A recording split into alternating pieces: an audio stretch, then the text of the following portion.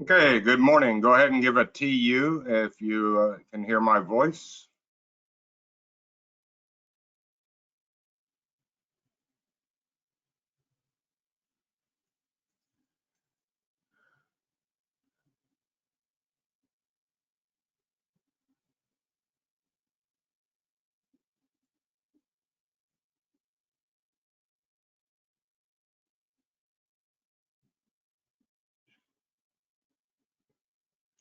Just trying to take a quick inventory.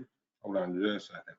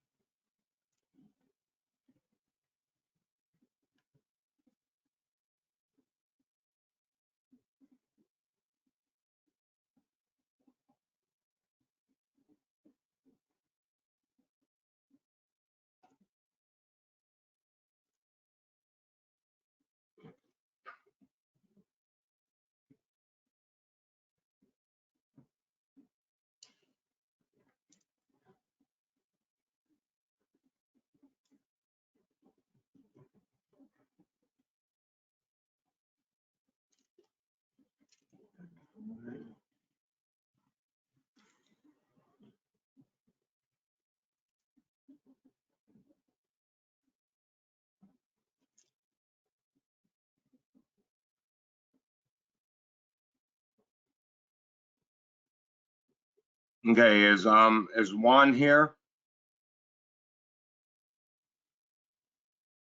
Okay, there you go.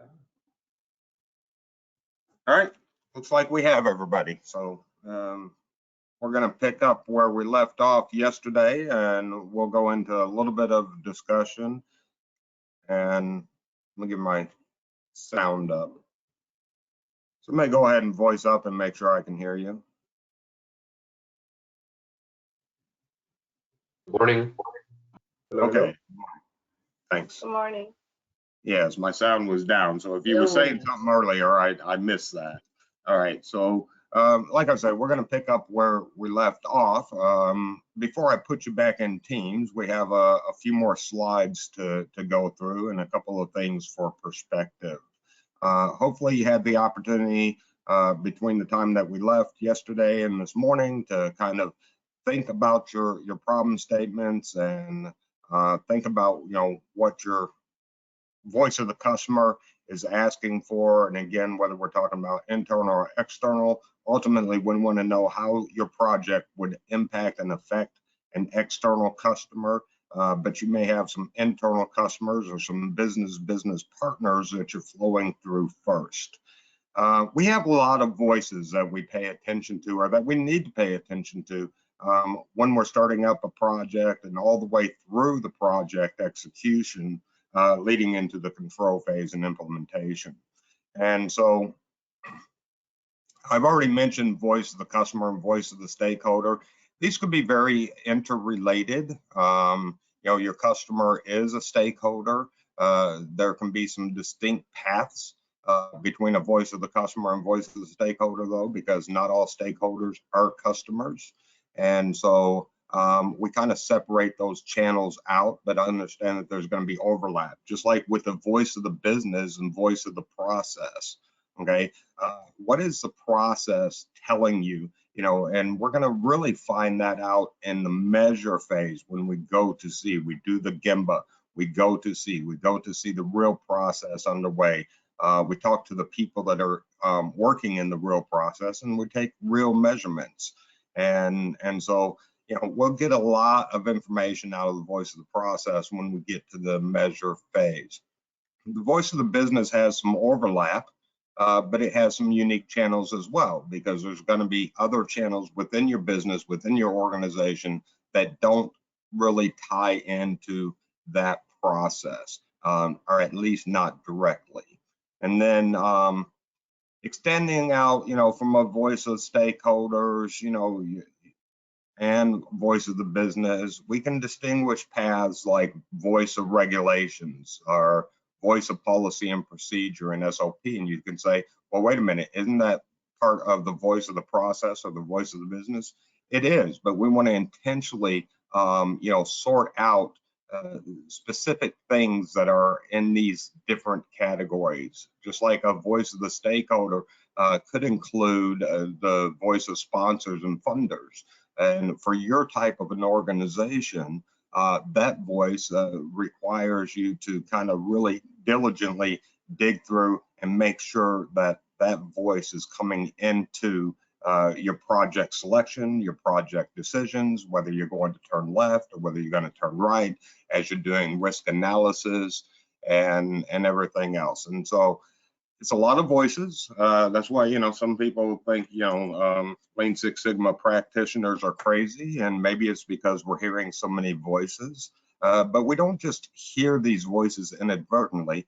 We have to develop a communication plan and communication strategy and make sure that we're going out and diligently seeking what these voices really want to tell us.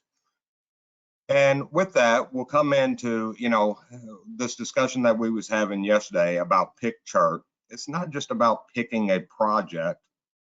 It's about, we can use the same tool, the same method for certain decisions that we need to make along that path. And in your scenario, because of our time limitations and the way that we're executing this training this week, and especially with the fact that we're all virtual online and we're not sitting in the same place, you know, these type of exercises can be a little bit more difficult. You can achieve it. You can open up a Google Drive or a SharePoint somewhere, open up a document and work collectively on something like this. If we were live in person, what we would do is we would put this big sheet of paper on the wall, and you would use sticky notes, and you would do this exercise in real time. When you have the advantage of being physically in the same place, that's a great way to do this exercise. When we're live virtual, whether it's for this training purpose or whether you're really executing a real world project, you have to overcome these obstacles by using some type of collaboration platform. All right, and I told you yesterday that we would get into this video today for Hoshin Planning, and sometimes we just call this strategic planning. Sometimes we refer to it as the X Matrix, which is really the centerpiece tool that I showed you yesterday. But it goes beyond just having a matrix. It goes beyond just tracking, you know, what the vision, goals, and objectives are for your organization and how your project plugs into that. You know, really, Hoshin Planning is about making sure that you're driving alignment throughout your organization and seeing how your activities are tied in to those key milestones and objectives that your company is trying to achieve, albeit a annual objective or a 3 to 5 year strategy. So let's take a look at this video. I'm going to take a sound check right at the front end of it. So clue it up. Most homeowners insurance providers can give you a quote online, but you know what they can't give you online? Okay, was you able to hear that? Good. All right, BMGI has a lot of free shareware out there for training, and so you can look for BMGI main web pages, or you can go to this Lean Methods down here and go to their channel and look for a variety of different videos. I like some of their video presentations. They're a good, reliable source.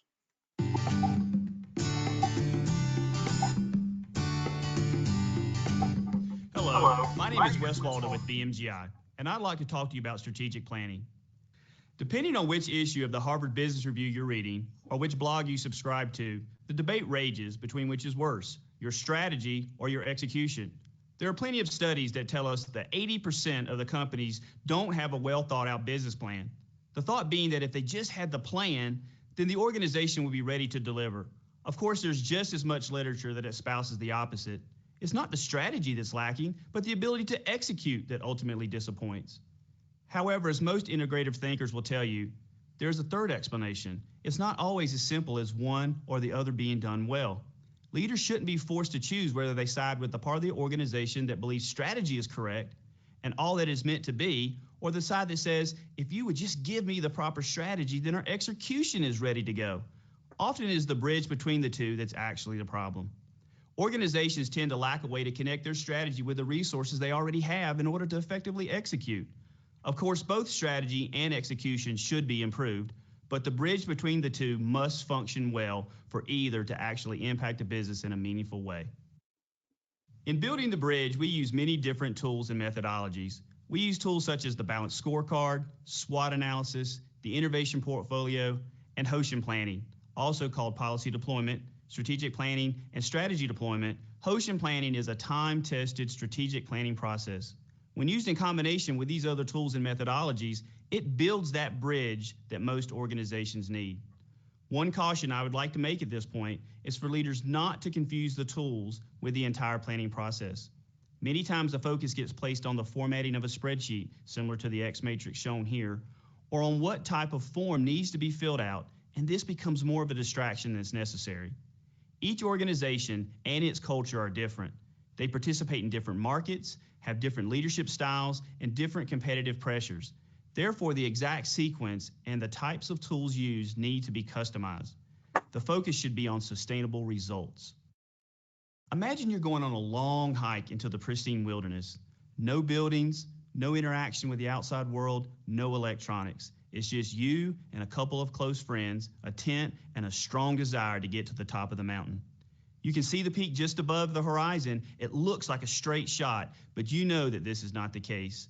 There are going to be many obstacles along the way. Rivers, trees, rocks, ravines, and animals all serve as problems to be worked out. Going from point A to B is going to be challenging, but hey, that's why you're there. So periodically you stop and take a compass heading. You consult the map. You and your team ask simple questions like, are we on the right path? Have we corrected far enough around this obstacle? Do we still have enough resources? Will we get there in time? This is real life strategy execution. And whether you're trying to hike a mountain trail or solve the most pressing business problems of the day, the journey is seldom a straight path. Many times, the journey is never completed. Successful organizations figure out how to execute their strategy despite the obstacles. They figure out how to link their daily execution with the vision of the future. Yet problems with execution are quite common. Approximately 80% of Fortune 500 companies say they use some version of balanced performance metrics. Yet when Fortune magazine asked the question, why do CEOs fail? They estimate in 70% of the cases, it isn't bad strategy, it's bad execution. On average, an S&P 500 company is now being replaced about once every 2 weeks. In 1985, a corporation lasted in the index on average for 61 years. Today, it's just 18 years. Clearly, there's something missing. This is where Hoshin Planning comes in. This planning process links the major strategy objectives with the specific resources and action plans needed to make them happen. Through a back and forth refinement system known as Catchball, the entire organization becomes involved in delivering a combination of breakthrough performance and daily management. Catchball is different from the normal top-down models in that we get most of the leadership team involved at the appropriate level in everything from the generation of new ideas to a pragmatic and executable approach to bringing those ideas to life. While senior management comes up with a 3 to 5 year Hoshins or breakthrough objectives, they don't just stop there and drive those down to the organization. Instead, they socialize those ideas with mid-level managers and incorporate their ideas. Then those middle-level managers are more involved and will talk to their teams. It's like a game of catch, and by the end of which you have a plan that is everyone's involved with. This back and forth process is appropriately called Catchball, and it's a key element to Hoshin Planning. Still wondering if this process is for you? Ask yourself, does my organization have any of these problems? Very long lead times for improvements. Senior management vision does not match organizational activities. Annual objectives that are rolled out in March instead of January. Year-to-year plans that never seem to connect. You have too many projects in flight with few delivering the promised results. or most employees just never seem to feel a part of the team? If you can answer yes to even some of these issues, then let's learn a little bit more about strategic planning and the Hoshin planning process. Hoshin Planning is the tool used to facilitate the creation of business processes that result in a sustained competitive advantage in quality, delivery, cost, and innovation. Hoshin Planning has 7 basic steps, or you can look at it as 7 basic buckets of work that we have to do. It starts at the very beginning with understanding your organizational vision. That's the first step. We do not want to confuse strategy with vision. Vision is where you're trying to go. Strategy is how you're going to get there. The second step in the Hoshin process is the establishment of the 3 to 5 year breakthrough objectives. Breakthrough objectives are those 3 to 4 very key things that the organization needs to accomplish to secure its future and to eventually achieve the vision. We sometimes call the breakthrough objectives the what. In order to be breakthrough, the objective must represent significant improvement. It will require the organization to stretch itself, often looking for the next S-curve. What is an S-curve, you may ask? An S-curve is a business model that assists us with trend predictions. The basic idea is that the evolution of a product or service is not random, but follows certain patterns and stages that can be predicted. If you know what these patterns and stages are, then you can solve difficult problems and define strategic opportunities. A breakthrough objective usually will require a cross-functional effort, and often no standard or system exists for this level of opportunity. We select our breakthrough objectives over a longer period of time, usually 3 to 5 years, but 3 to 5 years can be a long way out there, so we have to break those down into what we call annual objectives. This is step 3. Annual objectives are those objectives that we will need to achieve this year, which will enable us to reach our overall 3 to 5 year breakthrough objectives. These annual objectives are breakthrough objectives broken down into 12-month increments. We sometimes call the annual objectives the how far, indicating just how far we need to get this year to stay on track. Step 4 is the deployment of the annual objectives. We have to get down closer to the actual tactics. Each annual objective is broken into several top-level improvement priorities. This is where we make sure that everybody in the organization knows what we are doing to support the strategy. We call this level of the plan the how. An effective top-level improvement priority shares several important characteristics. They're process-oriented. They're not short-term tasks. They're very focused. They're based on emerging customer needs. They're limited to a critical few. They're clear, easy to communicate, and measurable. Okay, and it's these top level improvement priorities that we're actually developing continuous improvement projects for. And we'll see that again once we get to the depiction of the X matrix and bring that conversation back up again. And they answer the question, what is the job to be done? The 5th step is the implementation of annual objectives. This is when the organization starts to utilize some of the basic problem-solving tools. We know what we need to do, how it fits into the overall strategy, and now we need to decide the specific local improvements to be made. This is actually where the rubber meets the road from a doing standpoint. Carefully selected Kaizen events, DMAIC projects, Demand V projects, rapid innovation cycles, value stream assessments, and the like are all chosen and executed in a very focused way to make the improvement priorities come alive. The 6th step is the implementation of a monthly review cycle. We have to come back every month and make sure that we're on track. Make sure that we're not missing the target. If we are missing the target, we put countermeasures in place and new actions to get us back on track. Tools such as bowling charts, A3 reports, and action plans are institutionalized. The organization has to keep the KPIs associated with the daily management system separate from the management of breakthrough objectives. The main goals of this monthly review process are to keep the leadership team focused on the future and to create systems that allow the line management to lead the incremental improvement efforts. The final step of Hoshin Planning involves the annual review process. Every year we spend time reviewing the entire process from a standpoint of all the things that we're supposed to do to make the Hoshin Planning process work well. The organization must learn from its mistakes.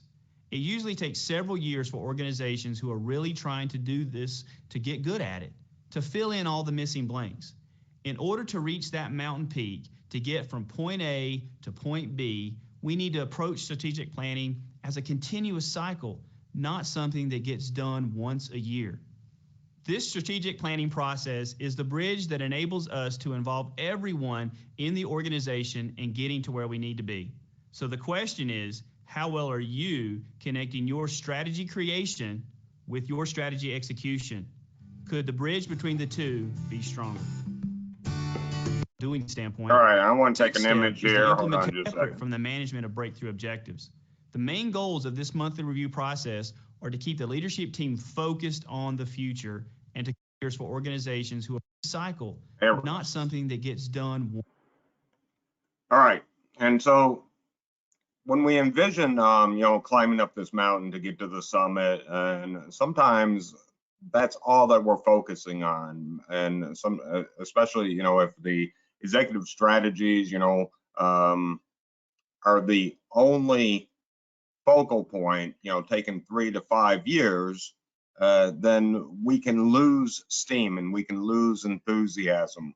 What we need to do is we need to figure out, how do we establish milestones along this journey, and especially by the time that we get into the hard work of trying to ascend this mountain, where are the plateaus that we can celebrate, we can assess the path that we're taking again. And but the celebration part is a big thing, and so when we was talking yesterday about the Bruce Tuckman model of team development, forming, storming, norming, performing, and then we added adjourning, and a big part of that adjourning is making sure that we're celebrating the milestones that we've achieved. We may not be to the summit yet, but we need to take a moment and celebrate, recollect ourselves, revalidate that we're going on the best path possible, and then pick up the journey again. And so that celebration, sometimes an organization gets confused and they think that's the end, and they don't have to deal with that anymore. We need to put that into our closing of the project, and the way that we incorporate the project outcome into the organization is people need to understand that this is a continuing journey, but we're celebrating this particular moment in time. Look what the organization as a team has done. So we get to look at the scoreboard and see, that should be a motivating factor. But then we move on, because maybe we're only at the end of the first quarter, or we're only at halftime, and we still have some yards to go.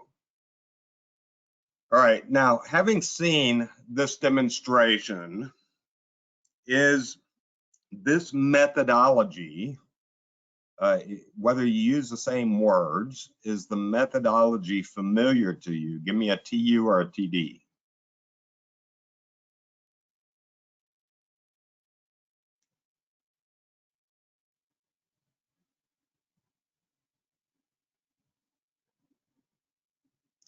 Good. And that's an important part, that we want to bring up here.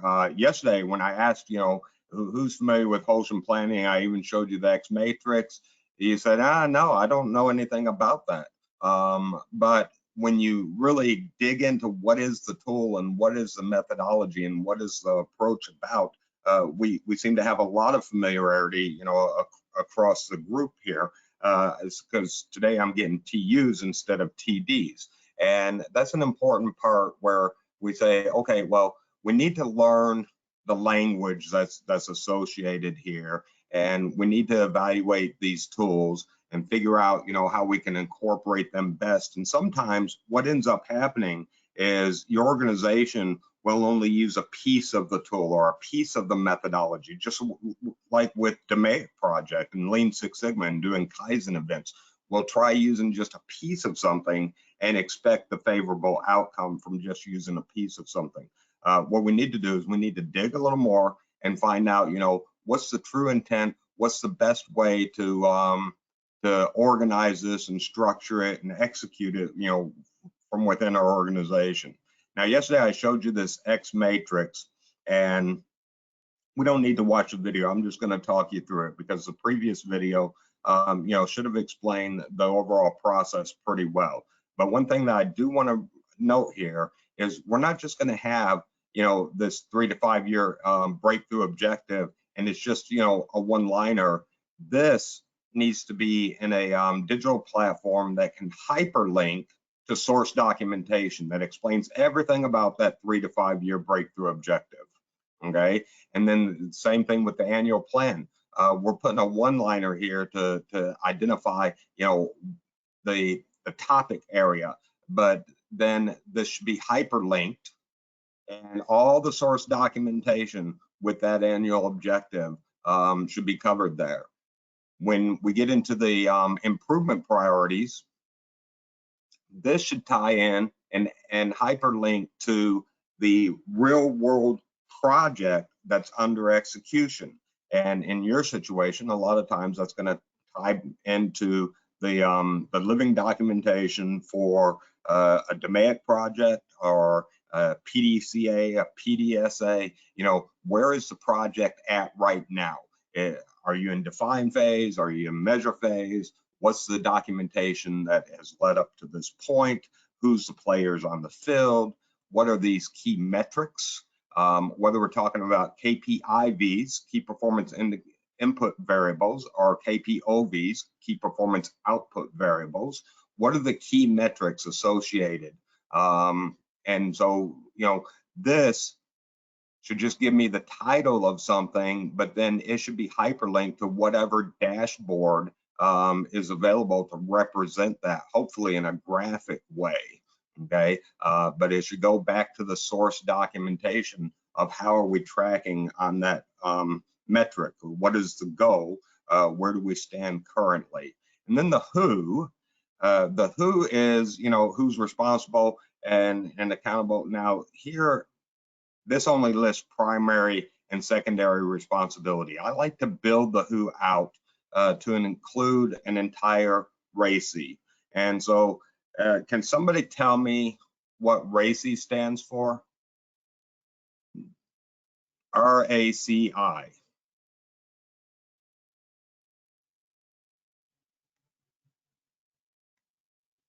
It's hard to draw on this.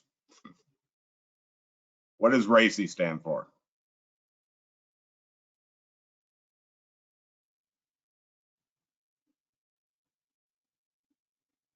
This is a mnemonic, so each letter stands for something. Yes. It's responsible, accountable, consulted, and informed. Beautiful, beautiful. Who said that? Erica. Erica. All right. And just like with SMART goals and objectives, the C can be for consulted or it can be collaborate, but the responsible and accountable is important. And yeah, okay, good. Well, it just tells me that you're previewing the slides, and that's a good thing, Erica. And then the I, stands for informed. Who are the major stakeholders or decision makers that we need to keep informed about this project as we go along? Who are we going to collaborate with? Who's going to be, overall responsible? Who's going to be accountable? And we need to document this on two different levels. One for the project and the project objectives and the way that we're executing it. But then we need to start looking at the team's responsibility for dual documentation. Now, I not only want to build up a RACI for how we execute the project and how we support that improvement project that's underway, but now we need to look at the key objectives of that project. And there's some type of process interaction that's happening with regard to the scope of that project. Now we need to investigate what is the RACI associated with the subject of the project or the objective of that project. And your organization may have that well documented, but unfortunately, in many situations, it's not well documented, and people's roles and responsibilities are not well understood by people that are in the process. And sometimes even the people that have roles and responsibilities don't clearly understand what their role and responsibility is. Is that a fair statement? Have you seen this before?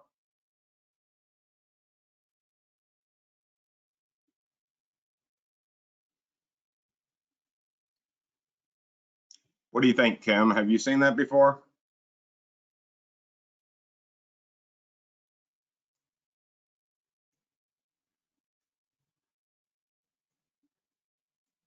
Okay. And so we need to make sure that we're mapping out this RACI and who's responsible for certain elements. And so I want to go to this real quick. It doesn't have to be fancy. We identify what is the action or task, and again, whether it regards to the improvement project or whether it is regarding the scope of what needs to be improved, the real world process that's happening. What is the action or task that needs to be taken? And then who's responsible, accountable, collaborate, and inform. Now, we want to map this as is for the actual project objective. We want to map this as is for whatever that process is that's under evaluation. But then we want to also map a to be, and that to be means, you know, for whatever it is, as a part of the improvement project, we need to rearrange this. We need to reorchestrate who these players on the field are. And a lot of times it's actually taking and reducing responsible and accountable, getting rid of excess signature sign-offs. And we can take these people a lot of times and put them over here into the consulted and informed. Keep them on track, let them see, you know, what's happening. But if they don't have a real action item, then they shouldn't be on a signature sign-off. When we get to improve, we'll look at that and examine that more closely. We'll come back to it. Now, with the POA&M, plan of action and milestones, this is just a sample template. You'll have to create one for yourself, or perhaps your organization already has templates available for plan of action and milestone. And what that means is just what are the line items of things that need to get done? What's the plan of action? What are the milestones? We need to accomplish what by when, and then we'll tie that back to the RACI. And so these two need to be well accompanied, the RACI and the POA&M. You know, who has the responsibility to execute certain line items. Now, again, this is a dual documentation. We do this for the way that we organize and execute the project, the DMAIC project or what have you. And then we also do it on the scope of the project. What is the process that we're trying to improve? What are the things that we need to do now, 3 months from now, 6 months from now, a year from now?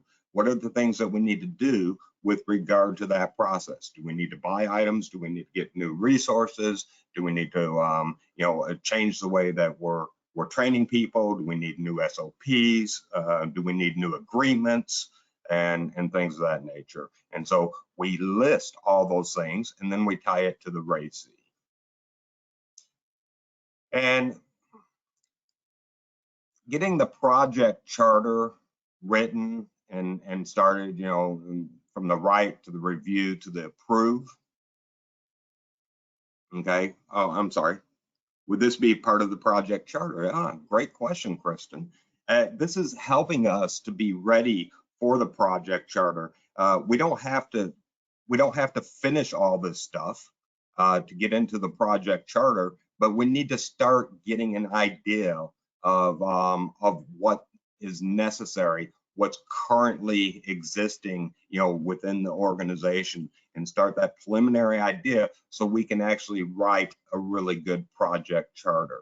Now, the centerpiece of our project charter really is that problem statement that I asked you guys to, you know, start thinking about and start, you know, socializing amongst each other.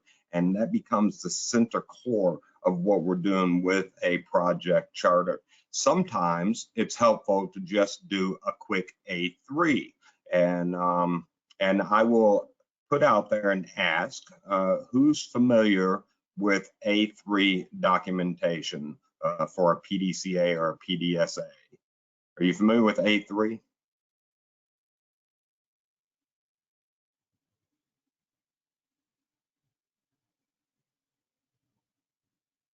Okay, does anybody know what A3 stands for? Jorge, do you know what an A3 actually stands for? Where did it get its name?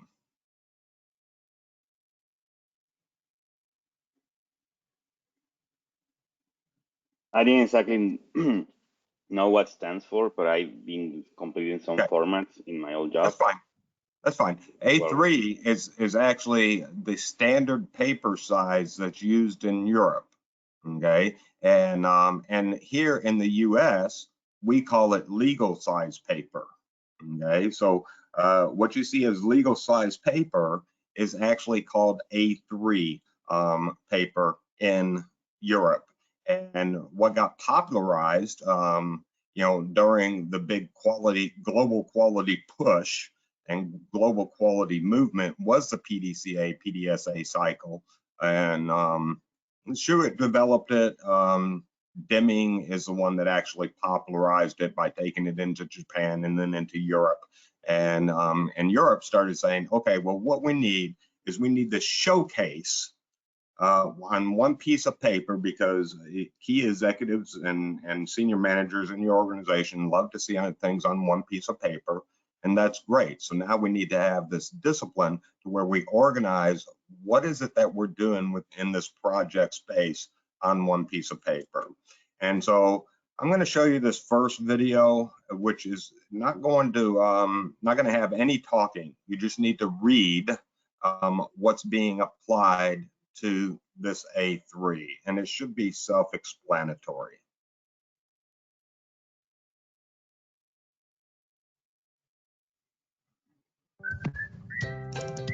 Most homeowners insurance providers can give you a quote online, but you know what they can't give you online?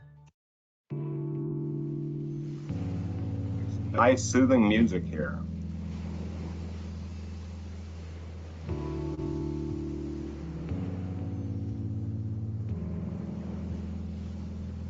What's the title of your project?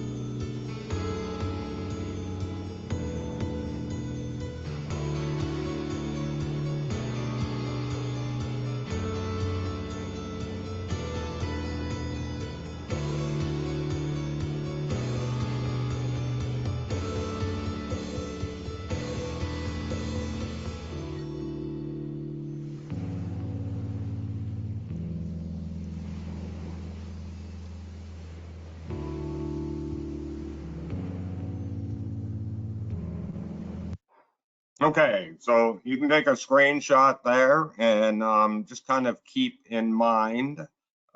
And if your computer doesn't allow you to take screenshots, just snap it with your camera. And keep in mind that as we go through a DMAIC, really this is at the core of what we're doing in DMAIC. It's just DMAIC is more of an elaborate tool set. And sometimes your organization just needs you to do a PDCA, a PDSA. This A3 is just a quick window view of the things that are going on behind the scenes between your plan, do, check, act, or your plan, do, study, act. You're not going to have all the answers when you first start out, but you know the questions that you're seeking answers for in the real world.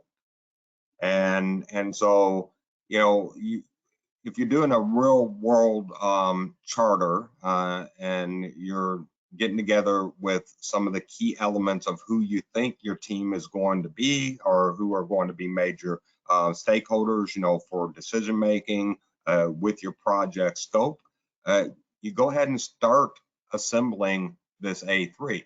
You won't be able to finish it yet because you haven't investigated yet. But it's good to get your mind around where you're heading. So you can start establishing, well, what is that project plan? And how do I organize the project well from the beginning? And then as we start looking at project plan, then we want to start looking at how do we, regarding the scope of whatever processes that we need to improve, how is that process planned and managed across time? And so again, it becomes some of that dual documentation that we want to establish. We want to have good project management for the development of the project, or from the point where we're developing the project charter all the way into execution and then leading into the control phases and sustainment, implementation, institutionalization of the changes. But then again, it's one of those dual things, like with the RACI and the plan of action milestones. We want to look at the scope of the project. What are the processes? How are those processes managed? I'll ask, do we have any project management professionals, certified or even uncertified? You know, are you executing project management within your duties, or have you been trained or certified for project management? Sergio is? Leanne? Yes, sir. Okay. Erica says she'll be right back. She's got to go ask somebody if she has been certified in project management. I'm teasing Erica. All right, Leanne, tell me about project management, your experience with project management. You guys hear me? Yes. Okay. So I am not certified, but I have done it before. You know, just like being assigned to the project, making sure that I'm following up with everyone in the group, assigning tasks, creating the final presentation, and that's what I know of project management. I may be wrong, we may not be referring to the same thing. No, that's fine. Okay. So yeah, I am not certified, but yeah, I have done it before. In this position mostly. It's been a while. I think it's been like maybe over a year that I worked on it, or a little over a year. But yeah, that's pretty much what it was. Managing the entire project. We did a project charter on it. We did a lessons learned on it as well. I don't know if you're familiar with that one. It's like a little document that you do at the end, just sharing the lessons learned through the actual process. But yeah, I am familiar with the project charter that you shared a little bit ago. And yeah, that's pretty much it. Good. And what about you, Sergio? What's your experience with project management? Definitely, I think with Tawaski, our interactions a little bit limited.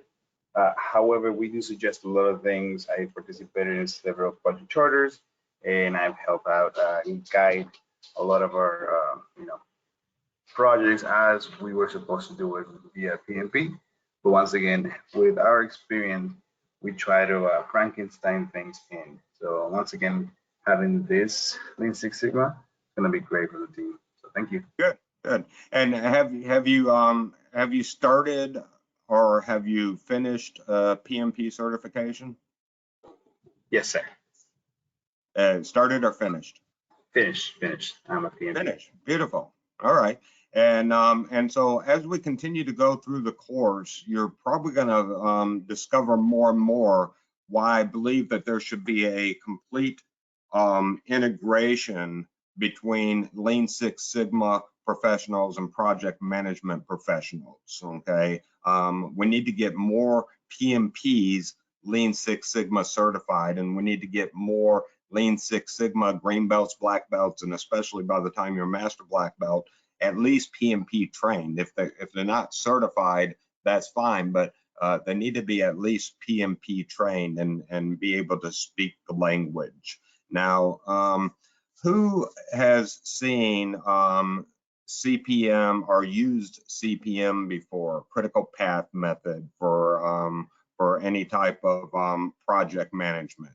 Whether you're a PMP or not a PMP, have you seen critical path method before?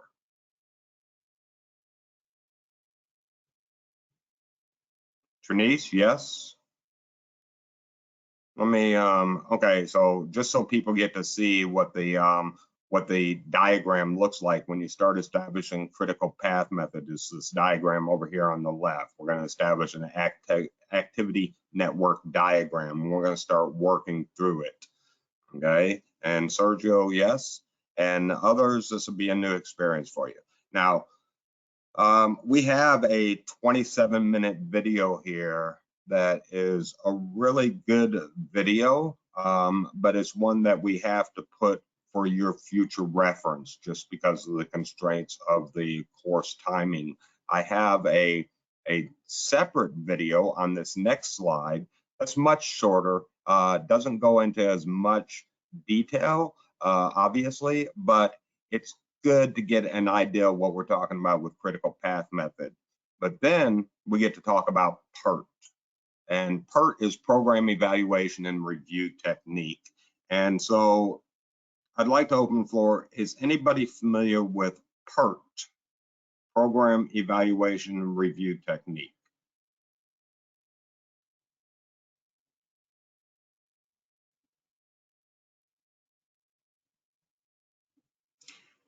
And see, that's unfortunate because PERT is far superior to a critical path method. And I'm going to substantiate that through demonstration of this video. Again, this first video, the first half of it shows you CPM, and then the second half of it shows you PERT. I want to bring out some of the main distinguishing factors, though, between CPM and PERT. Critical path method, the way that that's executed is we go to speak to the people that are in the process, maybe the person that's managing the process, and we say, for your process element, for the things that you need to do in this process, how long is it going to take you to finish this process step? Each time that it's done, or the one time that you have to do it, how long is it going to take you to finish?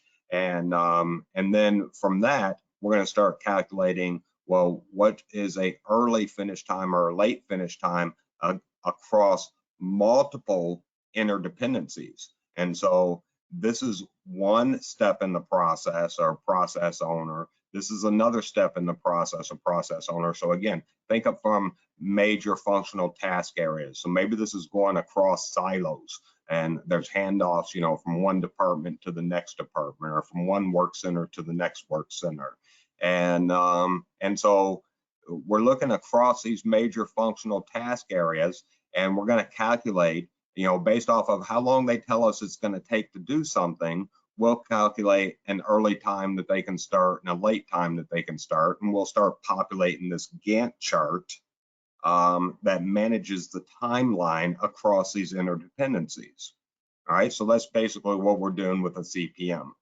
The problem with a CPM is if I go to each one of these departments or each one of these process owners and I ask you how long it's going to take to do something, say you're the person that's receiving that communication, what's likely to happen? Every time that I go talk to a process worker or process manager, process owner, and talk to them about how long is it going to take to finish your step in the process, what's going to tend to happen?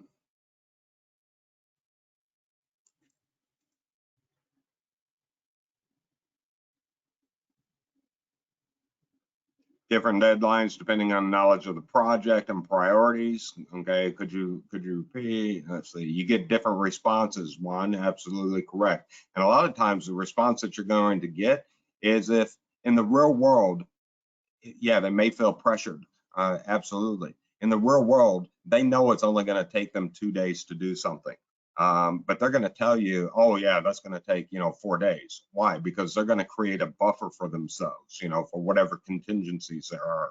And so they're going to tell you that it takes 4 days. And then you go to the next one and it really only takes them 1 day. And they're going to tell you it takes 3 days. And then you go to the next one and it really only takes them 3 days. And they're going to tell you that it takes 5 days.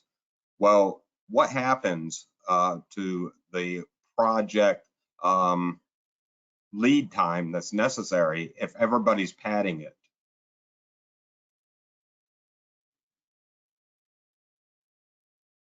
If everybody's adding their own time buffer there, what happens to the lead time? It gets longer overall, and it takes too long. And sometimes when we add too much buffer, there's even more of a risk that something's not going to get done. And why? Because it's not important and it's not urgent. I can put it on the back burner. And what happens a lot of times with things that get put on the back burner?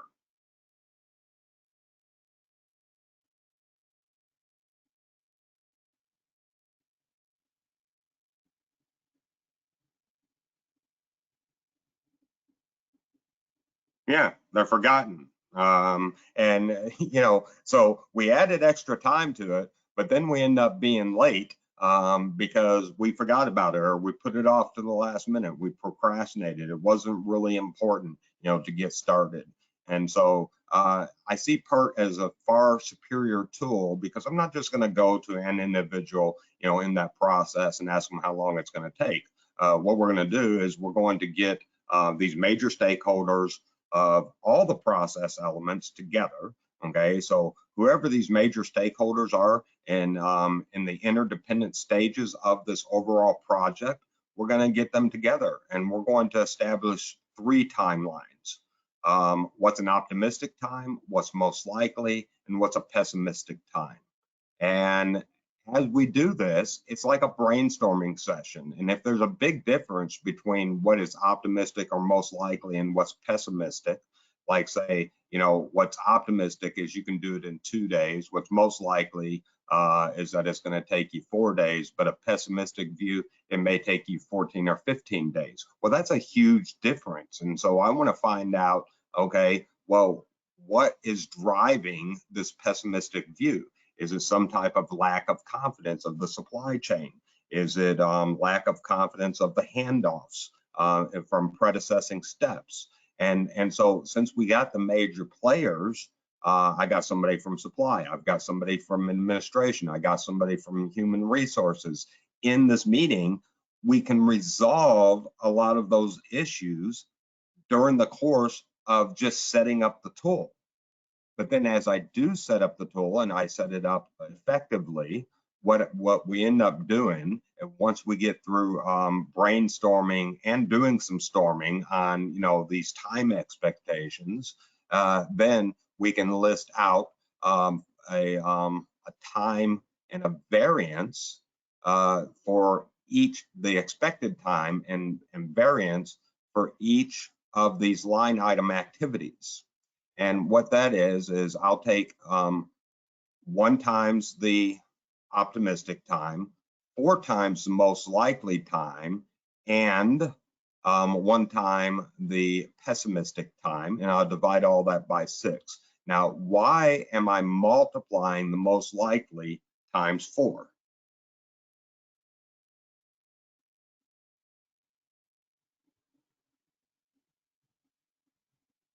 Just take a guess.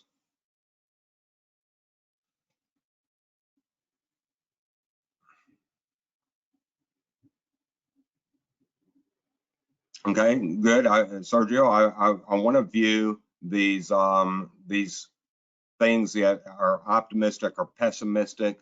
I want to view them kind of as outliers. The central tendency I'm expecting is going to be, you know, what is most likely, and so I want to give that a lot of weight, and that's what we're doing. This isn't because Bob says so. This is a tool. This is a discipline that's associated. So whatever is most likely, I want to give that a lot of weight. And then that creates my time expectation. Now, if there's not a lot of difference here, if it's 2 days, 3 days, 4 days, and there's not a lot of difference, it's not going to have a lot of variance associated with it, with that particular line item. If there is a lot of difference, then it's going to have a very large variance associated with that line item. And what that's going to start doing is it's going to give us the ability to predict our capability of being on time. And we're not going to get deep into the math and explaining, you know, what we're talking about with standard deviation and with looking up the Z table and stuff like that. We're going to let the video speak to that. I'm not going to get fully into that until we get into that section of the training module. Okay, and you're going to understand everything that this person is doing based off of that good review later on. That we're going to actually go in and manually calculate variance and standard deviation and things of that nature. And by we're going to do that, we're going to, you know, collectively watch a video and experience that together. And as far as Z tables, if you're not familiar with Z tables or it's been a really long time, we're going to step back through that process as well. So don't have any concern if these things are unfamiliar or this area of your brain is not well exercised because you haven't taken statistics for a long time. In fact, go ahead and give me an indication by count of years. How many years has it been since you've used statistics, either academically or professionally? And so, you know, what was it, 1 year, 2 years, 3 years, or if it's never, then say N for never. 0.5 years, okay? 4 years, 1 year, 5 years, 3 years, 2 years. Okay, my expectation, if you're not doing this on a daily basis, you're going to start getting cobwebs. Around 5 years ago, okay, you're going to start getting cobwebs. So what I want you to recognize is for the training purposes, we're going to keep things on a really comfortable level for you. With regard to the tests that you're taking with us for certification, it's going to be on a very comfortable level. If you want to pursue another certification in the future with ASQ, IASSC, you're going to have to redevelop that, you know, muscle, and you're probably going to have to take a course in statistics if you're not grasping it through independent study, and that's okay. You're going to do some real world project, and if you're starting to use a tool that you're not well familiar with, you're going to find somebody in your organization or even in your personal life that can help you with that. And so when we get back from break, we're going to talk about this project change triangle, and we're going to talk about how we bring all these separate elements together so we can have an effective project. So let's go ahead and and open up the floor for discussion. Don't worry, we'll add time, for your break. So don't worry about the time that is going to take, and any questions that you have for me right now or anything that you want to express, the floor is open.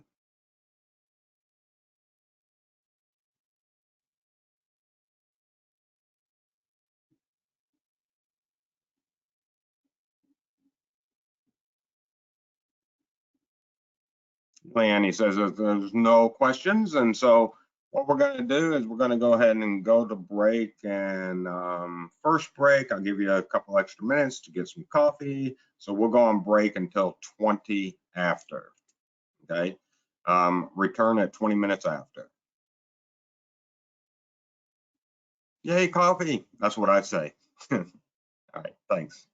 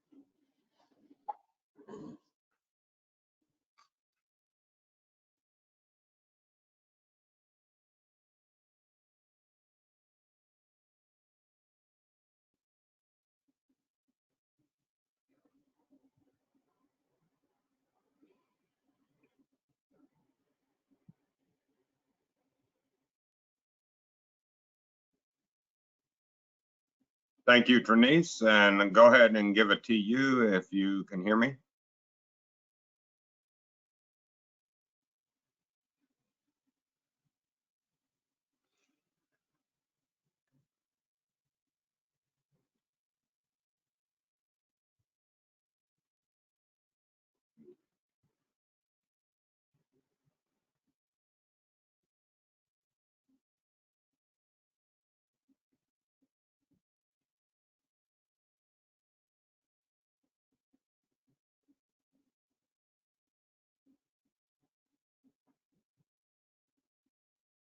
Okay, Lanny, I have your note. Thank you.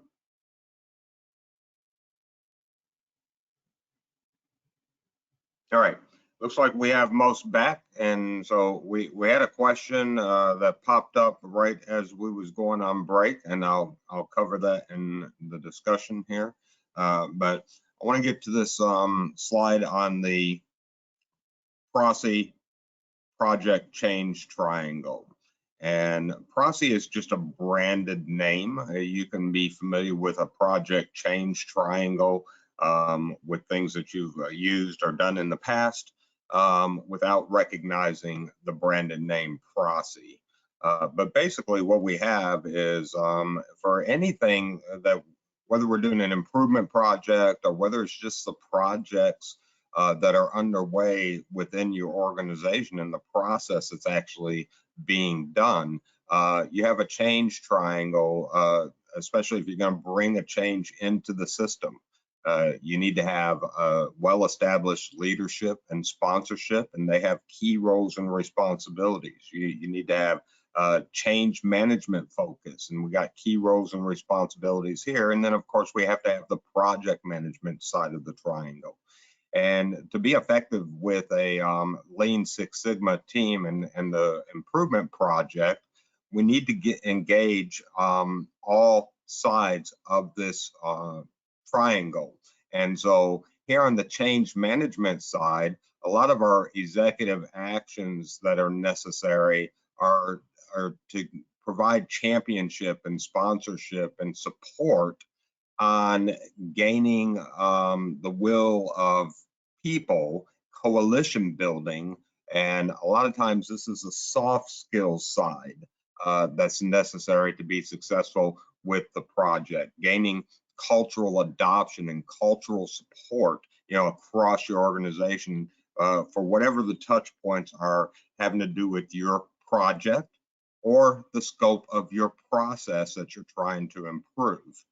And then we have the project management side where, you know, we have to draw in specific resources. We need to establish what is the strategy and the scope, and we need to determine what are the timings and dates that things need to get done. Again, remember, SMART goals and objectives: specific, measurable, achievable, relevant, and time bound. And the incremental steps having to do with our performance improvement project and having to do with the scope of the process that we are working on. We have to have time-bound responsibilities and duties. So again, that comes into how are we managing that within our organization. Now, a lot of times you'll just have somebody fill out a Gantt chart like what you see here, where they'll put the dates on a calendar, and they'll say this phase, you know, is going to take from this time to this time, and this phase is going to take from this time to this time. And we see the handoffs, and we see the multiple players on the field, the departments, or, you know, who has duties and responsibilities and what time they have for their particular area of the project. But we don't always know what was the system or what was the method, you know, that created this. Now, if it was created properly, we would use a tool like CPM, or we would use a methodology or a tool like CPM or PERT.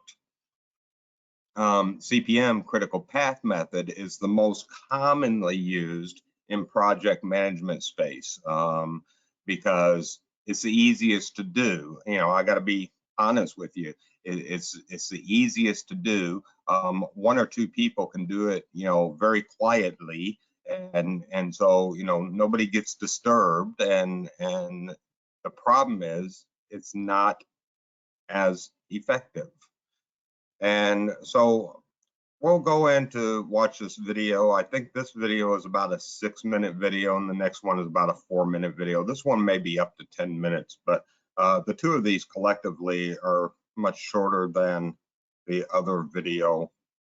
So oh, and we'll answer the question that you had, Sergio, as we get through watching these.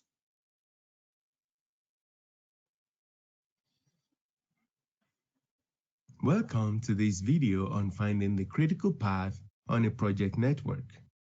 I'll be working with this activity schedule for a project. I'll be constructing a project network, doing forward and backward passes, determining the project completion time, calculating slack values, and finally stating the critical path. I will be using this node convention here, as you will find in Quantitative Methods for Business by Anderson, Sweeney, and Williams. A here is the activity being described, and T represents the expected activity duration or time. ES is the earliest time the activity can start. EF is the earliest finish time, LS is the latest start time, and LF is the latest finish time without extending the minimum completion time of the project. I usually like to start with a sketch to make it easier when drawing the full network. Activities A and B have no predecessors, so they can begin as start. Activity C needs A to be completed before it can start. D needs both A and B completed. E needs D, F needs C and E, and G depends on E. Since F and G have no successors, they go to finish. So here is the network with the activity nodes displaying the letters and times. So let's do the forward pass. A has no predecessor, so its earliest start time will be 0, or right away. Since it has 7 weeks to be completed, its earliest finish time will be 0 plus 7, which gives 7.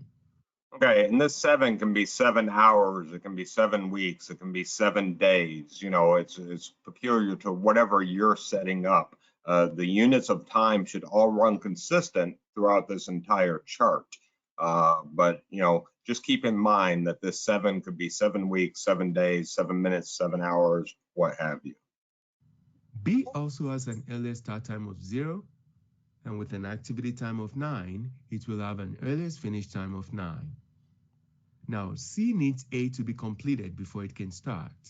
Since the earliest finish time for A is 7, then the earliest time C can start is 7. And with an activity time of 12 weeks, C will have an earliest finish time of 12 plus 7, which gives 19. D, on the other hand, needs A and B to finish before it can start. Since the earliest finish time for A and B are 7 and 9 respectively, and D needs both of them to finish in order to start, then the earliest time D can start is 9. In other words, the highest of the earliest finish times preceding an activity will be the activity's earliest start time. So D finishes at 8 plus 9, which gives 17. E here has only one predecessor D, and so can start at 17 and finish earliest at 26. F has predecessors C and E. Since the higher earliest finish time is 26, F can start earliest at 26 and finish at 32. G also can start earliest at 26, since it has only one predecessor E, and G can finish earliest at 26 plus 5, which gives 31. Note here that although G is the last letter, it doesn't have the highest earliest finish time because F has 32. So we say that the project's completion time is 32 weeks. In essence, the project's completion time is the highest of the earliest finish times at the finish node. Now let's do the backward pass. Since the project completion time is 32 weeks, the latest finish times for the activities at the finish node, F and G, has to be 32. That is, F and G cannot be completed in longer than 32 weeks. Next, we obtain the latest start times by subtracting the activity times from the latest finish times. For G, the latest start time will be 32 minus 5 to give 27. For F, the latest start time will be 32 minus 6, and that gives 26. Now, E has two successors, F and G. The latest start times are 26 and 27 respectively. As a result, the latest time E has to finish has to be 26 in order for F to start. In essence, when doing backward pass, the latest finish time of an activity must be the minimum of the latest start times of its successors. Thus, the latest start time for E will be 26 minus 9, which gives 17. Now, D has only one successor, E. So the latest finish time for D will be the latest start time for E, which is 17. And the latest start time will be 17 minus 8, which gives 9 for D. Activity C has one successor, F. Therefore, the latest finish will be 26 for C, and latest start will be 14. A has two successors, C and D. The minimum of their latest starts is 9. So the latest finish for A will be 9, and its latest start will be 2. Activity B has one successor, D, with latest start of 9. So the latest finish for B will be 9, and its latest start will be 0. The backward pass is now complete. Now, slack for an activity is defined as how long the activity can be delayed without extending or increasing the project's completion time. And it is calculated as LS minus ES or LF minus EF. So the slack for A will be 2 minus 0 or 9 minus 7, which will be 2. The slack for B will then be 0. For C, it will be 7. For D, 0. For E, 0. For F, 0. And for G, 1. Note, for example, that activity C can begin anytime between week 7 and 14, and it can finish anytime between 19 and 26. Thus, C can be delayed for up to 7 weeks, and the project will still be completed in week 32. Activities B, D, E, and F, on the other hand, cannot be delayed at all without extending the project's completion time.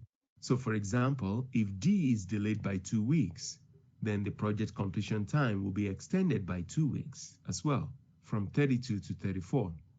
The activities with 0 slack are called critical activities, and they form the critical path, which is the longest path in the network. So the critical path here is B, D, E, F. And that's it for this video. Thanks for watching. Okay, and the other video that you have to watch later on is more complex. It has more handoffs, more interdependencies, and it's good to work through. For those of you that haven't seen this critical path tool before, you probably have to watch these type of videos a few times before it fully sinks in. And so if your head is spinning just a little bit right now, don't worry about it. You can definitely, come back in and watch this again. You will pick up on it. It's not a tremendously difficult tool, but there's a lot of things to do in it. And so, yeah, I appreciate that, Juan. And Kim, I appreciate that. It is important. And oh, by the way, I'm picking on CPM a little bit because I say that there's this better tool out here. CPM can be great for getting an initial understanding, maybe doing my as-is mapping about the process, getting that initial understanding of how the process is functioning, understanding how this Gantt chart got created in the first place. Hopefully that's how this Gantt chart got created and somebody didn't just arbitrarily put some dates down here. Okay, unfortunately, with some of your processes, that's exactly what happened. Somebody just said, oh, well, they just need this much time, they need this much time, and they need this much time, and they need this much time, and they can start here, here, here, and here. Okay, no, that doesn't work out in the real world, but unfortunately, that's what happens sometimes. So when you're going to see, how was this project designed in the first place, it should have some science, some math behind it. Same thing for when you're organizing your performance improvement projects. You have to have some type of strategy about the way that you're going to establish what is that lead time that you need, not just for the total project, but for each of the interdependent phases. And so that's CPM. Now we'll look at PERT, and then I'll go into answering Sergio's question.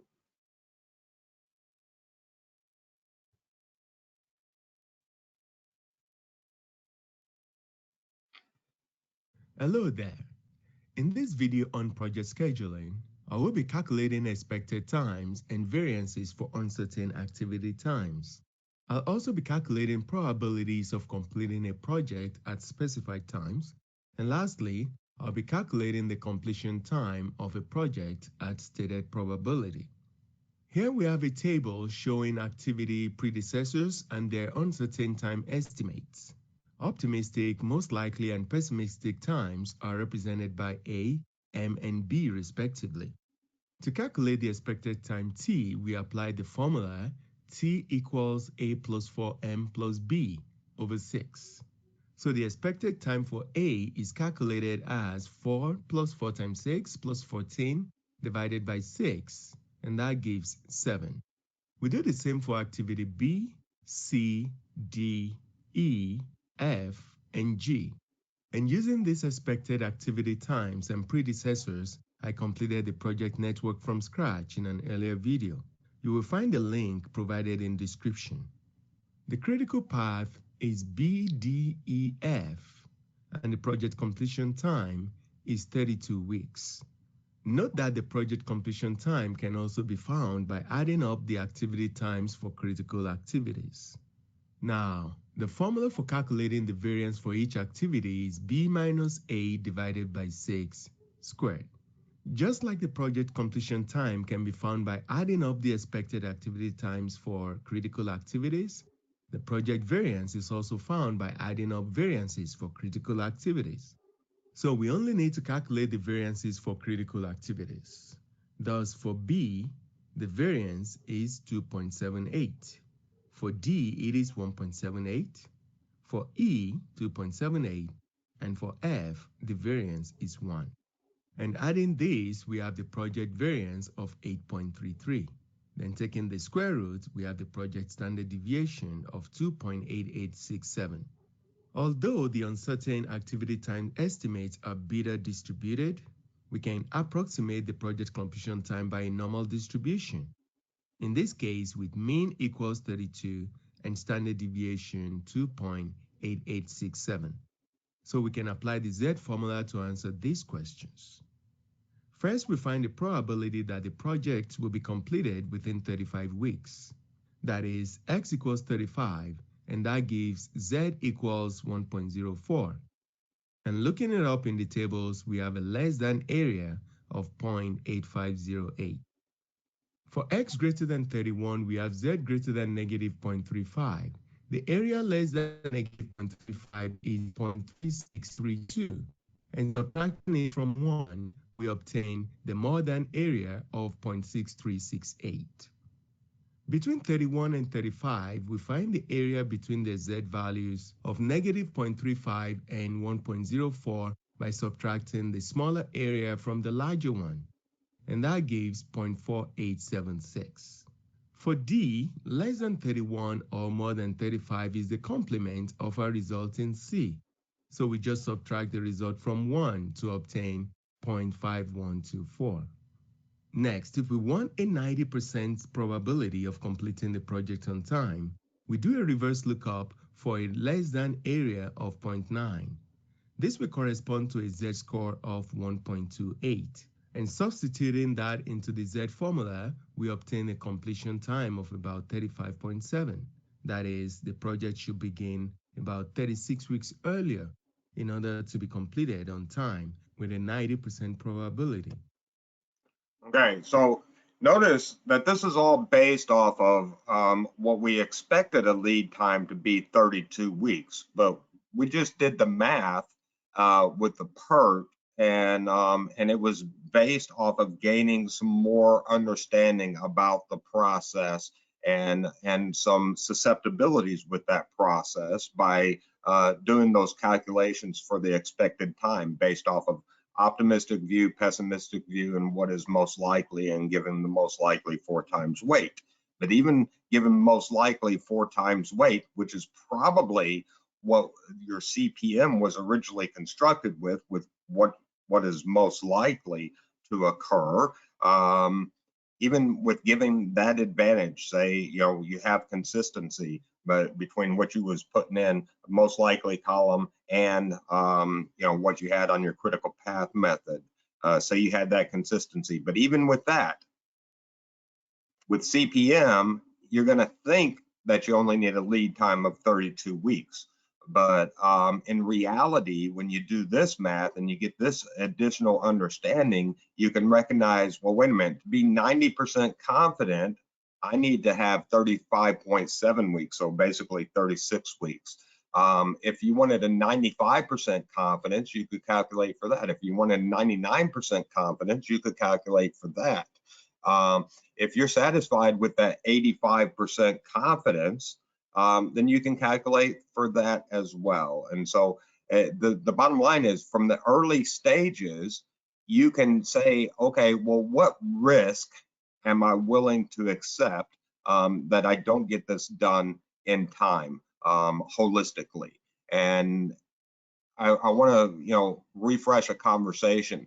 If this type of math is not comfortable to you right at the moment, don't worry, it's within the scope of this lesson plan, and you're going to get walked back through it, and you'll understand it by the time that we finish, or at least on a cursory level. You're going to have to exercise this part of your brain. You're going to have to build up some muscle memory, and we can't do a statistics class in 5 days, but we are going to have some really good discussions and demonstrate some really good tools, and give you the right path to start refreshing yourself if this has been on the shelf for a few years. But it's very important. Now, to get to Sergio's question, specifically, he asked, let me get to it. Okay, he says, I remember that CPM was used for projects that had a set of deadline, and PERT was used for projects with unknown deadlines. Is that how LSS uses it? And again, I'll say yes. but I'll also say it's how our organizations really need to treat the majority of our project management. We can start off with the CPM, which just gives us a rudimentary understanding of how we need to organize. But if you have, especially if you have a problem area in your organization, you need to get more of that microscope out, and you need to really understand, you know, how do I do my risk analysis of the project actually being successful or not. We're going to see a risk cube here in a second. And that can be very subjective, you know, when we start analyzing the risk associated with a project success rate.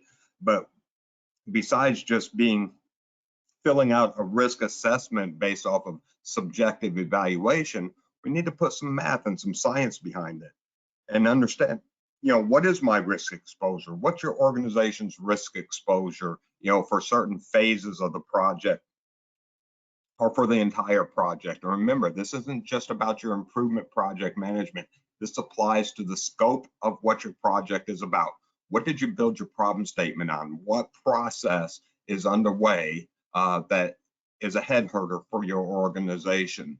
And how do we map out those critical interdependencies between handoffs? And how do we evaluate what that success rate is? And when we look at that critical path and we see these huge variances between what is optimistic, most likely, and a pessimistic view, you know, I've got, you know, 8 weeks difference between what is optimistic or pessimistic. But again, this could be 8 weeks, it could be 8 days or what have you, depending on what your unit of time are. But it's significant. And so while we're brainstorming, we need to, you know, kind of dig into that. Well, what are the problems that are happening? We need to do some root cause analysis that's driving this much difference, okay? And the same thing here, you know, we got 10-day spread here, that's huge, okay? Or a 10-week spread, that's huge.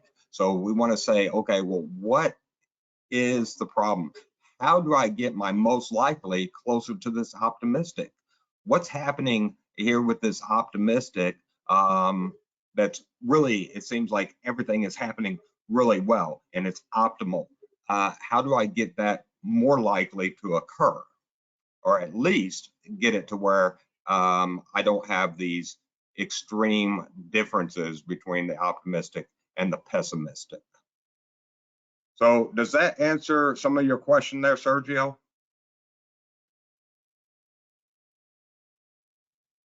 Yes, okay.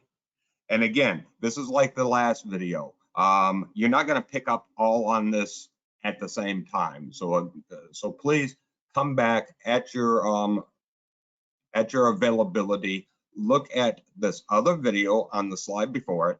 You can look back at these videos again. You can watch it, you know, another time. You can find other videos, you know, on this subject, but I like these particular video authors. And so, you know, just keep digging and keep diving into that. Now, everything that we're doing with the with setting up this project and the project management, it doesn't just rely on those tools. Those are just some of the tools, some of the methods that we're going to use to kind of organize and structure ourselves and really, you know, understand when we go into the define, measure, analyze, improve, and control phases, what are our risks and what are our susceptibilities? Or as we're looking at the space of the problem itself, what are the key drivers, the X drivers that are creating a certain outcome? And statistical questions, it'll be some very surface level statistical questions. By the time that you finish this course and you do your you know, independent quizzes and looking the information back up for your quizzes, it'll be easy to answer questions on the statistical side. Is that fair, Kristen? All right, good. All right, so Pareto chart, give me a TU if you're familiar with, or if you use Pareto charts, if you used it before, you understand Pareto charts pretty well, give me a TU.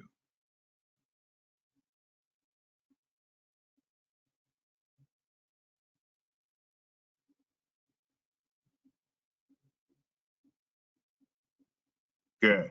Okay. I appreciate that there's a lot of familiarity out there. And again, if you're individually not well practiced and familiar, there's resources within your teams that can help get you spun up on that. Pareto charts are very powerful tools for screening. It is not a root cause analysis tool. It doesn't tell me enough information about the root cause, but it's preliminary screening that I can take into root cause analysis.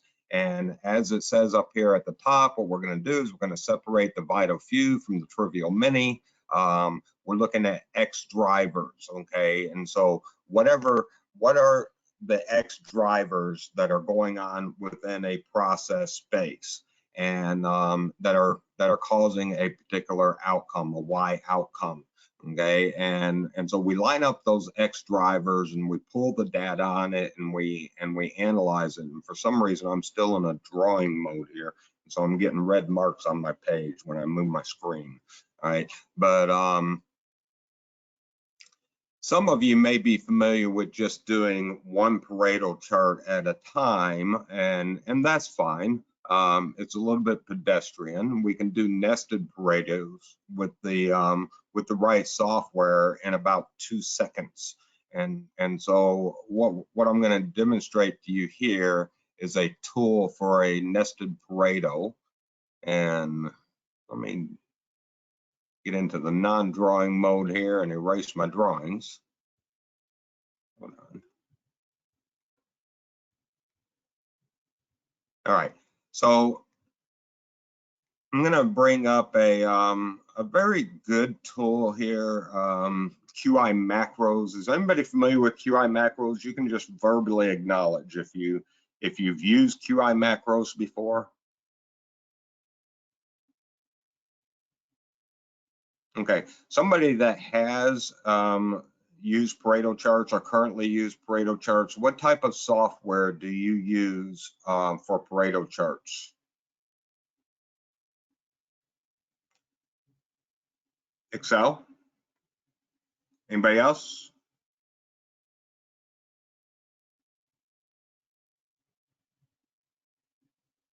Sergio, when you're using Excel, are you just using Excel native, or are you using a data pack with Excel?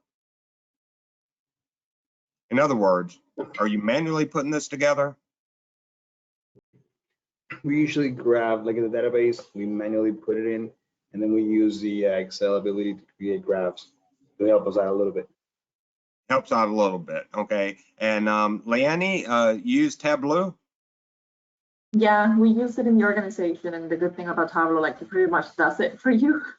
Beautiful, beautiful, and it's a wonderful tool, okay. And I'm not trying to distract you from the use of that tool. And if your organization has site licenses for you, then that's great. If you try to get an independent an independent license, it can be very expensive for the utilities that you need. One thing that I like to encourage people with QI macros is it's not one of those annual subscription things. It's a one and done purchase. And so I originally purchased QI macros in 2012, and it wasn't until 2019 that they said, okay, you know what? We've been upgrading the package, and you've been accepting that, but now we have this major revision. If you want the major revision, give me another $100. If you don't want it, just keep what you have. So what am I telling you? Back in 2012, I spent about $300 to get this utility, plus the book, plus the CD, and all that kind of stuff. Okay, and it's been what, 9 years that I've only spent an additional $100. So for a total of $400 investment, I've had 9 years of data analysis. That's pretty cheap. in contrast, I use Minitab because I have some courses where I have to actually teach Minitab while teaching the Lean Six Sigma Green Belt course, and that becomes a task if people aren't familiar with Minitab. And that cost me $1,200 a year for my license, $1,200 per year for my independent license for Minitab. So, you kind of do the math. And now Minitab does have some capabilities now that it didn't used to have, but Minitab started out years ago. It was very clunky, but I have some problems with Minitab. Minitab, if you want to export out of Minitab and share something with somebody that doesn't have Minitab, all you're sharing is a photo. You're not sharing living documentation. Whereas with QI macros, if I want to take and share the graphics or the analysis with somebody, I'm sharing living documents, and so they can do, they can't do further analysis with the tools of QI macros, but they can make adjustments to that because it is living documentation. Now, having said all that, I don't get any money for selling QI macros, but there is a 30-day free trial. I love it because it's intuitive and it keeps things in Excel, and it's just a bolt-on to Excel that puts all the macros to where you don't have to put formulas in. Now, with the Pareto, Pareto isn't real complicated to create in Excel native, but it's going to take you time. And so what we're going to demonstrate here is not just doing a Pareto, but doing nested Pareto in a matter of seconds. And then we'll show some other tool utilization, getting into some high-end, statistical analysis and hypothesis testing, and building control charts in a matter of seconds using QI macros as well later on in the course. My friend Jack Ravel asked me if the QI macros would do nested Pareto. Okay, are you able to hear that? Yes. Okay. Charts. I had to probe it a little bit to find out what he was talking about, but it's pretty simple. So if you have data like this, which is line by line, types of defects by date, and so on, if you select the line and defect, I don't know why that just headings, increased. Hold on. You can go over to the QI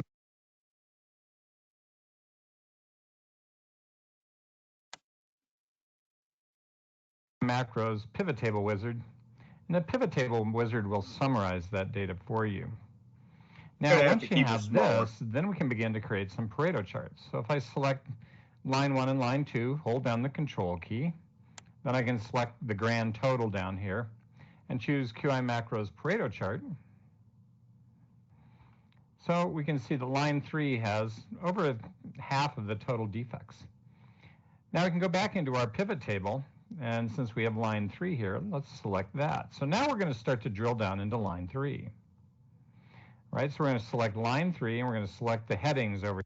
Who has built pivot tables before? Have you built pivot tables with Excel native?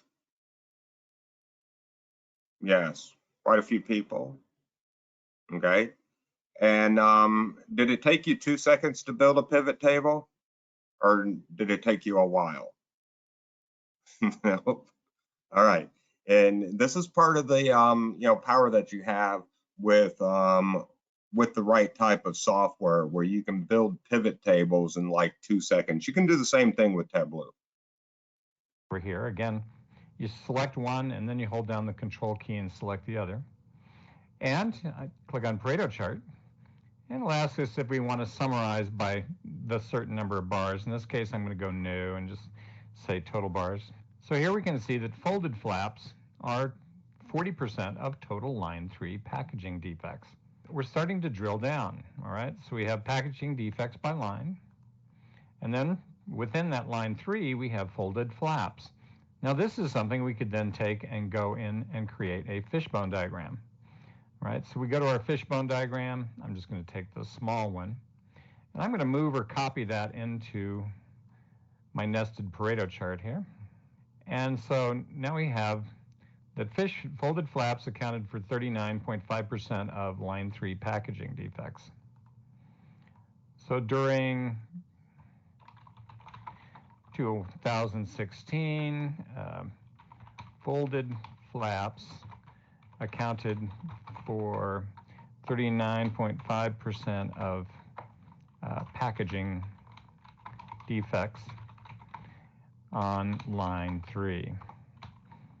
Right, so now we have an Okay, so like I say, Pareto chart isn't your root cause analysis, but it's going to give you that pre-screening that's necessary to say, where do you need to do root cause analysis? How do you need to focus improvement project, right? It's ready to go. Improvement efforts. Right, so now we could start to do root cause analysis. Now we could have gone at this a totally different way. We could have started over here with defects, done grand totals of defects, Pareto chart. I'm going to summarize those. And so folded flaps is the big dog here. So now we could come into folded flaps and we could go the other way. We could select just folded flaps because it's the biggest one, and select line 1, 2, and 3. So line 3 is 79% of folded flap defects. We're starting to drill down, and we could do the same thing. We could add a fishbone. Or the other thing we could do is, if we have data like this, is we could select all that data and say Pareto chart. And we're going to summarize those. And the QI macros will go out and create a whole series of charts. So you can see that folded flaps are a lot of our defects. Line 3 has folded flap defects, but line 2 and line 1 both have bent or damaged flaps. All right, so we could have fish bones for each one of those. Line 1 could work on bent or damaged flaps, and line 2 could work on cart and will not open. So that's the essence of going about doing nested Pareto charts using the QI macros.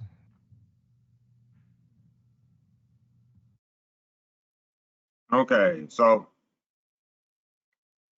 hopefully you can see some advantage of doing the Pareto analysis, not just one and done for your project. A lot of times we start doing Pareto analysis in the define phase just to know where we need to direct our attention going into the measure, analyze, and improve phase. But then as we're in the measure, analyze, and improve phase, we need to keep doing Pareto analysis and dig deeper and deeper and deeper into what those issues are. But just remember, it's not going to tell you what a root cause or a solution is. It's just going to, kind of point you in the right direction. Now, when we was talking about critical path method and PERT before, we was talking about, hey, we need to start identifying, what are our project risks? What's the risk of doing the project in the first place? And then within the scope of the project, all the major elements associated with the project. What is the risk profile for those major elements of the scope of the project? And so our risk analysis, again, should be twofold. It should be your improvement project itself.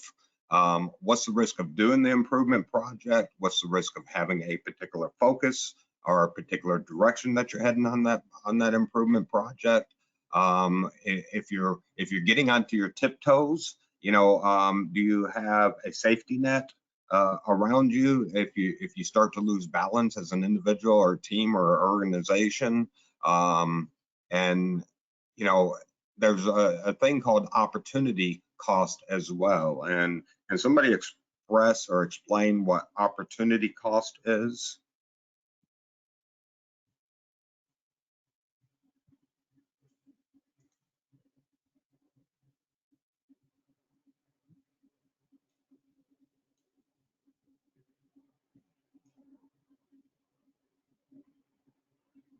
What does opportunity cost sound like? Oh, beautiful, Sergio. Okay. And so, if I'm going to do a continuous improvement project on topic A, okay, that means I'm going to draw resources cross-functional, hopefully optimally, from the organization. And I'm going to take people's time, and we're going to draw monetary resources. And the fact that we're dedicating this effort and this time and these monetary resources towards this improvement, it means that I can't expend those resources on other things. And so that's what an opportunity cost is. And so we want to kind of do a risk profile on, you know, our opportunity cost.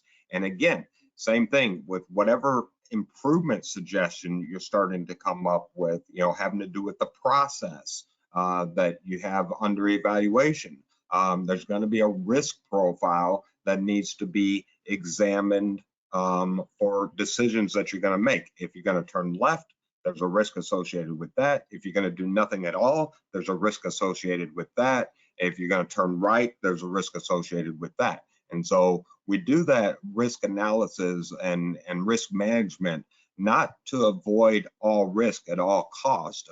If you're trying to do that, you can't get anything done. But to make sure that we're making appropriate risk decisions, not just individually, but as a team and as an organization, that we're making appropriate risk decisions, and we're doing it in the collective, and we're doing it with good documentation, and we're mixing these methods of qualitative methods of risk evaluations as well as quantitative methods. And we're really, you know, using the right tools, using the right methods and the right communication skills. So we can't just focus on, hey, I've got this project to do, I need to get it done, and I need to just throw it out there without looking and analyzing, you know, what risk exposure are we causing the organization to have? Because those are the type of projects that won't be successful. You won't be able to institutionalize them or sustain them across time. And ultimately, what are we doing with risk analysis? We're you know, determining what risk can be mitigated, what risk can be transferred, or what risk can be accepted. And so those are basically what our options are, you know, to mitigate the risk, transfer the risk, or accept the risk. And for those of you that aren't familiar with risk management and risk analysis, or you don't know what the proper documentation would be, go to those areas in your organization where there's expertise with risk analysis. You should have, you know, some people that are very well versed in risk management, risk analysis, and find out what type of templates are available within your organization, what type of templates they're already using to evaluate risk, and then just, you know, bring those same type of templates, bring that same type of discipline into your team. And if it's not something that anybody on your team has experience with, then this is where you want to get some of that external expertise and external support. Just like we can bring people from finance in, you know, to assist, we can bring people in from risk management side of the house to help you, you know, get a really good understanding of how to do risk analysis and risk documentation within your organization. And when we come back from break, what we're going to do is we're going to look at risk and opportunities more on a generalized level with a generalized tool like SWOT, strengths, weaknesses, opportunities, and threats. But before I put you on break, I want to open up the floor for questions, feedback, anything you have.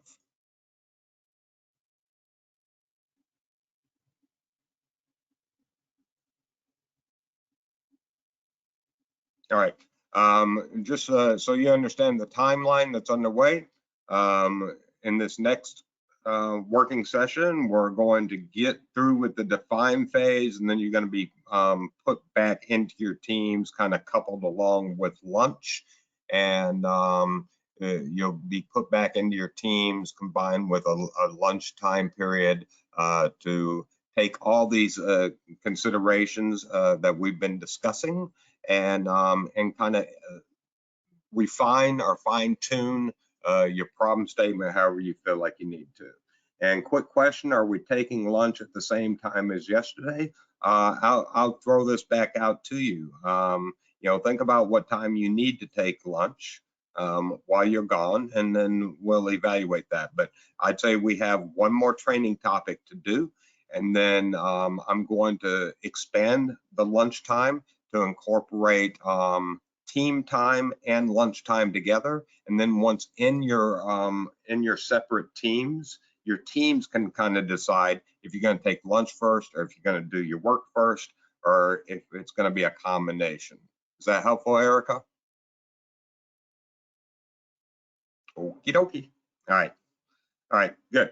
And so let's go ahead and come back at 20 after again. So that gives you 12 minutes. 20 after.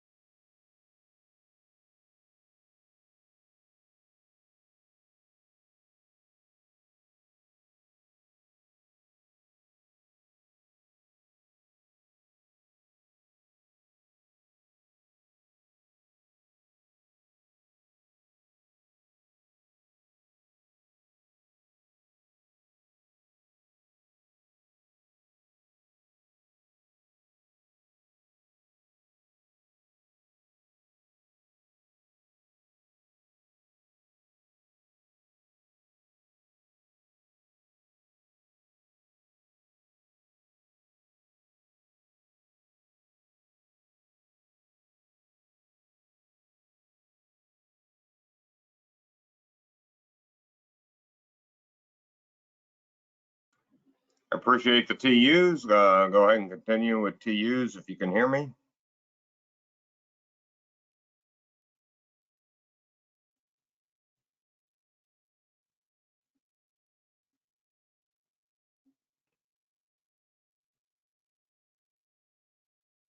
Okay. And another exercise that we would do if we were live in person is we would do the SWOT analysis. We would get a big piece of paper on the wall or use a whiteboard and you know, separate off into 4 quadrants, much like you see in the image here. And we would look at the internal factors and external factors of strength and weakness and opportunities and threats having to do with our organization as a whole, and then get more narrowly scoped having to do with the scope of the project that's under evaluation. And so typically it's good to do SWOT analysis on those 2 different levels. You do it on a macro level for the organization holistically, and then you you know, navigate in towards more micro level having to do with the with your project space. And then it's not just a matter of listing strengths, weaknesses, opportunities, and threats. In lieu of the team exercise that you can do on the wall, what we're going to do is we're going to watch this case study from Tesla, and that will kind of simulate what you would be doing with your team. But what you'll recognize when you watch this video is we want to kind of cross-pollinate these strengths, weaknesses, opportunities. So we want to look at strengths together with opportunities, and then we want to look at strengths together with threats. We'll look at weaknesses together with threats and weaknesses together with opportunities. And so when we cross-pollinate, it kind of tells a different side of the story. But we start off just doing the work on the wall, separating out strength, weakness, opportunity, and threats, and then we go into those discussions about cross-pollination. And following this discussion and this example on the SWOT analysis, we're going to follow up with a discussion on PESTLE and PESTLE analysis. PESTLE used to just be called PEST, where we focus on political, economic, social, and technological impacts towards your organization and those impacts towards the specific project that you're doing. And in later years, the categories of legal and environmental got added to that. So I'd like to ask the question before I take you into the SWOT case study. How many are you familiar with PEST or PESTLE? Give me a TU if you're familiar with either PEST or PESTLE.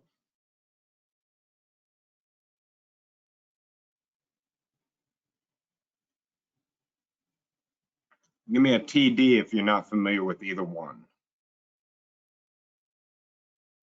Jorge? Okay. All right. So that'll be a good discussion to follow up with the SWOT analysis. And PEST or PESTLE and SWOT analysis are good to do together. Which came first, the chicken or the egg? Which do you need to do first, the PEST or the PESTLE or the SWOT analysis? I like to kind of do them in tandem and kind of alternate between these tools. And I think you'll see why once we get into that follow-up discussion. But for right now, for training purposes, we'll watch this case study. It's put together pretty well. I'll give you an overview of SWOT in general first, though, if necessary. Give me a TD if you've never used SWOT. Give me a TU if you have used SWOT.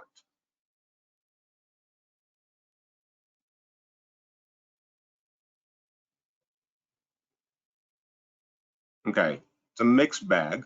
So we'll go into the overview video first.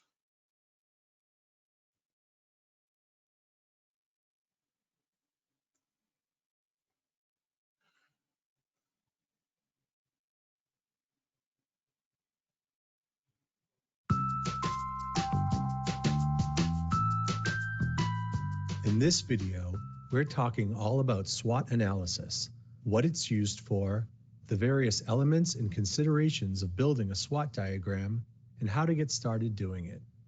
SWOT analysis is a key part of any business and strategic plan. SWOT stands for strengths, weaknesses, opportunities, and threats. Strengths and weaknesses are internal factors, and opportunities and threats are external factors. A SWOT diagram analyzes a project or business venture by focusing on each of these factors. It typically consists of 4 boxes, one for each area, but the exact shape may vary depending on the design.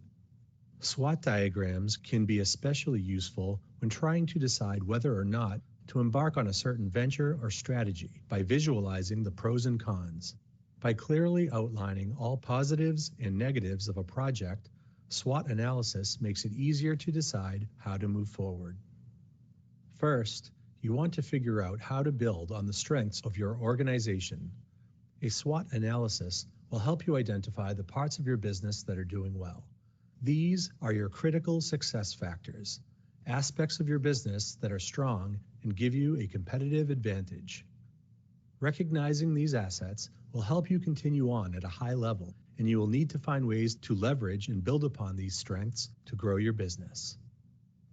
Next, you'll want to identify ways to improve on your weaknesses. Weaknesses are the factors that put you at a disadvantage to your competitors. Figuring out what these weaknesses are and taking actions to lessen them before they hurt your business is essential. This stage requires a detailed and candid analysis of what is going wrong within your organization. Now, you'll try to identify the opportunities available for your business. Try to pinpoint openings in the marketplace that you can take advantage of to help your business grow. These opportunities are caused by external factors, such as market fluctuations and trends. Always consider your strengths and weaknesses when assessing these opportunities. Not every opportunity is right for your company at the moment, but it may be not too far down the line. And now we'll try to figure out how to respond to threats to your business. Market fluctuations, government regulation, or public perception are all external factors that may affect your business in a negative way. By identifying these threats and finding ways to lessen or eliminate them, you are clearing the way for smoother sailing. As with opportunities, you need to consider your strengths and weaknesses when assessing threats. It's important to note that a strength for one part of your organization might be a weakness for another. For instance, the old-fashioned brand image and 100-year-old history of a company may benefit the farm equipment division, but it may not be such a boon for the new tech division. For this reason, you may want to perform a different SWOT analysis for each part of your business rather than for the business as a whole. Also, you'll very likely have the same factors listed in more than one of these categories. You can see how a company's weakness, for example, its lack of presence in a marketplace, could also be a major opportunity going forward. Here are some things to keep in mind while doing a SWOT analysis. Try to keep your SWOT diagram brief and to the point.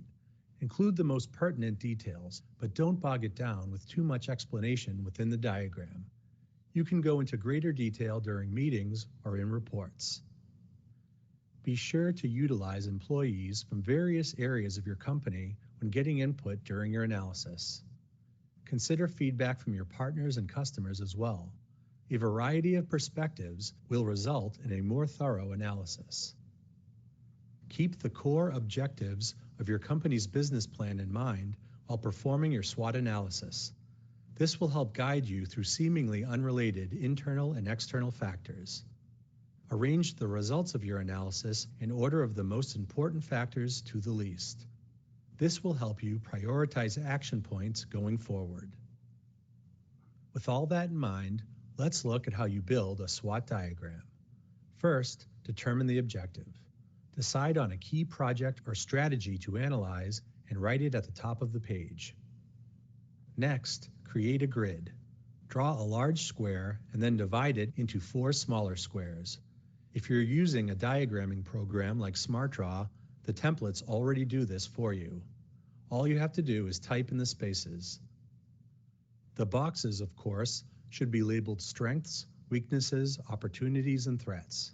These are titles, so they should be distinguished from the rest. Now, as with most tools that I like to use, when we actually have the team physically together, we're in one room, what I like to do is I like to do this work before we do it on the computer. We do it large on the wall, and we use sticky notes, so instead of going straight into the computer and typing in these categories and these areas, we use the sticky notes, and everybody on the team is up there at the wall, and they're inputting, and they're producing these sticky notes, and they're placing them on here. And one thing that's nice about the sticky notes is I can just brainstorm towards the strengths, put all the sticky notes having to do with strength up there, and then we can brainstorm to figure out what is the priority order for this. Now, if you're working with a team, 4 to 8 people, and you're physically located together, why would you want to do that before you put it into a computer? What's the advantage that we can get from working large and working on the wall?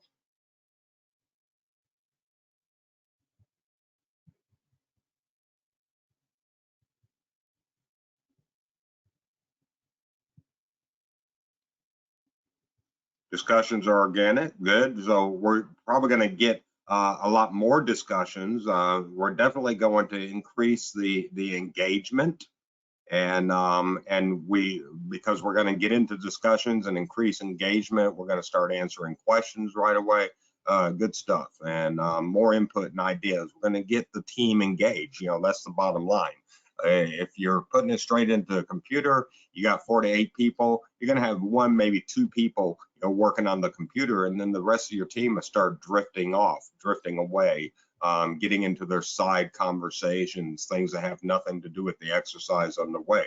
And so, we want to work large and on the wall, not because I have stocks in 3M, that own Post-it notes. That would be nice. But because it's going to get the team engagement, and we can follow up and make it pretty in a computer program for archiving what your team did. Rest of the text using either color or font size.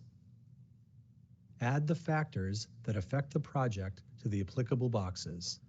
Factors are typically listed in bullet form. Continue adding, removing, or editing the factors as you go through your process. That's all there is to it. Now, Draw your conclusions by analyzing the finished SWOT diagram. Be sure to note if the positive outcomes outweigh the negative. If they do, it may be a good decision to carry out the objective. If they do not, adjustments may need to be made or certain objectives may need to be abandoned. Be sure to keep your SWOT analysis in an easy-to-access place for future reference and discussion. Some managers may want to keep an ongoing SWOT analysis, updating the diagram on a regular basis. Others may prefer to revise the analysis quarterly or yearly. Either way, it should not be left stagnant for long. We hope you've enjoyed learning about SWOT analysis. Thanks for watching. All right. And so now, like I say, we'll go into a case study with Tesla. I believe this is like 11 or 12 minutes. And it'll give you a good idea of what I'm talking about with this cross-pollination, you know, thinking about, you know, strengths and opportunities or strengths and threats at the same time.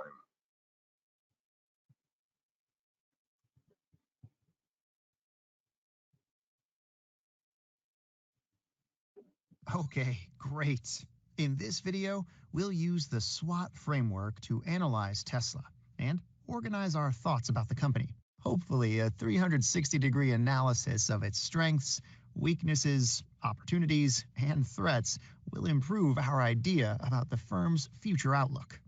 Tesla was founded in 2003 and is on the mission to become the first successful pure electric vehicle producer in the world.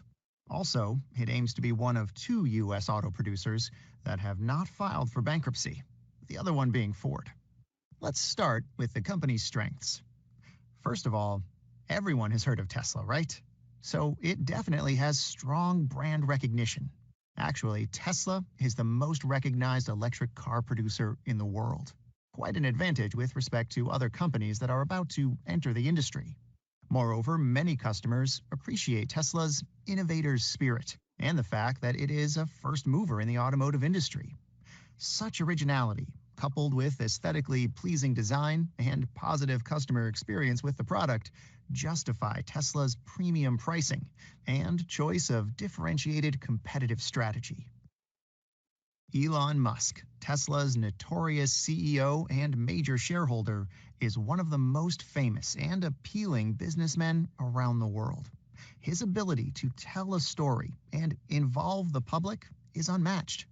By doing this, he wins over many people who actively follow his businesses and will likely become customers. What is very important, such customers can be very loyal if handled correctly, which is priceless in the long run. Tesla is attractive to people because it doesn't simply sell cars. The company sells a story, the story of an organization which is in business with an ideal purpose: to preserve the global environment. Probably this is Tesla's most valuable strength. Along with that, we can mention several other important advantages the company has. Its cars are ahead of the competition in terms of battery range and experience with battery production and recharging. Tesla has put in motion a plan that would make it the biggest battery producer in the world.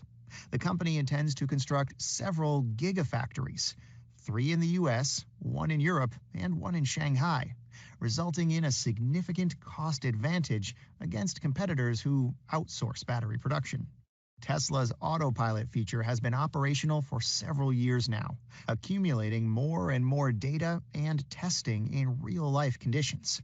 In a future where we will increasingly depend on autonomous vehicles, Tesla's experience with autopilot would be extremely valuable.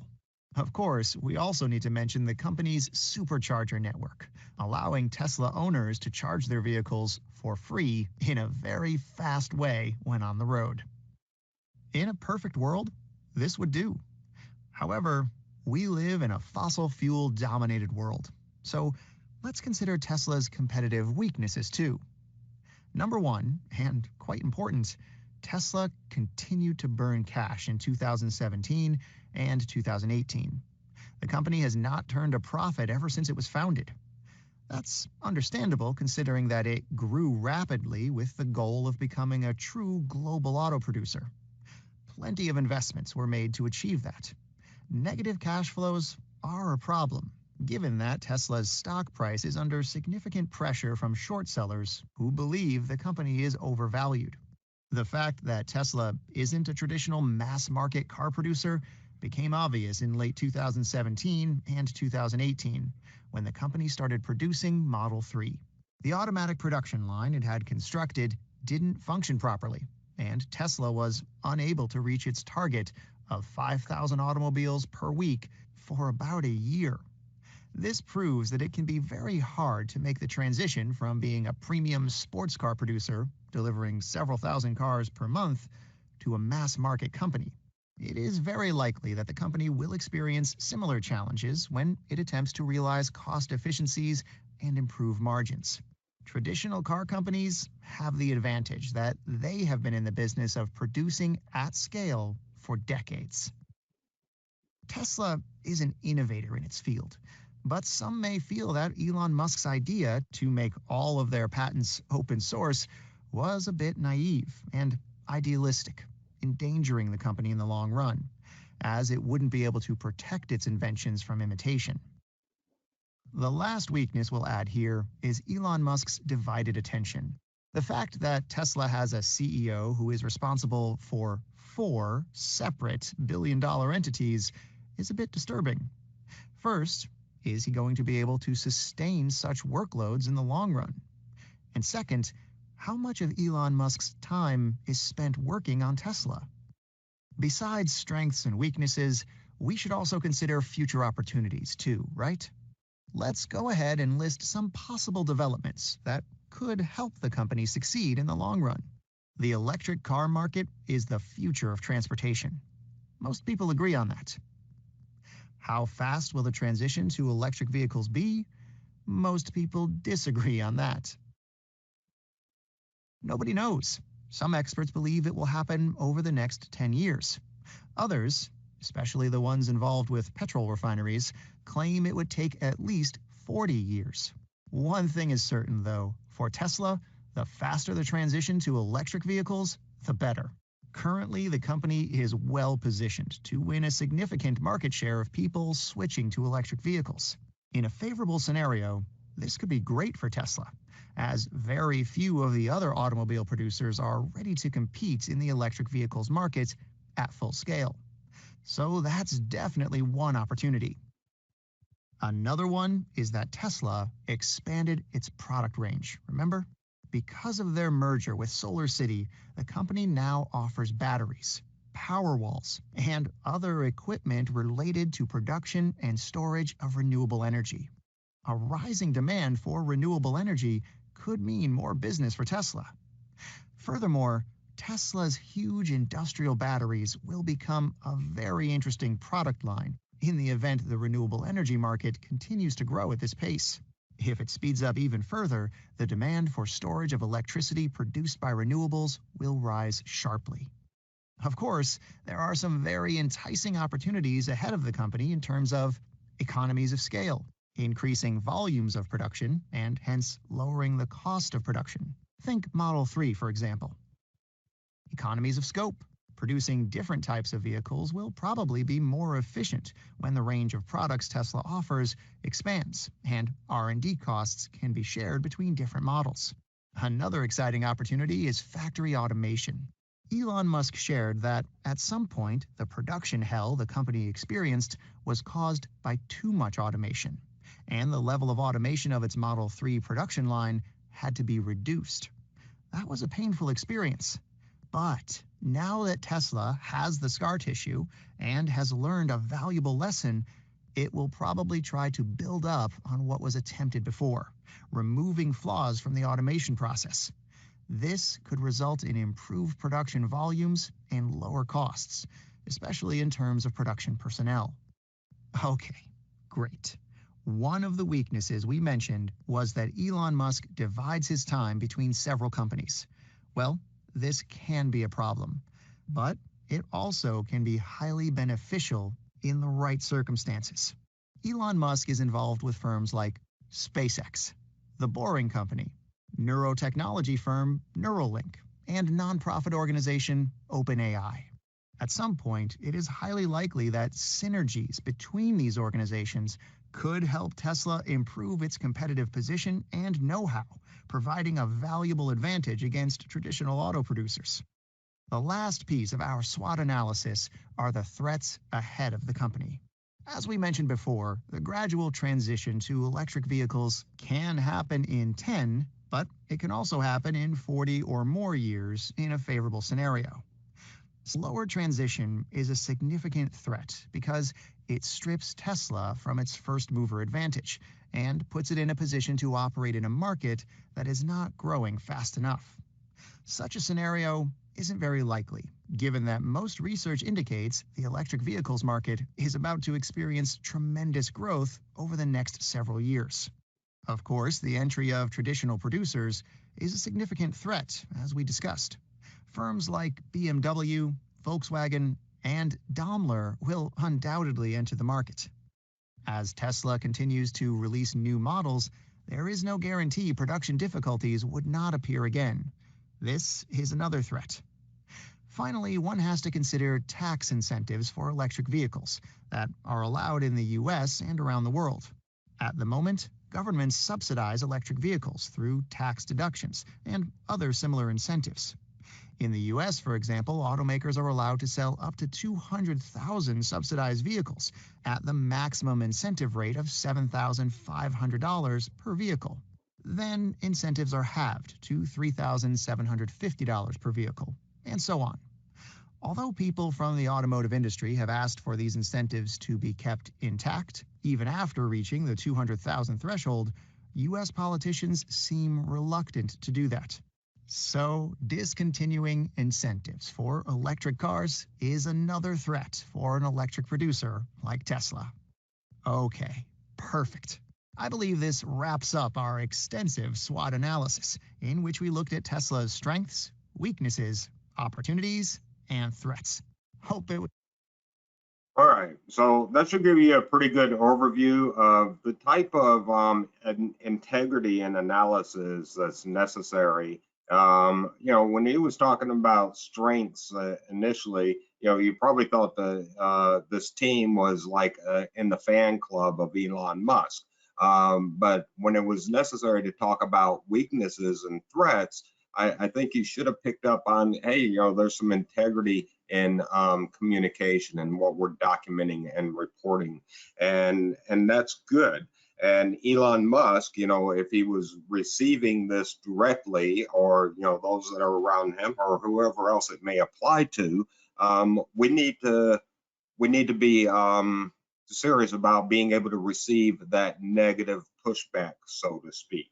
And one thing that, okay, let's see, autopilot wreck in the woodlands this year didn't help Tesla either. Yeah, I get it. And we have situations like Toyota has a huge reputation around the world, but a few years back they have the braking issue, and so many accidents attributed to brakes, and so those type of things, these major organizations are going to go through, and either one of those type of situations could absolutely kill a company. Others can survive or pick up from it, but have significant loss along the way. And so it makes it very important that we're doing our risk analysis and our risk management and our performance improvement and continuous performance improvement, and evaluating these susceptibilities and these risks, and trying to mitigate them as best as possible. But ultimately, to be in business doing anything, there are risks that are going to be involved. To be the user of a vehicle and to drive a vehicle or be a passenger in a vehicle, there's a risk that's involved with that, to be an end user. But guess what? We accept those risks by and large as a society, because the reward or the cost of not engaging in those risks is too significant. And so those are the things that we kind of weigh out. Now, one thing that you should have recognized in that SWOT analysis, there were kind of overtures about what we're going to discuss with PEST or PESTLE. And, you know, it was looking at political and economic and social and technological and legal and environmental considerations. But sometimes if we don't specifically pull out a tool to look in those particular categories, we miss that in our SWOT analysis. And so the opportunity is, like I say, do a PEST or PESTLE analysis in tandem. For your particular organization, I would definitely recommend PESTLE. Include the legal and the environmental aspects in your analysis. So we'll look at a very quick video that's associated with that.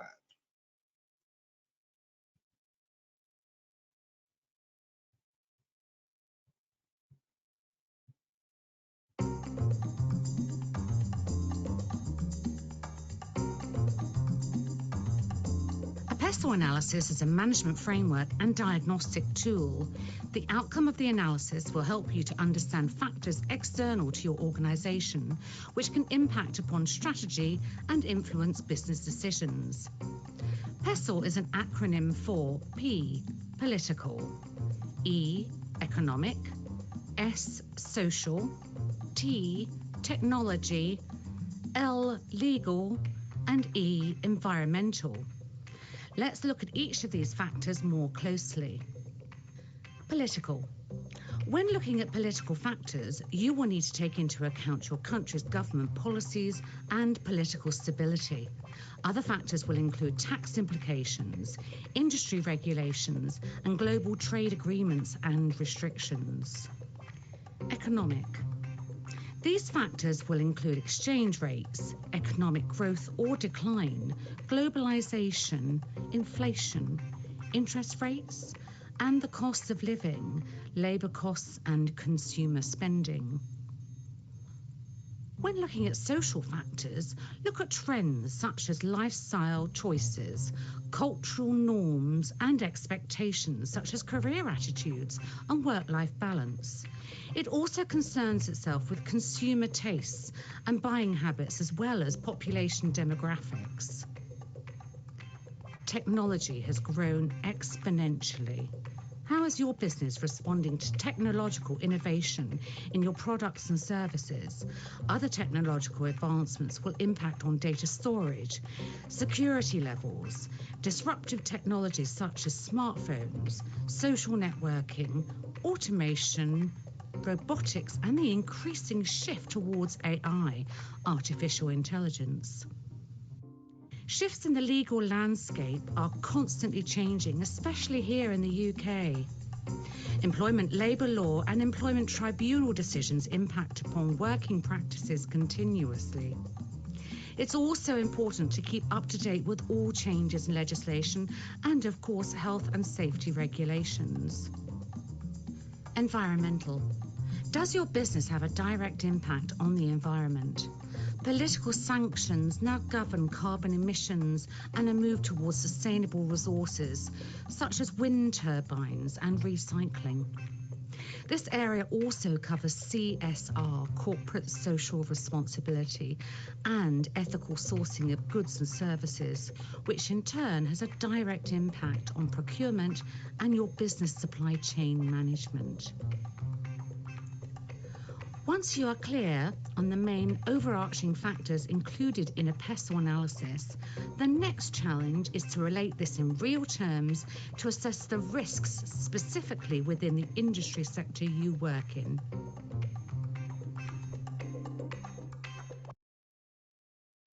Okay, and then I'm going to open up the discussion to see who is familiar with the UN Sustainable Development Goals, the SDGs. So let me know if you have any familiarity with this. Jerry, yes? Okay, who else? Do you know? Annie? All right. Well, the SDGs are very key to your organization. They're key to many organizations, but the nature of your organization, it definitely applies. just to give a little bit of background, this journey actually started in 2000 with the Millennial Development Goals, and there were very specific targets and objectives between 2000 and 2010 that the needle was moved on a global perspective in several key areas. The Millennial Objectives had 10 target areas, whereas the 2015 Sustainable Development Goals that were ratified in 2015 by the signatory of agreement and compact of every world leader that's recognized by the UN. And so we're talking about 190 presidents, dictators, kings, queens, whatever, leaders of countries. A compact was signed in 2015, and it's called the 2030 Goals. And you've probably seen, several things in the world around you about 2030 goals and expectations and targets. And that's because every world leader, including the US president, signed a compact and agreement not only towards the goals in a very subjective manner, that we're going to focus on these 17 things, but there's 169 very specific target objectives that each of these world leaders agreed to and actually started dedicating resources to and aligning laws, regulations, the legal landscape to achieve these specific things. And this 2-minute video is just going to give you kind of a very quick view of what the overarching 17 objectives are. But understand, there's 169 very specific target objectives to achieve by 2030. And what's in formulation right now is the extension or the expansion beyond 2030 going into 2050. What are the specific target objectives going to be leading between 2030 and 2050? There's working groups all around the world that are working on that right now. So let's open this up.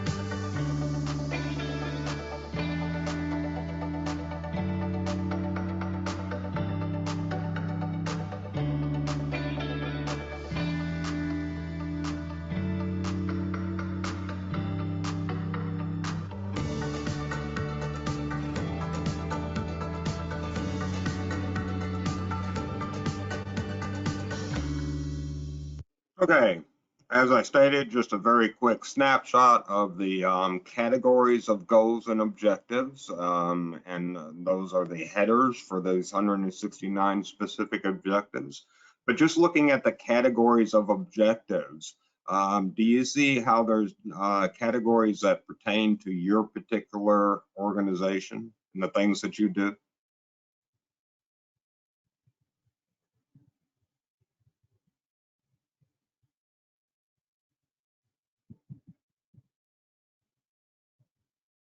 Okay, good. And yeah, your organization should definitely be able to recognize what those categories are, and then you can take a deeper dive. What's happening on the global perspective, what's happening on the national level, what's happening in the regional level with regard to meeting these goals and objectives? How do you plug in? How do you tie into that? And oh, by the way, since 2010 really is when the working group was established for the 2015 compact that was signed on and agreed to. Along with that was literally trillions of dollars of resource being dedicated and aligned to meet those 169 target objectives. And so there are real world resources out there to, if you align yourself with these goals and with these activities, but more important with the leaders that are actually moving this needle. And then what you can find is that there's sponsorship, championship, there's a capacity, to help embolden and strengthen the core objectives of what your organization is doing. All right, and the last real topic in this section is this Kano model for risk assessment. There's about a dozen slides beyond this that really we're just going to kind of pass through very quickly.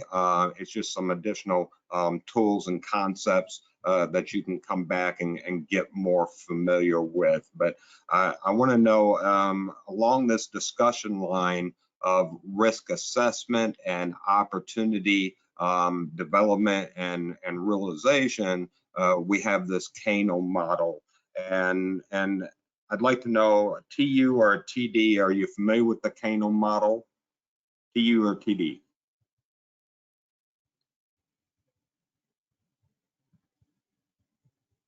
Okay. It's a pretty simple model and tool to start using. You just got to understand some basic features here. So what we're going to map on a Kano model is what is the customer, either current customer or the customer that we want to have. What does our customer want, need, and desire from us? What are the bare minimum threshold attributes of what that customer, accepts as being, what they're willing to pay for or what they expect out of your organization? And anything that falls beneath the threshold attributes means that you automatically have dissatisfied customers. But then what are the things on the straight line? What are the specific performance attributes that they expect out of your organization? What timelines do they expect to have satisfied? What features of the services that you provide are really the performance attributes that cause them to go with your organization as opposed to going with other, potential organizations or potential service providers within your industry. And so this threshold attributes is going to apply to, all the players in your industry. This is a minimum expectation of what, a customer would expect. But then, the performance attributes that we want to design to attract, people to use your services, use your products, use the things that you're doing, as opposed to a competitor maybe. But then we have this curve up here that's called exciter and delighters, okay? And we don't want to just look at the things that we're doing to excite and delight beyond the expectation of performance attributes that your current customers have. What about your future customers? And what about benchmarking across other industry providers? What's some things that are really exciting, their clients, and why are their services selected either by a government entity or by philanthropists or what have you that are going to support things? What is the key thing, that is a discriminator? And it may be key things that you're doing that's a discriminator, but it goes beyond, again, what those performance attributes are that kind of distinguishes you from the rest of the pack, or what those minimum threshold requirements are. So let's relate this back to automobiles. We was talking about Tesla before. We'll talk about, automobiles going back, just a couple of decades ago. And so how many of you drove a minivan from the 1980s? Did you drive a minivan in the 1980s? when minivans first started out in the 1980s. Before that, you know, we had bigger vans and conversion vans and things of that nature. Okay.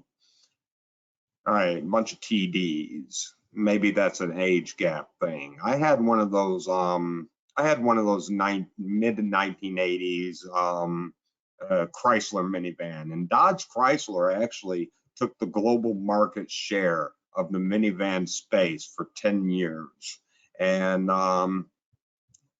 they met the threshold attributes. The vehicle had 4 wheels. You turn the key, and the engine would start, and you put it in drive, and it would go down the road. If it didn't meet those threshold attributes of what we expect out of a vehicle and the performance of that vehicle, then you know, they wouldn't have sold vehicles. Okay, performance attributes. You know, they didn't have a lot of global competitors in the space. The minivans was a precursor to the movement of SUVs, and I'm sure many of you that are in this class right now have or have had an SUV, a sport utility vehicle. Sport utility vehicles in many cases are just the outgrowth of the minivan space. But what really gave Dodge Chrysler the global market share wasn't their performance attributes, definitely wasn't their threshold attributes, it was the exciter and delighter category. And there's been a lot of focus groups, and there's been a lot of market analysis that have taken place, you know, since that phenomenon of them, you know, really leading the global movement towards SUVs and towards crossovers and things like that across all the automotive makers. And it all started out by an exciter and delighter that they added a particular feature to their minivans that wasn't done in industry before. And so does somebody want to take a guess what that exciter and delighter was? What drove the purchase decision maker in the household to select their minivans over other forms of transportation?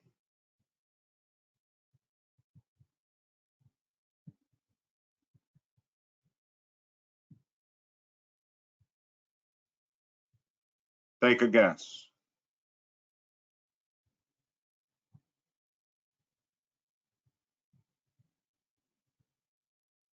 All right, I'll ask a wild question. Has anybody at any time, not that he was driving in the 70s, but have you driven a vehicle from the 1970s, 1960s, early 80s?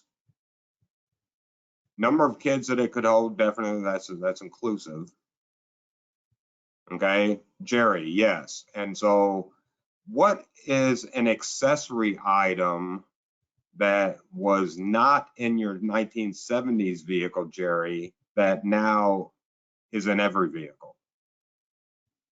Cup holder, beautiful. All right.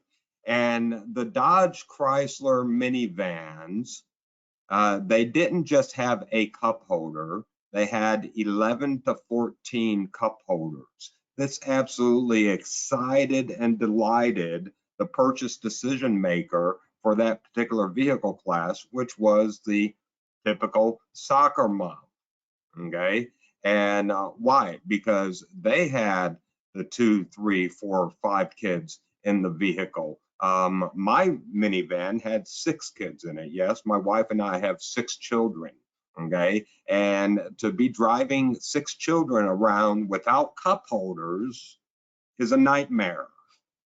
And those things that Jerry and I used to get for our 1970s vehicles and early 80 vehicles, those things that you get at the what we call a 5 and dime store, those little plastic cup holders that you would hang on the side of your door, that's for adult use only. You can't trust a kid, you know, to not knock one of those things over and spill everything everywhere.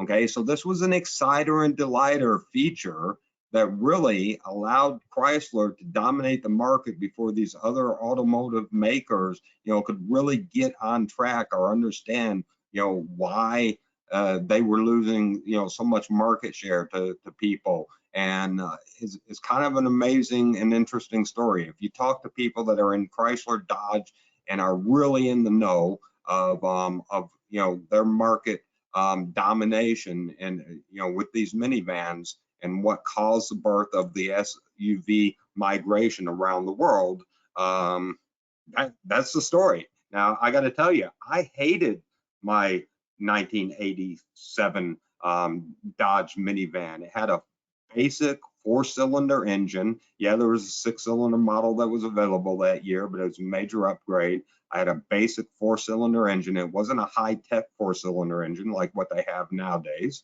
okay? And it just didn't have the power. It didn't have the performance attributes that I needed to have in a minivan. That's kind of where the sport utility vehicle progression went, is really putting a lot more focus in the power capability and output of these vehicles. But at any rate, that's how we look at SWOT, PESTO, and Kano. It really helps us build up some of our project direction and helps inform us how we're going to do risk analysis and benchmarking across other organizations, things of that nature. Now, these additional slides, I'm going to cover these pretty quick, leading up to when we're going to break for lunch and your working group. And so it's going to be a combination of lunch and working group that I allocate to you. But in the early phases of Define, you really need to start thinking about project closure.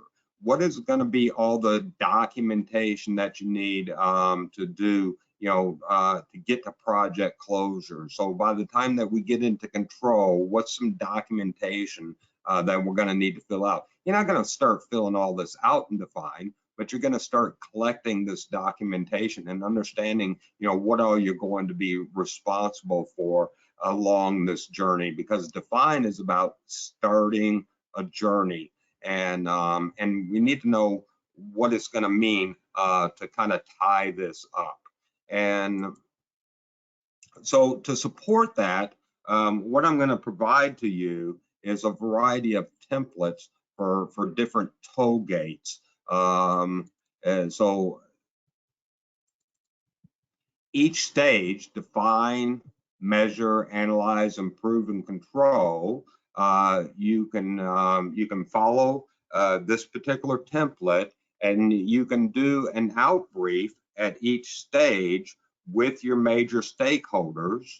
And when you actually open this template up, open it up in a regular PowerPoint as opposed to this Google Slides thing. All right, but what you're going to recognize is all the tools and activities that you need to do for each stage. Define, measure, analyze, improve, and control is going to be spelt out for you, and then it's going to give you some living documents here to where, when you need to do your project charter, this is a living document. You can just start typing away on it. If you don't like this format, change the format. Just don't change the, these things that we call minimum essential ingredients. If you're gonna say, okay, I don't like that project charter, that's fine. Substitute it with things that are more common to your organization or more readily received by your organization. SIPOC, you don't like this template for SIPOC, that's fine. Go out and grab your own template for a SIPOC, but just make sure that you're doing a SIPOC in the define phase. And understand that, like I say, this is a living document. So if you decide that you're going to use this template, you can just start typing away in it. When we talk about generation 1, generation 2, generation 3 of a project, what you're going to recognize is as you do your project charter and you start doing your SIPOC, you're going to recognize, wait a minute, I need to scope this out and I need to have multiple phases of this project. And so how do you eat an elephant? One bite at a time, right? And so which bite are we going to take in the first iteration of the project? Which bite are we going to take in the second and the third? And get really good communication templates. Again, it doesn't have to be this communication template, but get good communication templates in there. Do your process mapping at a very high level. Do your risk analysis. Do your communication plan, you know, for the whole project and what mediums you're going to use. Do your RACI, and you keep going through this template. And what you'll recognize is if you do these things as a minimum, and then you add whatever tools are necessary based on the project specifics, and then you get the key stakeholders in your organization to sign off when you've completed define. Not that you won't necessarily come back into define. It's not like you've finished define and you're done with that stage. It just means that you have an alignment, you have an agreement with your project sponsor or with the major stakeholders, you know, that you're going to put off for sign off on your tollgate review. You're going to have this meeting and they're going to sign off and they're going to say, yeah, we're in agreement with where you're at right now. Now let's move to the next phase. And when you get into measure, you may find out, wait a minute, now I'm in measure, but I'm realizing some things in the real world that I didn't believe was true, you know, when I was going through define. So now I got to come back into define. That's fine. We expect that. There's going to be some back and forth. What's necessary is you come back, if you make dramatic changes, and somebody has already signed off, you got to make sure that they're included in this communication plan and that you give them updates every time that you change some type of previous decision or belief or direction that your team is taking. My expectation is very much that by the time that you step into measure, there is going to be some back and forth, and so there's going to be some new realizations. If that's not true, we're probably not doing measure well. Okay, and so we'll get into that topic here very shortly. But what I want to do is I want to just talk about, you know, tools. These last few slides, like I say, it's just a couple of tools that we'll talk about very quickly. Affinity diagram. Give me a TU or a TD if you are or are not familiar with affinity diagram.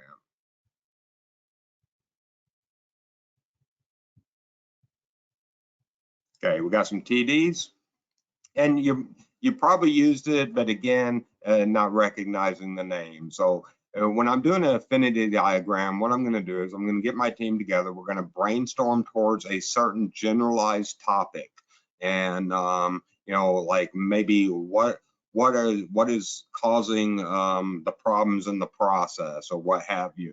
And we're just going to do that in a very general way, and we're going to generate a lot of post-it notes if we're doing this physically in person, or we'll generate a bunch of one-liner inputs, you know, from the whole team.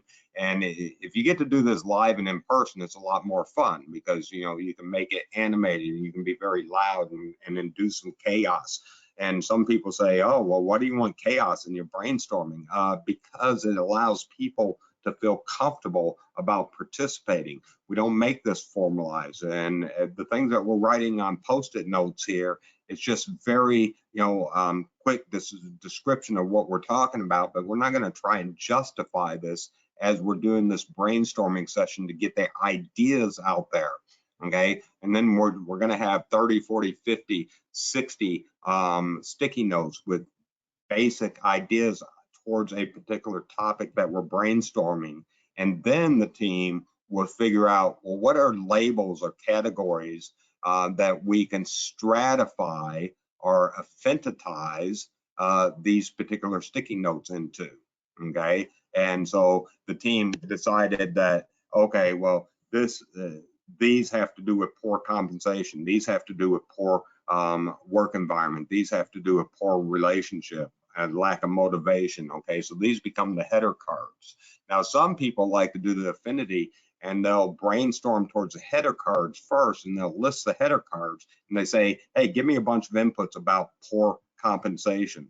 Well, that's the wrong way, I believe, to approach this, because if we're constraining the thought process at the beginning of the brainstorming activity. Now, what you may find out is you, as the facilitator of the event, you wanted a particular header card, you wanted a particular major category to be brainstormed towards, and your team didn't get there. That's fine. After we do this initial phase, you can say, okay, now give me some inputs towards this particular heading. Another thing that you may find out is as we start separating this into different categories, different drop buckets, you may say, well, wait a minute, this sticky, it belongs in this category and it belongs in this one. And you may have the team start fighting about that. It's not a problem. Duplicate it. Put the sticky in this one, in that one. Now that I've explained that, has anybody seen this before? Just give me a TU.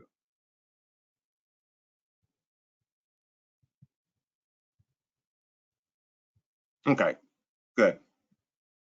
So again, a lot of times what it comes down to is not recognizing the name of what something is called, but you are familiar with the discipline.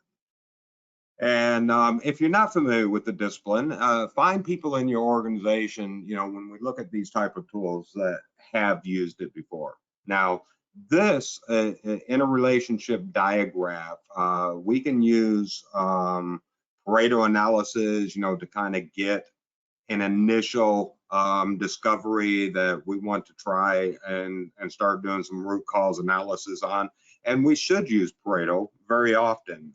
Sometimes we may choose to use something like an interrelationship diagram along with Pareto, or even instead of Pareto.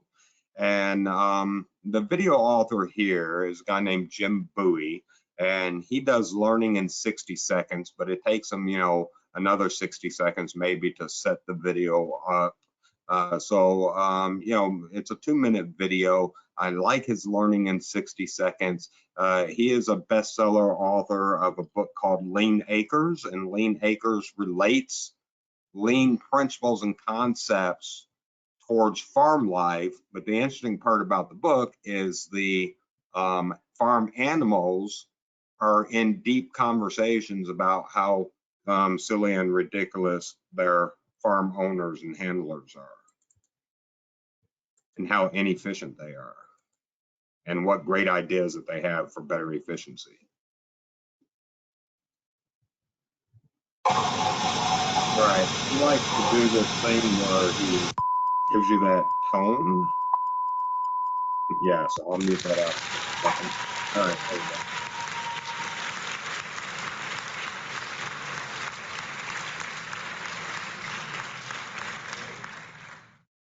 Ladies and gentlemen, this is Jim Bowie. Welcome to another episode of Lean Six Sigma Learning in 60 Seconds here on LSS TV. Today we'll be going over one of my favorite tools, the interrelationship diagram. Now this is a very powerful tool. Sorry, I'm gonna have to restart that because I moved it off screen.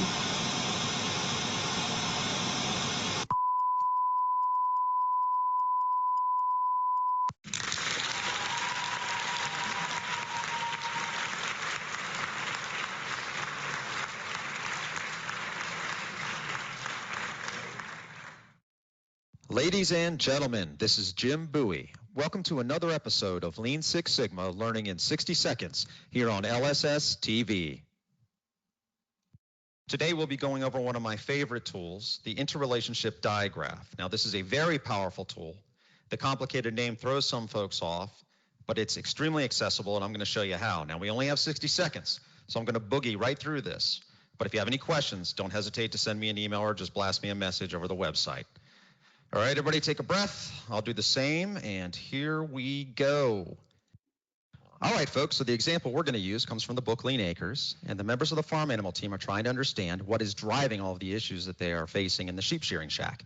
So they arranged their brainstormed ideas in a circle, and they start at the 12 o'clock position, and they ask the question, does lack of equipment drive the lack of storage space, or does lack of storage space drive the lack of equipment? Well, there's no relationship, so no arrow, and we move on. Does lack of equipment drive transportation, or does transportation drive lack of equipment? Well, because there's not enough equipment, they have to move around to transfer it back and forth, and there's a lot of transportation.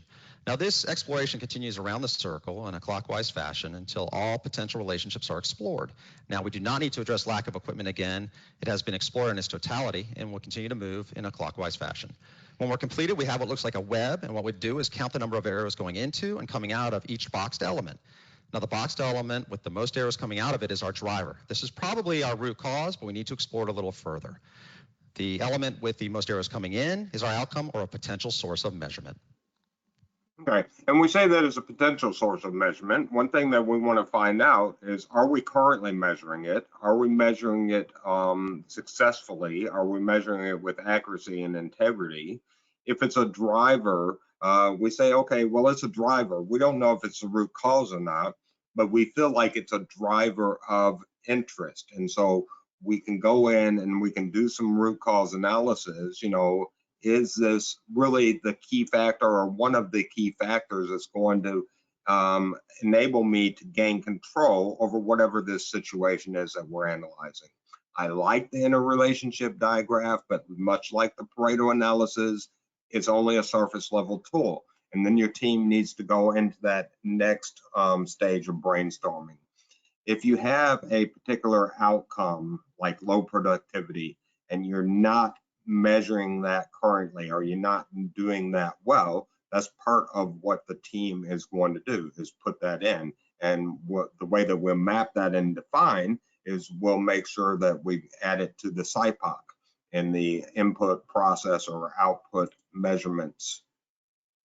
And we're going to get into tree diagrams, and we already had this little discussion about CTQ, CTXs, you know, if we want to call it that. We already had that discussion earlier. What I want to tell you is this discussion about tree diagrams, when we get into measure and improve, we're going to look at different matrix diagrams. We're going to use these different types of diagrams, of matrices to do some resource decision making. But when we get into those later phases is when we'll really get down into the meat and potatoes of this. Before I can move you out of the define phase completely, we're going to have this initial discussion on defects per unit, defects per million opportunities, row throughput yield, and throughput yield. And so this video is about 3 minutes. It's bringing us right up to the end of this discussion, and then putting us right on zone to where we can leave just a couple minutes past half past, but you're going to get some extra time with your lunch time. So I'm about 5 minutes behind where I want to be right now, but we're going to get there. So hold on just a second.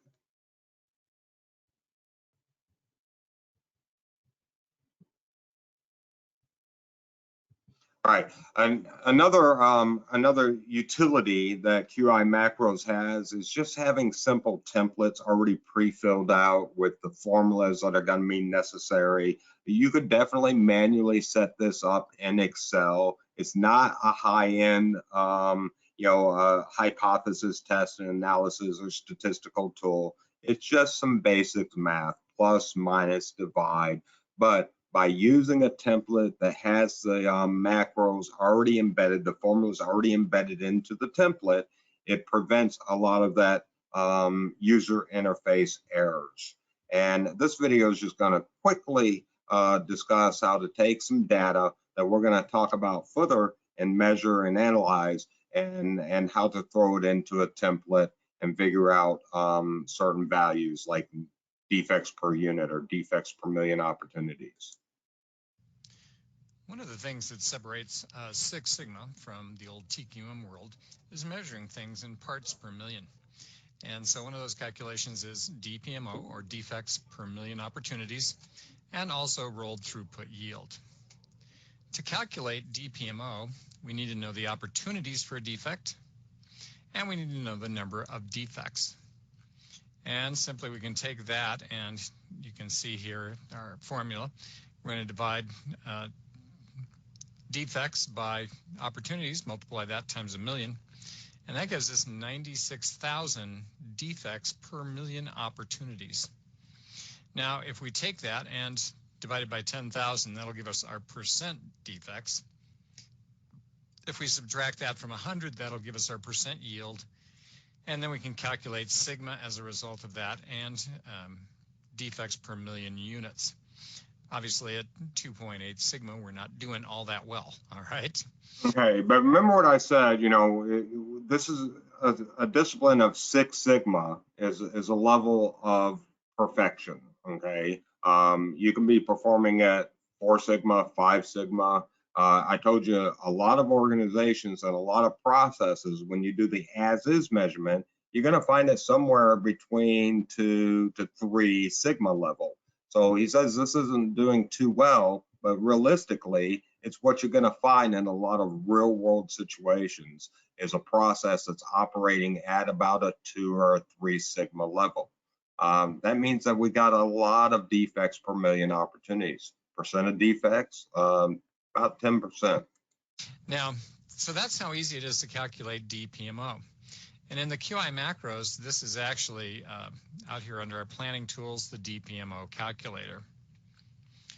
Now, if you want to do rolled throughput yield, what we need to do is look at defects by step here, all right?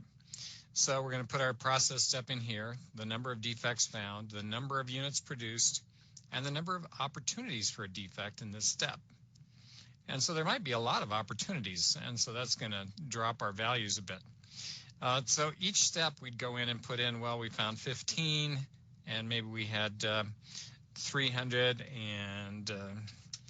and what, 6 left. And so we dropped out, but there was 15 opportunities for a failure. And as it does that, you'll notice it's figuring out its rolled throughput yield. And so we may start very high, but as all these defects fall out of here, you're going to find out that this number at the very bottom starts to get kind of small, right? So if we had another one and we had, let's say, 13 here, and we had 295 units that came through there, and we had 6 opportunities per unit for a defect. You can see we continue to keep dropping down here. And so this is the way we calculate rolled throughput yield, all right? And it'll continue to work its way through here to come up with answers about how much stuff is actually making it through the pipeline. And when you count all the defects along the way, you find that rolled throughput yield sometimes can drop down into the teens. And so that's probably not very good. But that's defect per million opportunities. Yeah, by meaning that's not good, he's very serious. That's not good at all. But part of the problem and why this can exist within your organization is we evaluate, how good we're doing or how well we're doing in individual silos, or even subdivisions even between those silos. But what we're looking at is if this silo was 95% effective or 95% accurate, and this silo was 95% accurate, and this one and this one and this one, but there was an interdependency between these silos. With each one of, say you had 7 silos, 7 handoffs, 7 major functional task areas, even if it's within the same silo, 7 handoffs, 7 interdependencies, and each one of those interdependencies was 95% accurate, what would be your accuracy level at the end of that? What would be your rolled throughput yield, so to speak? What do you think? 95% accurate at each individual stage, but you have 7 interdependencies, 7 handoffs. What's your overall accuracy?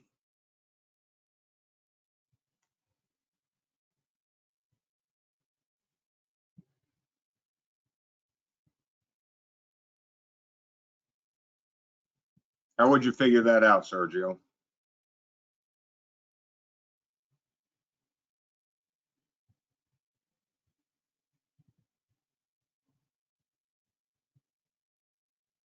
Sergio, can you hear me? That's fine. It's real simple, okay? If I'm 95% accurate, that's 0.95% accurate. And so as I hand off to this next one, it's 0.95 accurate. And so I have 0.95 times 0.95 times 0.95 times 0.95. We do that 7 times, and then all of a sudden you're down to 69% accuracy. All right. What that means is you have 30% of defect or 30% of failure along that path. And so that's why we do things like rolled throughput yield, Don't worry if you're not picking up on it completely just yet, because we're going to take these concepts and these formulas and the math that's associated with this into our future discussions as we start to develop, the storyline about what is cost of quality and what is cost of poor quality, COPQ. The cost of poor quality is driven by how much inaccuracy or how much defect rate that you have within your process flows. But we do get to exercise this later, and so we'll come back and we'll drive these points home at a later time. Right now, for define purposes, it's just a matter of understanding where we're going to go. Now, I want you to take all this information that we talked about with define and take that back into your team discussions. My intent was to get you out of here 5 minutes earlier, but it is what it is. So now we're 5 minutes late, but I'm giving you an hour for lunch today because I want you to take about 30 minutes for lunch, but then I want you to work with your team for 30 minutes. And you can go back through these slides if you want to. But just make sure that you're having critical discussions with your team, thinking about all the rest of this content in the define phase, and see if your team wants to adjust or rearrange your problem statement. When we come back from that break, each team is going to be able to read off their problem statement to the other teams, and then we'll get assessments from the other teams. Any questions on that? Do you know what your teams are going to do?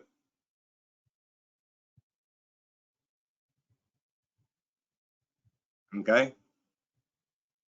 What I recommend that you do is first meet up with your team, team 1, team 2, team 3, and decide whether you're having lunch first or whether you're going to do your team work first. And so I'll put that to the discretion of each team.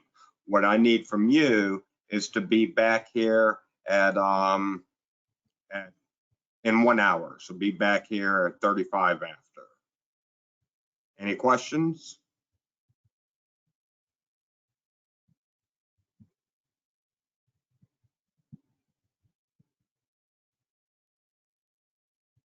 Okay, thanks.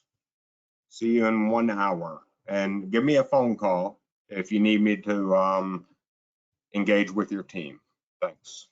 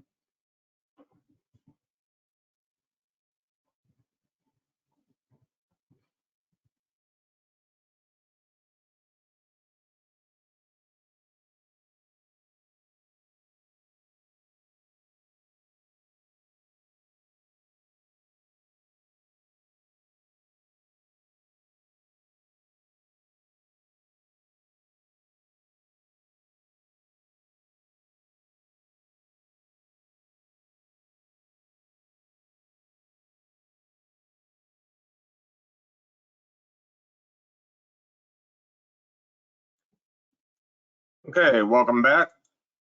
Go and give me a TU if you can hear me.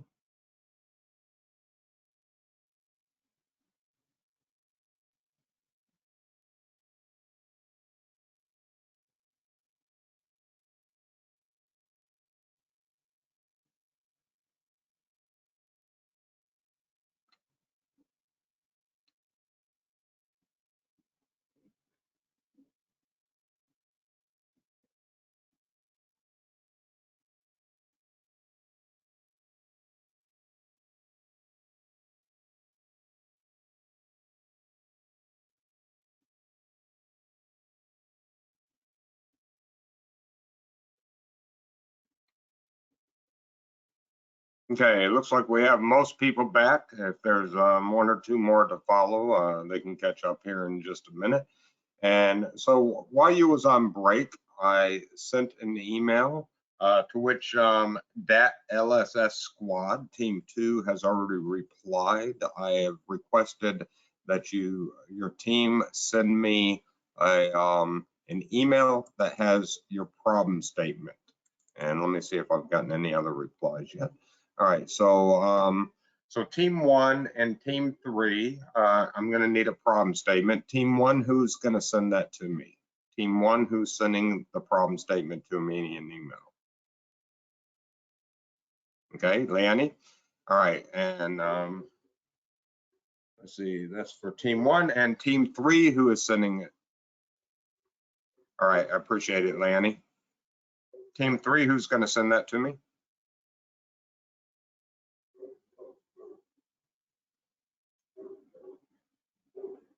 Okay, it looks like Kristen Smith just sent me something, so I appreciate it, Kristen. And what we're going to do is we're going to go ahead and have the different teams read their problem statement. So that Lean Six Sigma squad, who is reading for us?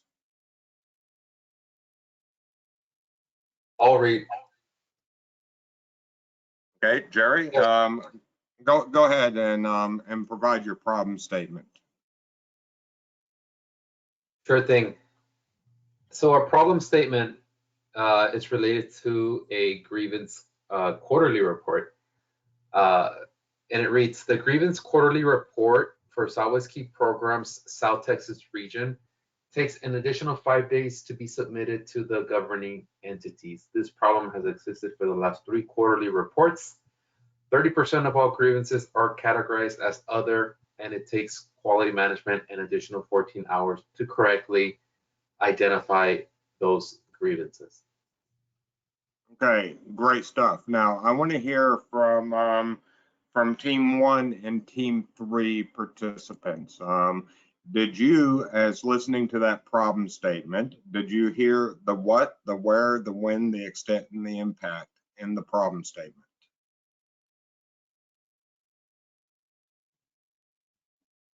The floor is open for discussion. Team 1 and Team 3 reply.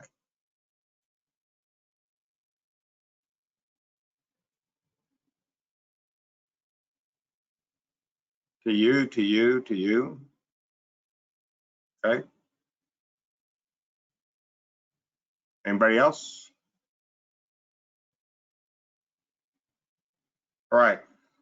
Team 2, it looks like you're getting some TU, some thumbs up.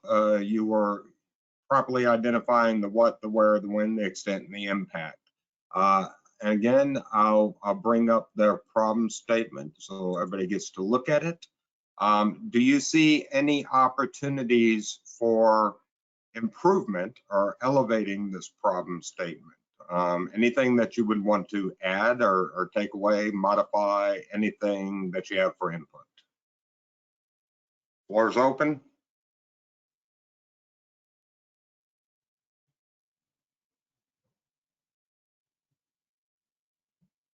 So I'm back. So something that our team had discussed about including, and I know maybe this part of the assignment was for the other teams, but something that we discussed was also the consequences of submitting that report late. What were those consequences from the governing entities? For example, are we getting any type of corrective actions from them? Because right now we just talked about the issue more as it relates to the quality management department and the impact that that's having, which is costing them that additional resources or those additional hours each quarter to have to complete, you know, that additional work. But definitely, I think we could have also included what were the consequences coming from the governing entities. Yes, absolutely. That's great input, Jerry. And so, you know, that would definitely help bolster the impact. You do have something listed for impact, but I think it could definitely be bolstered. And, you know, sometimes we step outside of the individual silo that we're in, you know, like quality assurance, that has an impact towards quality assurance. What is the impact getting closer to the end user customer? or the internal customers, you know, how's it impacting their stuff? That's great direction to take with that. There's a monetary value. You're probably going to have to, you know, work with your finance people, you know, figure out what the monetary impact is. But there's probably a significant customer, internal and external customer dissatisfaction associated with these delays. And so there may be an opportunity by the time that we get into measure to kind of go measure those things, and we take that into analyze, and maybe we come back and forth a little bit and work with that to make sure that certain things don't get missed. And then say it takes an additional 5 days. Well, an additional 5 days to what? How far is this over target with regard to proportionality? And so additional 5 days is great. Now let's maybe put in parentheses, or, you know, separate by, offset by commas, you know, 25% beyond target, or 50% beyond target objective, or 100% beyond target objective. Does that make sense? I don't know what your target objective is, how many days are allocated, but 5 days beyond obviously is something that's significant. So does that make sense? Yes, thank you. All right, good. And let's see, I think mentioning that it is late instead of 5 days, additional 5 days, it emphasizes that it's not taking longer, but it's causing us to meet deadlines. Okay, makes sense. All right, and so yeah, I'm happy, you know, with the 5 days if we're relatively sure about that. And sometimes besides going with a very concrete number in the define phase, you know, we estimate proportionalities if we're not exactly sure, and then we, you know, validate that during the measure phase, and you know, go out and measure it and see how often we're actually delayed. And we'll look at the spread of that data, not just the average of that data, but we'll look at the spread by calculating standard deviation and things of that nature. All right, so that's good stuff. I really like that LSS squad. Your problem statement is very intuitive. It's easy to understand. And it looks like you have something to grab hold of. So that's good. And now, let's see, Leanne, who's reading for team one, the Phoenician squad? Okay. So we kind of followed the same format that was presented on the PowerPoint, just to make it easier to understand in our perspective. So we broke it down per section. So for what the actual problem statement is, there is a delay with Southwest Ski's internal and external onboarding process, averaging 30 to 60 days from the acceptance of the job offer to the actual. This problem has existed within the Western region beginning January of 21. To date, 30% of applicants don't make it to the new employee training due to the lengthy onboarding process and lack of communication from the HR department. The impact has been that it has resulted in a 55% increase in vacancies for direct care staff across the region, resulting in long hours worked, staff turnover, and fatigue.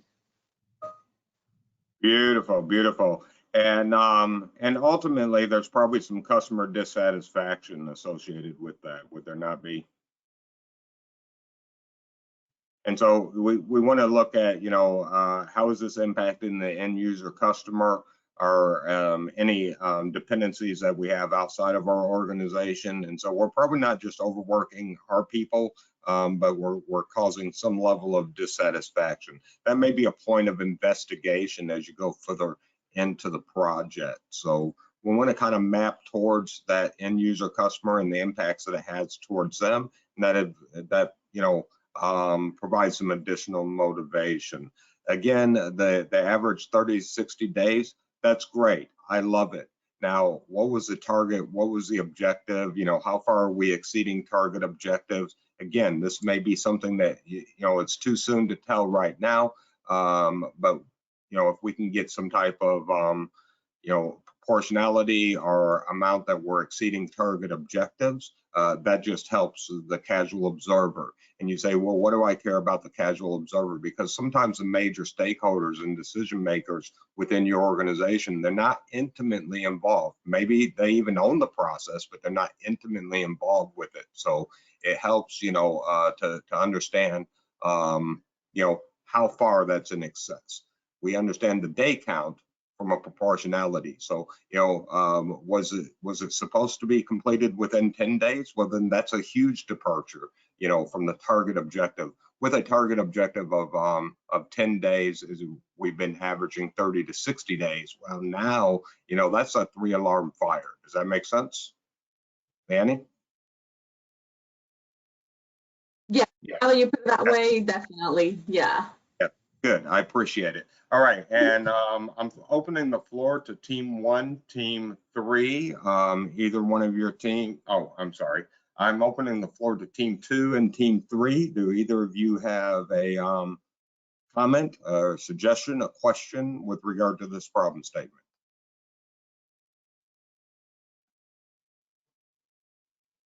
You can give a positive comment too. Good work. All right, Kristen, see, you read my mind, okay? Yeah, all right. No, good work, because sometimes, the comment or suggestion that we have is just to kind of affirm that you believe that that team is on track. And I agree with you, Kristen. In fact, I agree with that, regarding both teams that we've seen from so far, putting the pressure on for Team Rock. Team rock stars, the pressure is on, to perform now, because I see 2 really good problem statements that may, as we continue with the DMAIC process, may cause us to want to massage it a little bit.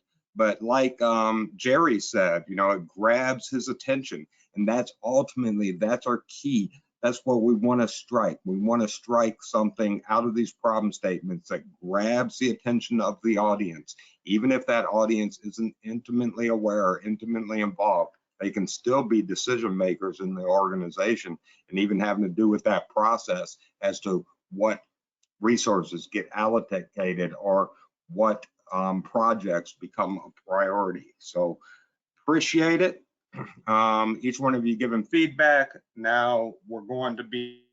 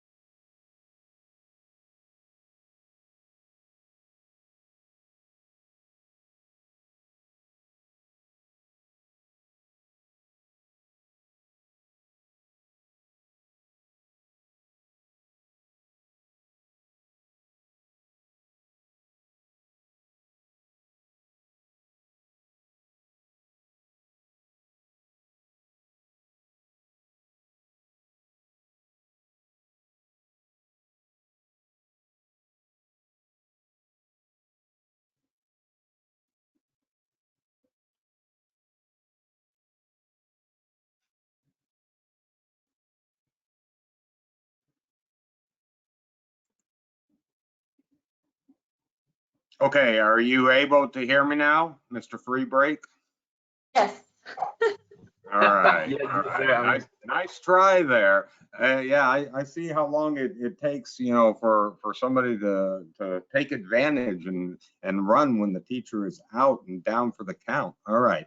So let's get back on track here. I think what we have now is team 3. So did team 3 send me an email yet?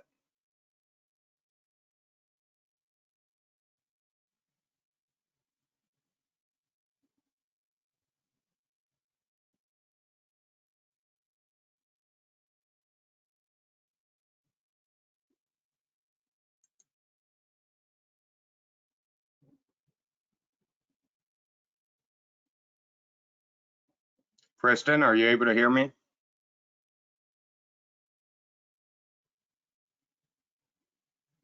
Yes, sir, I hear you. No, I wasn't multitasking. I was listening to my counterparts' examples. So no, I did not send you an email. Oh, that's fine. We are still working on it.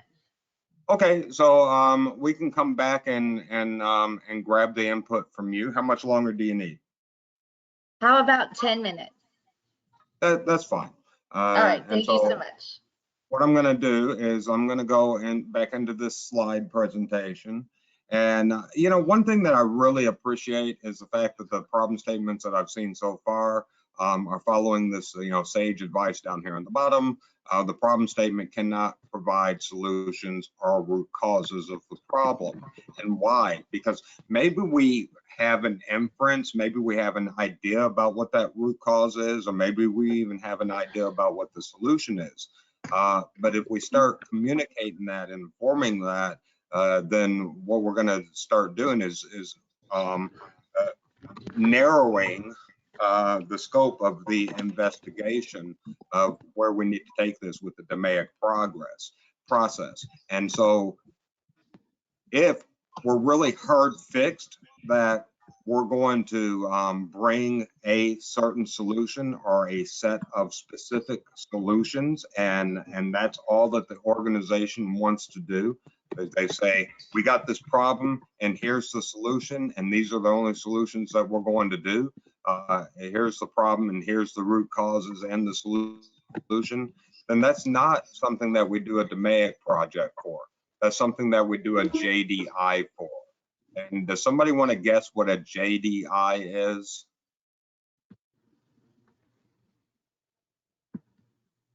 Think about Nike's slogan. Okay, what is Nike's slogan? Just do it. Absolutely, Jorge.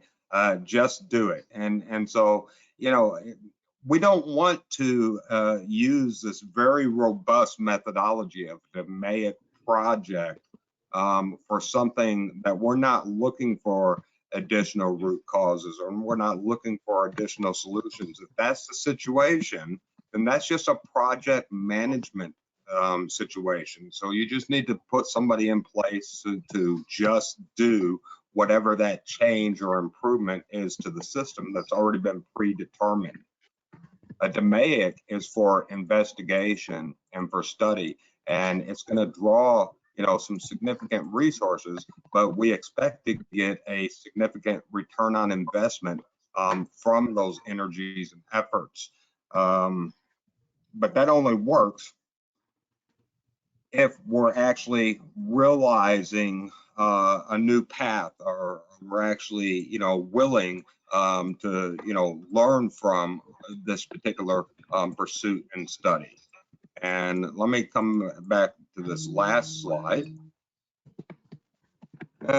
in the deck, and that's where we talk about the cost of quality and the cost of poor quality. And whatever that problem is within our organization, there is a cost of poor quality that's associated with that performance. I can readily see, you know, that there's a cost of poor quality from both problem statement 1 and problem statement 2 that we read. Now I'm expecting we'll see the same thing in the third problem statement. You know, it's interesting, back in the 1970s, I think it was like 78, 79, a thought leader, a global thought leader, a guy named Philip B. Crosby said, quality is free. And he didn't just say it, it became a international bestseller book, you know, labeled or titled Quality is Free. Now, my question to you is, how can quality be free, no matter what industry you're in? Your industry, an automotive industry, a bank and finance industry. How can quality, the quality department, the focus on quality, quality products and services, how can all that be free?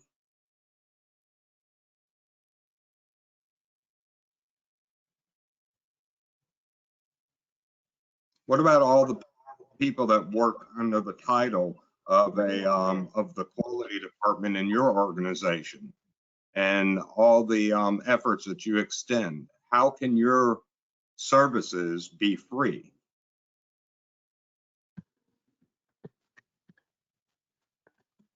Having a culture of quality, yeah, and having a culture of quality, we're going to spend money on that. So how can it ultimately be free?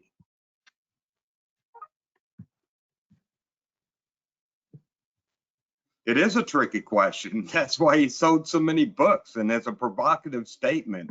There, that's exactly what we're looking for, Sergio. If the return on investment is greater than the investments that we're making in quality, then the net effect is quality is free or can be free.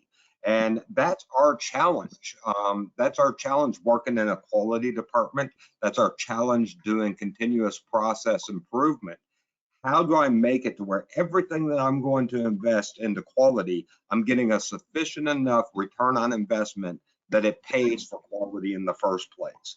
And at that point, what's the ceiling or what's the limit of amount of investment that an organization can and should and will be driven to make with regard to quality? Well, it kind of raises that ceiling, doesn't it? Because if we just keep making money off of increasing quality, then guess what? It's going to get you to continue to invest in quality. And you say, well, how is that even possible? Well, okay, whatever services you're providing to end user customers is being funded really by the philanthropist and everything else, whether we're talking about corporate or individual or what have you. As your quality increases, the reportable metrics and the real world evidence of the great job that you're doing can become more and more evident as well, and therefore you draw more resources and more money in. And if you keep winning the game of elevating quality and getting quality to pay for itself, we just keep raising the bar and raising the bar and raising the bar. And guess what? Your competitors, they're going to have to be chasing you. Okay, and that's where we want to be. And so that brings us to the end of this chapter, and we'll circle back and get Team 3's input as soon as they say that they're ready. But one thing as a footnote, in case I forget to say something at the end of the day, as we go through this week, it's good to find the little moments of time, whether you spend 10, 15, 20 minutes, 30 minutes at a time, go through the quizzes of the sections that we've already covered. If you do that through the week and try and stay caught up with the quizzes, then it's going to help you to be ready for the test at an earlier level.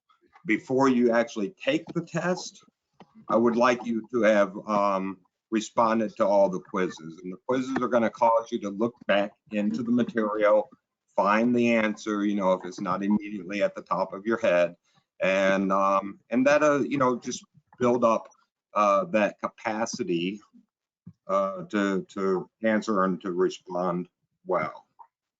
Now, the stuff that we're doing we were doing in Define, it's obviously it's not over. It's the beginning of what we're going to start working on.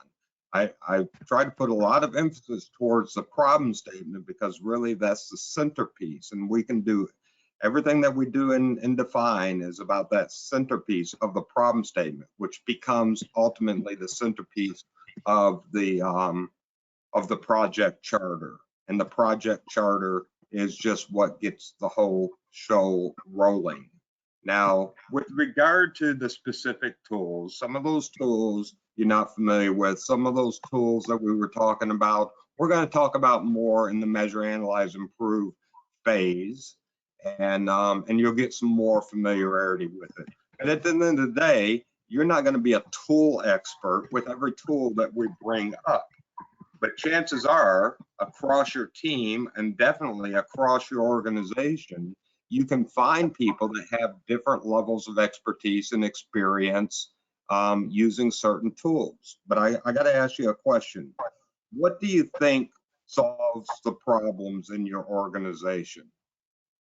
What is going to solve the problems in your organization? Is it going to be tools or people? People, absolutely, Erica. And so it's the brainstorming really that's going to be solving the problem. But it's not just loose brainstorming, it's guided and coached brainstorming done well. And so we use the tools just to kind of guide and facilitate and structure the discussions that we need to have. And Leanna, you're absolutely correct, okay? But by and large and overall, it is the people and the brainstorming activities. So the tools enrich what the people need to do. But if we get a really good motivated team that really wants to conquer problems and really has the right motives and motivations, they can mess up with the tools, fall off the horse, get up, shake it off, okay, and get back on and have a successful ride eventually, okay? If your organization is well seasoned with continuous performance improvement methodologies, they're going to understand that there's going to be an occasional strikeout when you're playing baseball, all right? But the point of the matter is, what can we do across the game? And sometimes it's making those little mistakes. Like I've made mistakes decades ago that still stay with me and prevent me from making that mistake again. Does that make sense?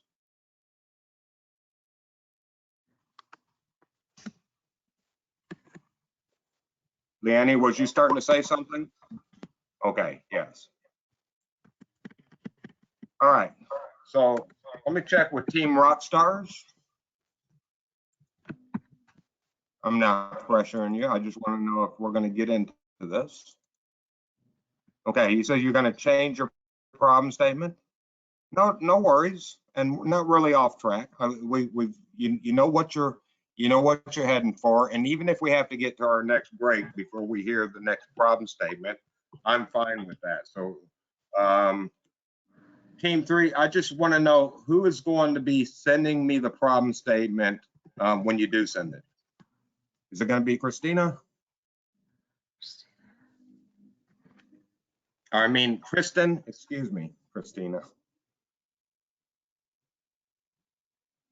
Yes, Juan, you will have access to the recordings. And was that the question that you had? Or did you have another question? Okay. All right, and Kristen, are you the one that's sending me the email?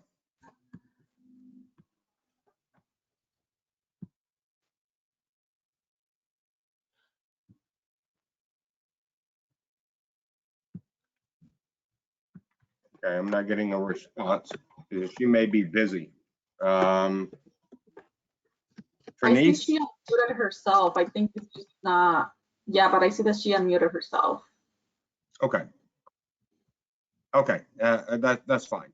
All right, so again, we can do that, Kristen, after the next break or right before the next break, what have you. So I'm good with going forward. Don't overrush yourself. And so in this topic of measure,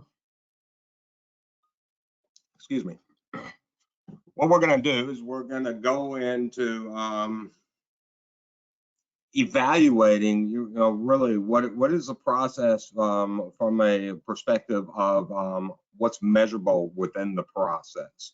And we're going to lay out or map out, a process definition. We're going to create XY diagrams. If you're not familiar with that, that's just going to help us do a crosswalk from some very subjective evaluation to some objective criteria. And so we're going to use things like weightings and ranks to make decisions. And Erica, you're saying you can't hear anything. Can somebody else give me a mic check?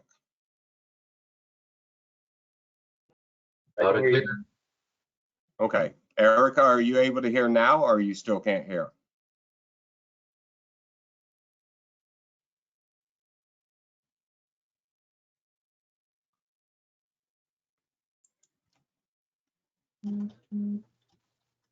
Yeah, Erica continues to have issues. Erica, you might want to disconnect and try connecting again. See if that works. Okay, and another thing that you can do too is you can be logged on and make a phone call. Okay, so if you go back to the link in your email,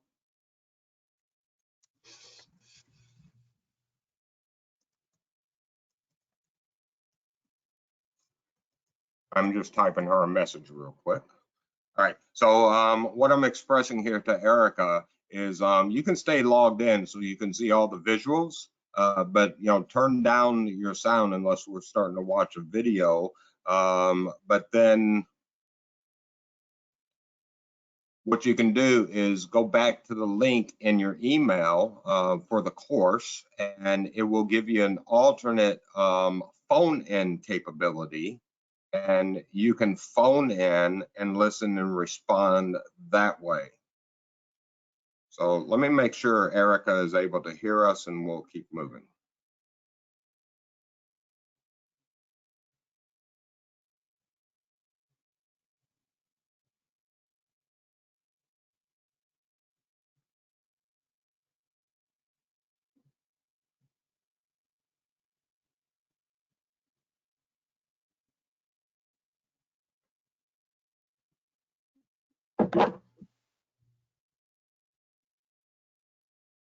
Okay, Erica, are you able to hear now?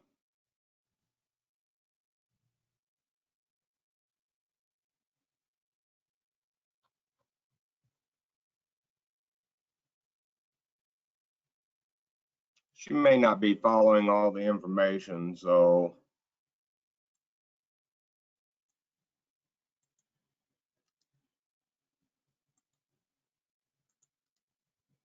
if somebody can give Erica a call, there's her phone number, and let's just go ahead and get her onto the phone. Okay, good. All right, I appreciate it, Erica. So we're going to go ahead and get rolling.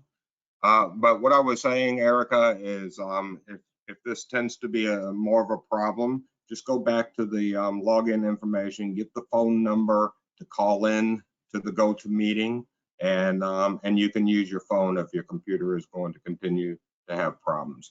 And so in this measure, again, a big part of what we're trying to do is we're trying to analyze, what is the real world data telling us? What's really going on? What's that gap between expectation and reality? What's the magnitude of that delta? And if I have a measurement system already in place, can I trust the data? So we're going to go into measurement system analysis and analyze our data collection systems and methods within our organization and see if we can trust it. Because again, GIGO, garbage in, garbage out.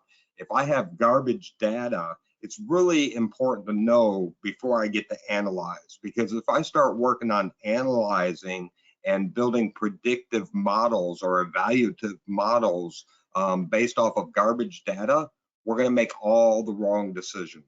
And so the measure phase becomes very important precursor to analyze. And then we're going to look and distinguish for measure purposes the difference between words like precision, accuracy, and bias, and linearity, and stability. And so it's going to be important that we're all singing from the same sheet of music with regard to those terms and how we validate that we have precision and accuracy and how we express things in that. And then a very important part of this measure phase is this process capability. Now, no matter where we're at, we'll probably get about, a couple hours into this and we're going to call it a day, but I'm going to give you a series of videos on process capability that you'll be able to watch before we return in the morning. And so whether you watch that immediately or whether you watch it later in the evening or first thing in the morning, but it's going to be very important that you watch the process capability videos. It's 30 minutes worth, excuse me. I'll let you out early enough to where you have that time to watch it. But it's very important that you get a really good understanding of process capability and what the numbers mean, and you know, how we evaluate process capability. And so the set of videos, it's 3 videos. It's actually about 35 minutes in duration. It's going to be very helpful to kind of refresh yourself about things like CP and CPK, you know, process capability and process capability index. And so the introduction to measure, you know, the key objective is to one, be able to, you know, evaluate what the as is or current process is, but then 2, you know, start making some case for some inferences as we go into analyze and improve. But first, I got to really get a good baseline of what's really going on within my process and within the world around my process. Note the measure phase is focus is to conduct a robust measurement system analysis to determine if historical and existing or intended future use of data is reliable and relevant to what the customer wants, needs, and desires for the Lean Six Sigma project. So again, whether that's an internal customer or whether that is a external customer, we want to make sure that it's all based off of good science. But we have a distinct challenge and problem in the measure phase, and that's because sometimes it's hard to get 2 people to look at the same thing and see the same thing, okay? And you know, to exemplify that, I show this awareness video. Now, some of you may be familiar with this awareness video challenge, and that's fine, just play the game along with us. But those of you that haven't been exposed to it, it's kind of a real eye-opener. And so when we stress and measure that we're going to do the Gemba, we're gonna go to see, we're gonna go to see the real world process, and we're gonna go to talk to the people that are engaged in the real world process. But we want to see the process happening, and we want to take measurements off of that and validate, you know, systems and process flow and things like that. It's important that we be able to observe. And so in this awareness test, what you're going to see in this video, and it's very short, I just need you to pay attention for like 30 seconds. But before the video starts, I'll set it up for you. Hold on just a second. Because I don't want you to try to figure out what's going on as the video starts. You got 2 basketball teams here. You got one team that's wearing black, one team that's wearing white, okay? What your challenge is gonna be is to count the basketball passes of the team in white. You're not gonna worry about the basketball passes of the team in black. I just need to know how many times the basketball is passed in the team in white. All I need you to do is pay strict attention for 30 seconds.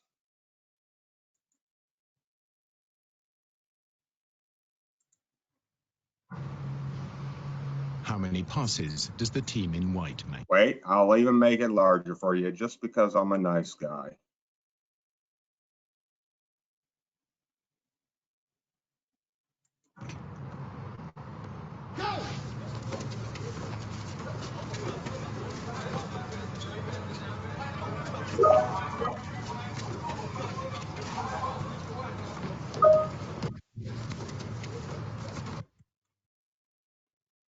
Okay, so go ahead and type in how many passes the team in white made.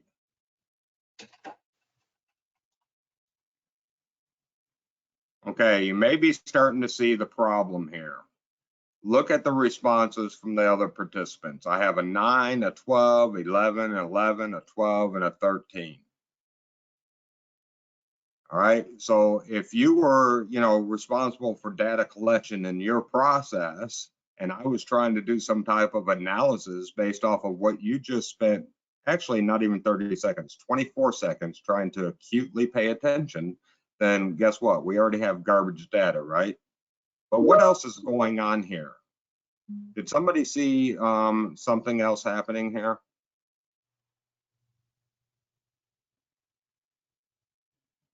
Let's go ahead and reveal the answer.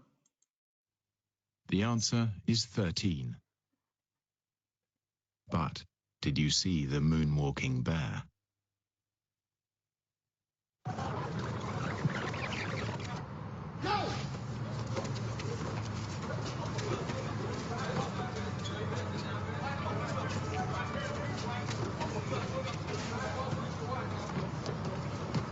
Okay, and just so you don't think that, they just messed with the video, we're going back to the original few seconds here, and you'll see the moonwalking bear enter, and he's dancing, and he's doing the electric slide or whatever that is. I don't know what that is. Moonwalking, whatever. All right. But now, for those of you that haven't seen this video before, did you see the moonwalking bear the first time? Just give me a Y or N. Y for yes, N for no.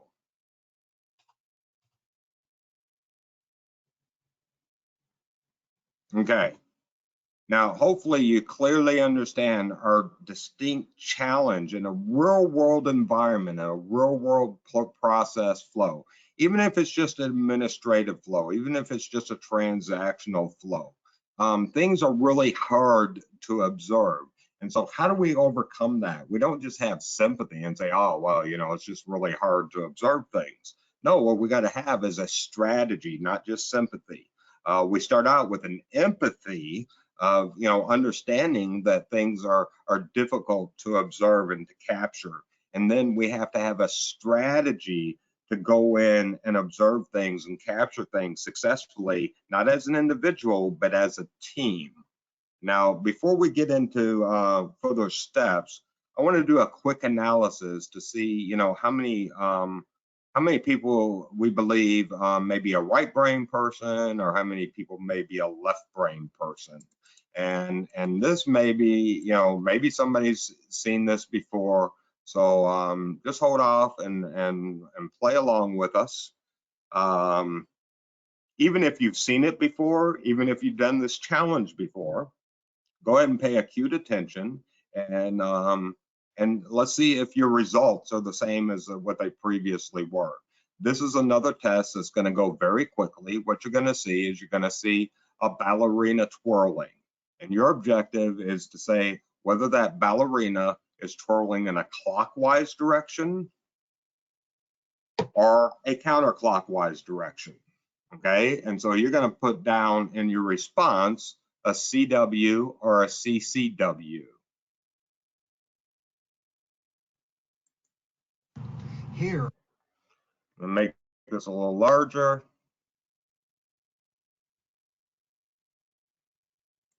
Is an optical illusion brain test. Are you a right brain thinker, or are you a left brain thinker? To check it out, which way is this woman twirling?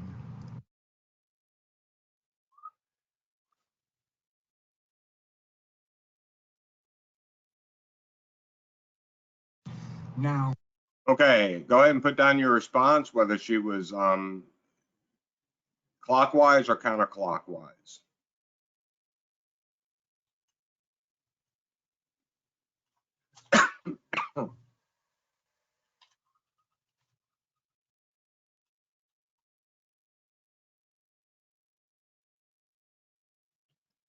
Okay. Did anybody on this first viewing, did you see both ways? Just put a both if you saw both. Jerry, I see what you're saying. Sergio, yes. And Trinice, yes. Roll. Okay, so quite a few seen both. That's more than what I usually get that's seen both. All right, so let's look at the interpretation here. If she's turning clockwise, well then you're a right brain thinker. But if she's turning counterclockwise, then you're a left brain thinker.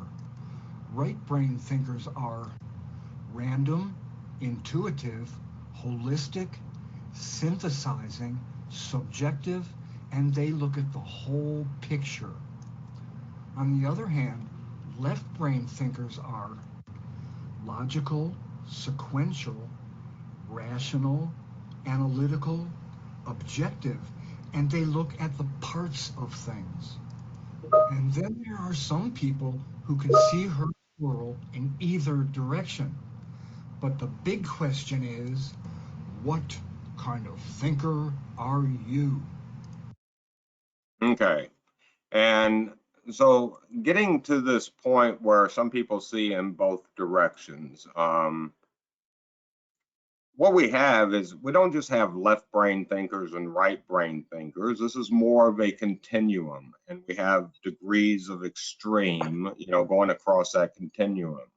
Now, if on the first viewing of that video, if you saw both directions, chances are you're somewhere more towards the middle and you don't have a strong affinity or pulling in either one of those directions. But if you're like me and you can watch this video 1,000 times and you only see one direction, unless you're really, really trying hard, and then maybe you get a glimpse of a counterclockwise, but 1,000 times over, you're gonna see, just clockwise, then guess what? You're far on the extreme. And then just the opposite for counterclockwise, you're far on that extreme. And so what does your organization need? Do they need left brainers? Do they need right brainers? Do they need centrists? What type of person does your organization need?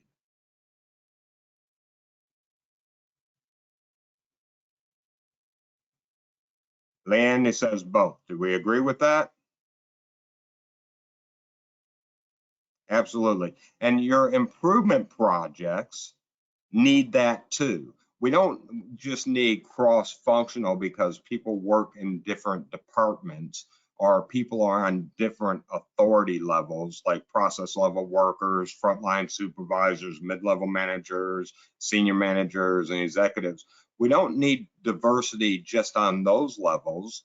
We need diversity in even things like, how do people perceive the world around them and what are their natural attributes as far as being left brain or right brain? Are they really big picture people, or are they really good with the very discrete details and the organization of those and the execution of very discrete taskings? Okay, which is it? Well, again, we need people that fall across the spectrum. And this isn't the all-in-all test. We have other tests and evaluations, like Myers-Briggs personality type indicator test. If you've had the Myers-Briggs personality type indicator test and you recall what your personality type is, go ahead and type that in, okay? Like mine is the ENTP, okay? Now I have to qualify this statement. I'm an extrovert, intuitive thinker, and perceiver, okay? And so this by the way, some people think that perceiver means procrastinator, but what it means is I collect all the data and information and don't make snap judgments on things. And so, I got to do a lot of sensing of the world around me and some evaluation on that. That's what that is. The E side, I'm an extrovert, but it has to be for purpose. Such as what we're doing right now. I could get in front of an audience of 1,000 people or 5,000 people, provided that it's serving a purpose, okay? But if I'm getting in front of 5,000 people to dance on a table, it's not gonna happen. I'm not gonna get in front of 5 people to dance on a table, okay? Because it's not going to serve any real world purpose. And so you can be an E professionally, and an introvert type person on the personal level, and so again, I like to qualify that statement, and because I love my own time. I love time to think and time to process and time to dwell. I love time to meditate and to be within my own head, and so that's the introvert side of me. But again, if I need to get on a stage with 10,000 people in the audience, seriously, literally, that's not an issue at all for me if we're serving purpose. All right. So let's see. Juan, Okay, I see that you're an ENFP, very close, very closely matched. And does anybody else know the Myers-Briggs personality type indicator? If you don't, that's a very valid and worthwhile study. If you do it well, it's actually it's expensive to do for your organization to fund that, but it's well worthwhile. There's quick assessments, you know, where they just assess kind of on a surface level, and that can be cheap or even free. But if you're going to get the true professional evaluation and analysis, what you're going to do is you're going to go through answering 300 questions that they ask you, you know, basically the same type of question, multiple different ways to see, you know, how you're responding. And then they go in for evaluation and interpretation. And it takes a while for that evaluation and interpretation. But then what you get is you get back a little booklet, you know, with like 20 or 30 pages of explanation of each one of your personality types, and then the combinations of these personality types and how that impacts or affects your professional and personal life and pursuits. Juan, did you get the full analysis when you did that? Yeah, I've done a couple of them. Like I did some in college because of my degree, like in marketing and communications. Right, yeah. And so, yeah, and it always came out as ENFP. Like I would always try not to, like just to make sure it was like. Yeah, like, I get it. You want to kind of tempt the fate a little bit or see if you can drive it a different direction and it ends up hitting you square again. Hey, yep. You know, that's interesting. Yeah, that's my experience too. And so, you know, what was interesting to me is the Navy I was in the Navy for 22 years before, you know, they sent me to the Naval Warfare College in Rhode Island to do this evaluation. And that's when I was in a senior enlisted academy in Rhode Island. And, you know, when I got this evaluation back, I was thinking, wow, what a missed opportunity. You know, if my organization had have done that much earlier and had have figured out how to employ and deploy me across my career consistent with my natural rhythms, then they would have gotten a lot more out of me. Does that make sense? But a lot of times what ends up happening is an organization will put you into a place that is not consistent with the strengths that you have available to you. Does that make sense, Juan? Yeah, it does. It makes a lot of sense. Yeah. Yeah. So at any rate, you know, like I say, it's something that if you can encourage your organization to do a serious Myers-Briggs personality type indicator evaluation on your personnel, I think you're going to get some good return on investment if your organization is actually going to take time to leverage it.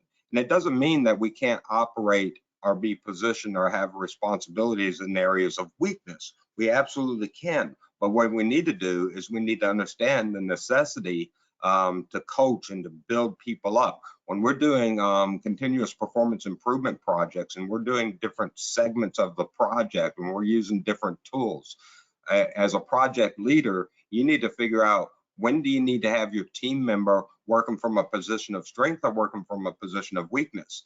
If there's not much risk in failing at executing a tool properly, then that's great. That's a great time to take somebody and give them a responsibility in an area that they're kind of weak in, understanding that you're going to have to coach and support them and help them, you know, through that challenge, but give them enough intensity in the challenge where they're actually doing some growth. Okay, that's very important to do, not just for our team members, but for the people that are in workflows all around us. But then, you know, there's going to come time where you're on that 77th floor and at the edge of the balcony, it's not the time to stand on your tiptoes. Okay, it's the time to be flat-footed. And so we put people in their position of strength, you know, to make sure that we knock it out of the park when the risk of failure are very high. Does that make sense? What do you think? All right, good deal. All right, so what we're gonna do, I'm back. My team got me in the loop while it's gone. Good. I appreciate that response. And what we're gonna do is we're gonna look at a different type of mapping. Your team is gonna get a lot out of process mapping, whether you're ready to do the type of mapping that we discussed and define, where we're looking at value stream mapping. You know, maybe you're ready to do that, maybe you're not ready to do that, maybe you need to investigate that tool and that process a little bit more. But when it gets into process mapping, this is something that should be a lot more familiar to everyone. Give me a TD if you're not familiar with any kind of process mapping, not just continuous performance improvement process mapping, but have you mapped a process before? Where you look at one step to the next step to the next step. Give me a TU if you've mapped a process. Okay. And so when we're mapping a process for continuous process improvement, we're just going to add a couple of nuances to it. Now, with this presentation that you're about to see is from Lean, Ohio. The government of Ohio puts out a lot of really good continuous performance improvement video tutorials. This one is going to be talking about, I believe, a process in law enforcement and mapping a process in law enforcement. I'm pretty sure that's what it was. But well, it doesn't matter. You know, she's going to show you, hey, you know, you want to use these colors, you know, to signify this.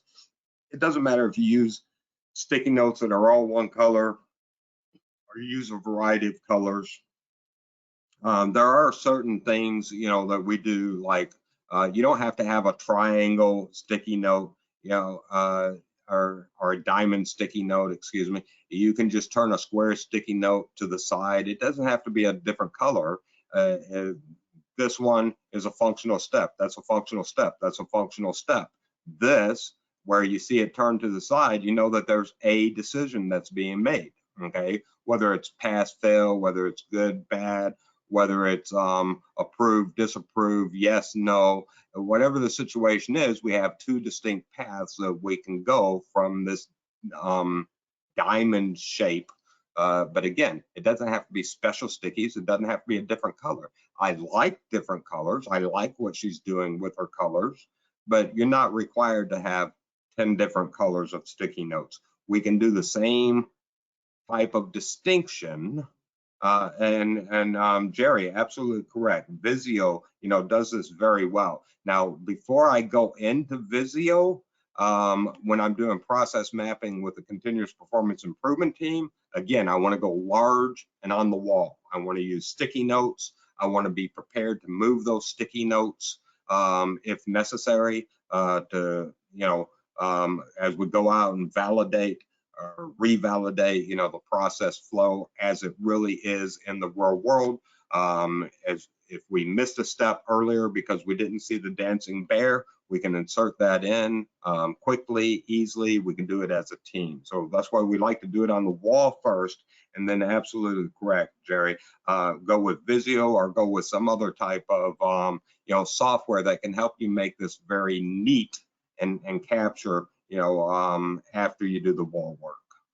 All right, so, and I say wall work, you can do it on the floor. I think you'll see some people mapping on the floor. Ace your back to school shopping with free school supplies when you shop with Ibotta. That's right, 100% cash back on notebooks, pencils, snacks, and more. Oh, okay, I see what's happening here. It's break time. Okay. We're going to get into this video when we get back from break, and I will open up the floor for questions when we get back from break. And Kristen, was you able to email me yet?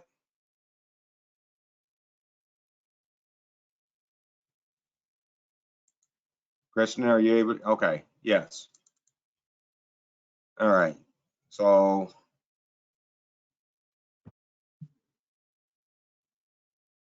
that's fine. Robert, you cracked me up. Pardon? I said you cracked me up. Okay. Yeah, I ask you a question and I go investigate it for myself, right? All right. So so yeah, if are you going to be ready when we get back from break, or do you need me to come back to you?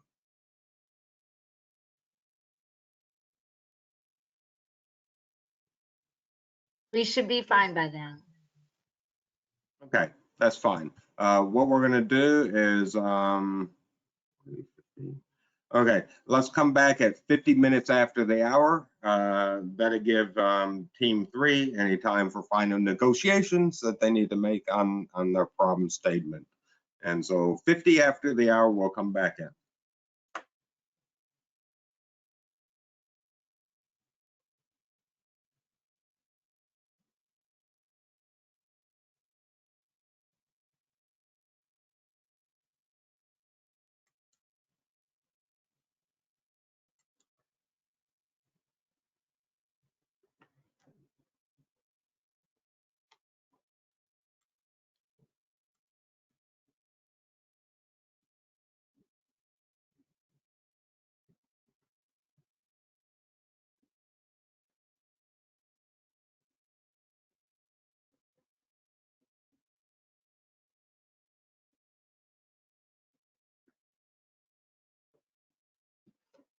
Go ahead and give me a TU if you can hear me.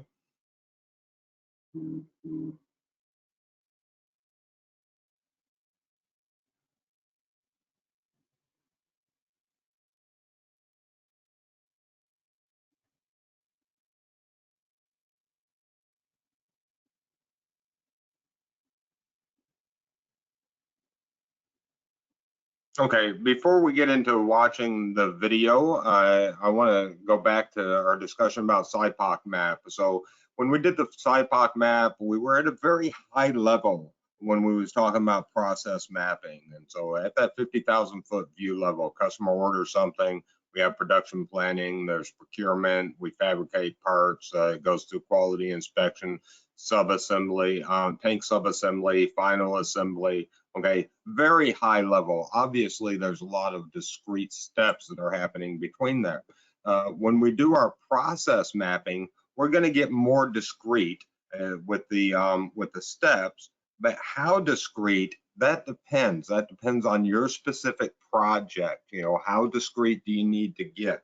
Our intent with process mapping is to understand where some of the waste is, understand where some of the rework is, you know, where we're capturing errors and there's rework loops and there's feedback, understand where some of the WIP is, work in progress,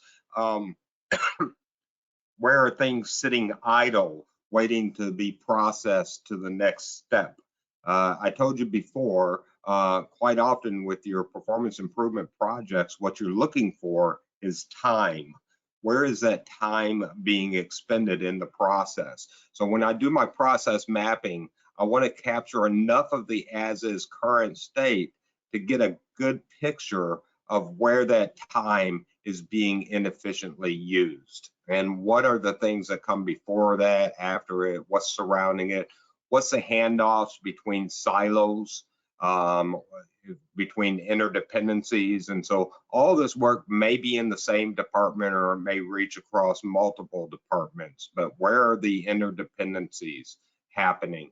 And where are those handoffs? And so what I'm looking is for discrete enough to capture the big story. Now, before you get into process mapping, like what you're going to see in this video, there may be some wisdom, and let me pick up this other image. Hold on just a second. Here we go. All right. There may be some wisdom in doing some top-down mapping to where we're going to drill down. And so from the very high level of SIPOC mapping, you know, we have these you know, 5, 6, 7, 8, you know, different major functional task areas that are happening. But then we find, you know, okay, well, this is the major functional task area where we know that there's a problem or we suspect that there's a problem. So when we get into measure, we're going to start drilling down on that. Well, what are the major steps that are happening with regard to this major functional task area? So what's the high level view of things that are feeding into this? And then we see, okay, well, there's a cautionary step here, but there's a big problem area here. And so let's drill down on that big problem area. Maybe we drill down separately on that cautionary area, but definitely we're going to drill down on the hot spot. And what are more discrete steps that are happening there. Now, if you do this type of top-down mapping and you're doing the brainstorming and investigation that's associated with that, when you come back to do your process mapping, it makes sure that you're capturing the right paths of storyline. So hopefully that makes sense to you.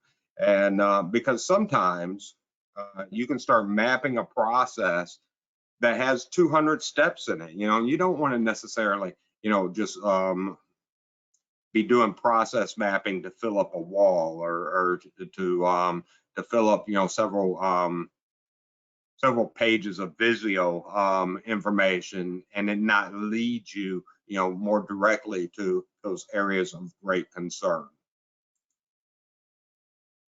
All right, so we'll get into the video. All right. Download Ibotta today and get free school supplies. Free school supplies.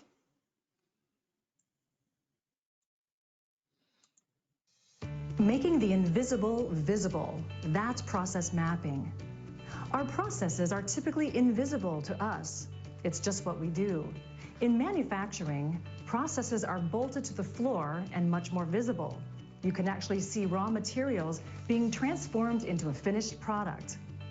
But often, in an office environment, we never know the whole flow and never take a step back to look at the process as a whole and really analyze it to make it better. So why should we process map? It allows us to look at a process, understand it, and identify inefficiencies and waste so that we can begin to take steps to improve the process. Mapping all of the steps of a process and identifying the job function that completes each step allows us to identify areas for improvement. Process mapping is bold and visual, helping to make the process visible. Often, process mapping begins with a SIPOC diagram, which illustrates the macro-level big picture and has identified the suppliers, inputs, outputs, and customers of the process, and importantly, the scope of the process. The people who work in the process should be the people who are doing the process mapping. Process mapping is a visual exercise and requires ample space to organize each piece of the process. Start with a large piece of paper placed on a large wall. Next, you'll want to determine the functional areas, those that do something in the process. Identify a horizontal band or swim lane for each functional area involved in the process. Alternatively, you can start with the first functional area and begin mapping the process, adding other functional areas in their own swim lane as you arrive at those steps. Start with the first step and ask, what comes next? Write each step in a verb-noun format. Have participants write the steps on Post-it notes. Place each note on the process map in order and in correct swim lane. Move the notes around until the group is satisfied that all steps have been identified and that each step is in the correct order. Using color-coded Post-it notes helps to make the process visible. For example, beginning and ending points of the process use green Post-it notes. Pink Post-it notes are used to identify functional areas.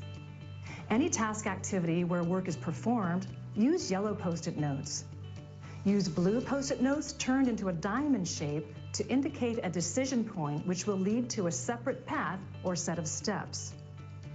Use purple Post-it notes anytime there is a wait or delay before the next step or decision. Next, you will connect the steps in one swim lane with single straight arrows. Single straight arrows are used between tasks performed by the same person, work unit, or function. Handoffs between functions are shown with box arrows, and electronic handoffs are shown with jagged arrows. Once the process map is drawn, it's time to analyze it for potential areas of process improvement. Begin by identifying value-added activities, those that transform materials and information into products or services that the customer wants. Identify non-value-added activities, those that use resources but do not directly contribute to the product or service. Identify non-value-added activities but necessary steps, those that are non-value-added but mandated by regulation, rules, or statute and cannot be changed unless the regulation is changed. When we was looking at this in Define, we called this mandated necessary steps. We called it business value, and that's commonly, you know, what we'll refer to these things as. And so what we're talking about is we don't want to just flow out the process. Now we want to start assigning, you know, value levels. And so if we're saying that it's value added and it's what the customer wants, it's what the customer wants, needs, or desires, either today's customer or the customer of the future, and they're willing to pay for it. And again, whether it's internal or external customer, how does an internal customer pay for something? They're willing to wait a certain amount of time. But if you're exceeding or you're violating that time expectation, then it's an area where we're not being successful. We would start calling exceeding those timelines as being defects, and so it's not done right the first time. Remember that litmus test is the customer wants, needs, or desires it, they're willing to pay for it, and it's done right the first time. And so if we're not meeting all three of those criteria at the same time, we have to start identifying it as either non-value or business value. Now if it's non-value, that means we're not satisfying that customer's wants, needs, and desires at the level that they need us to. It doesn't mean that we're going to get rid of everything that's non-value. It means that we're going to try and optimize it to what that customer does want, need, or desire. Now there's other parts in there. There can be steps that we're taking that are pure waste. They're muda, they're pure waste. And so those will be things that we attempt to eliminate completely or reduce as small as possible. These things that are business value added, like she said, until the regulation or law changes, we're kind of stuck with this. And so whether it's a regulation, whether it's internally induced pain as standard operating procedures or policy and procedures, if those policy and procedures aren't backed up by some type of external requirement by law or regulation, then we can challenge those things in-house. Those things that are required by laws and regulations, then we have to challenge those things outside to wherever that governing body is. But understand this, if there's going to be enough evidence built up for return on investment to go after a law or regulation to get it changed, if there's enough evidence that you know, you really need this to happen, then we start putting that within the scope of the performance improvement project. And so Erica is asking for an example of a non-value added activity. And so that's where we go back to our 8 forms of waste, and we look at the Tim would you, the transportation, the inventory, the motion, the waiting. Okay, so let's find out where waiting is occurring and why is that waiting occurring. And so we may figure out through investigation, or we may already know a big reason why that waiting is occurring. And I'll give you a forward look into something that we're going to look at when we get to improve. When we talk about having too many sign-offs, you know, you may have a decision-making process that has a tremendous amount of handoffs and decision-making and people, you know, doing sign-offs. Well, this example is actually a before and after, and we'll bring this slide back up when we get to improve. But this is actually a real-world project conducted in the Navy that was a before picture and an after picture of doing the DMAIC project. This before picture had a tremendous amount of redundancies, a tremendous amount of rework loops, and way too many people in a sign-off capacity. And so when we did the RACI on the project scope, we seen who was responsible, accountable, collaborate, and inform. We took a lot of people out of responsible and accountable, and we just put them in collaborate and inform so they could be aware of what's happening, but they didn't need to stop the flow because they weren't adding value to anything. They were, it was just sitting on their desk because it wasn't important for them to sign off on it. So it would just sit there statically. The less important somebody's activity is with something, a lot of times the longer it's going to take to get it from them. Why? Because it's not important to them. Well, how did they get there in the first place? A lot of times it's a knee-jerk reaction. Some big boss somewhere, you know, found out that there was a problem with something and put somebody in a role of responsibility that didn't really need to be there. But if they're going to get in trouble for something, then they're going to make themselves part of that sign-off process. Well, then that person leaves and a new person steps into their duties and responsibilities, and then they're looking at this package and saying, why is this even coming to me? It sounds like I'm making this stuff up, but it happens in the real world over and over and over again. And so what do we got to do? We got to go out with a microscope and we have to investigate the interaction space and what each person is doing all around this circle of handoffs and interdependencies. And so we'll get more into this when we get into improve, but in the transactional flow space, this is like spaghetti mapping. In spaghetti mapping, we look at the physical flow space and we look at the handoffs in the physical flow space. With transactional flow and approvals and sign-offs and things of that nature, that's where we use a circle diagram. Does that answer your question, Erica?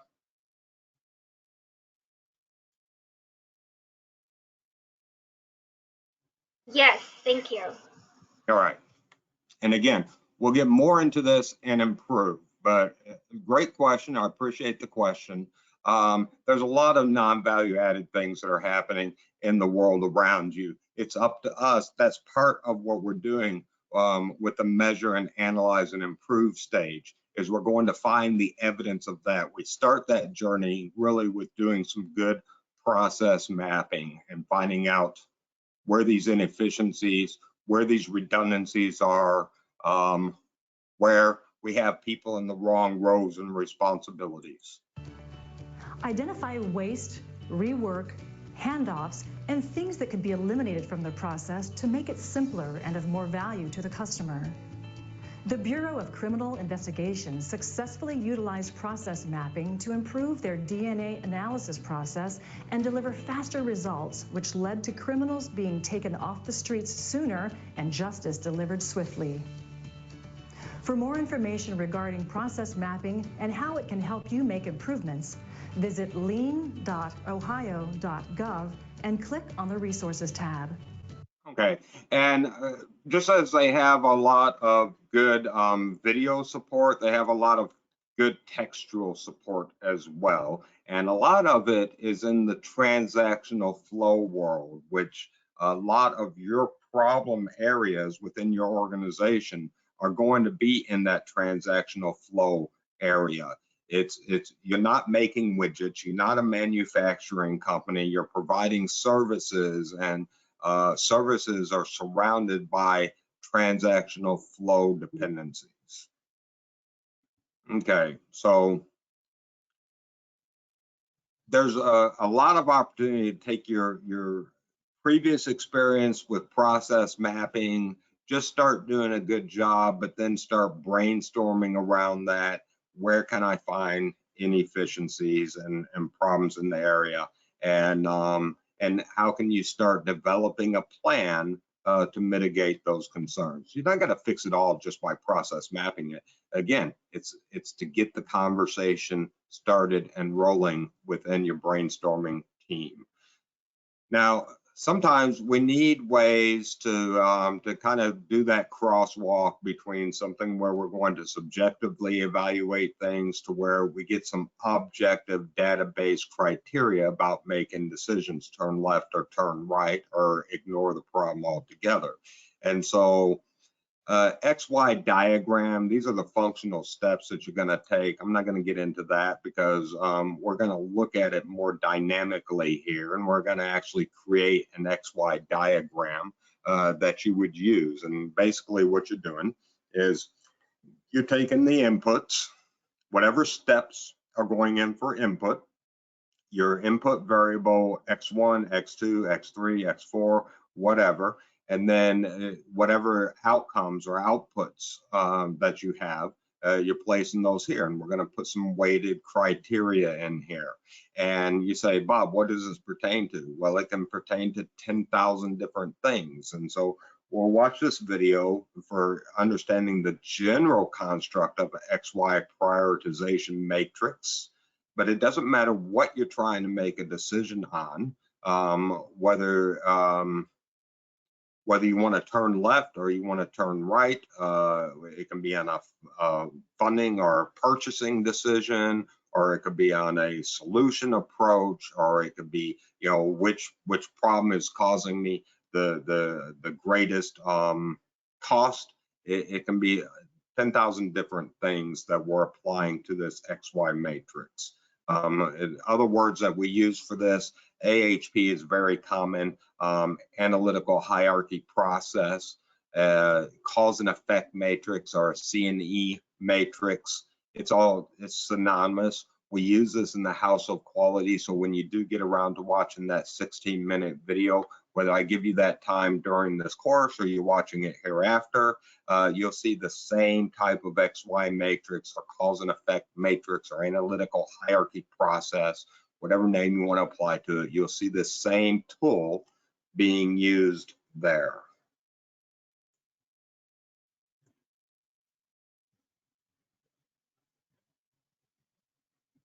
But one thing I'm telling other managers right now is to try Monday.com. Monday.com is a platform to run everything your company does. Hello friends, in the learning of 7 management and planning tools, so far we had seen 4 tools in the previous videos, that is affinity diagram, relations diagram, tree diagram, and matrix diagram. If you want to see it in detail, you can visit the playlist by clicking this card. The next important management and planning tool, which I am going to explain in this video, is prioritization matrix. This is also called as a matrix data analysis. As the name indicates, this tool is helping us to prioritize activities or projects based on their importance. I am explaining this tool with its purpose and practical use by example. So let's begin. 5. The prioritization matrix. The prioritization matrix is a tool that sorts and ranks various options into an order of importance using weighted criteria. This technique helps us to identify which activities, problems, or projects are the most important to work on solving first. A prioritization matrix graphically displays options and criteria in row and column format. Weights are assigned to each criteria. The matrix allows us to identify an item's relative importance by deriving a numerical value for its priority. This allows us to select and prioritize some options over the others. When to use the prioritization matrix? The prioritization matrix is used in following conditions. 1. There are multiple activities, problems, or projects, and we have to prioritize them. 2. To graphically display available options and criteria in row and column format. 3. To identify an item's relative importance by deriving a numerical value for its priority. And 4. For organizing projects or activities to maximize benefits to an organization. We will see this tool with example, so it will be very easy to understand.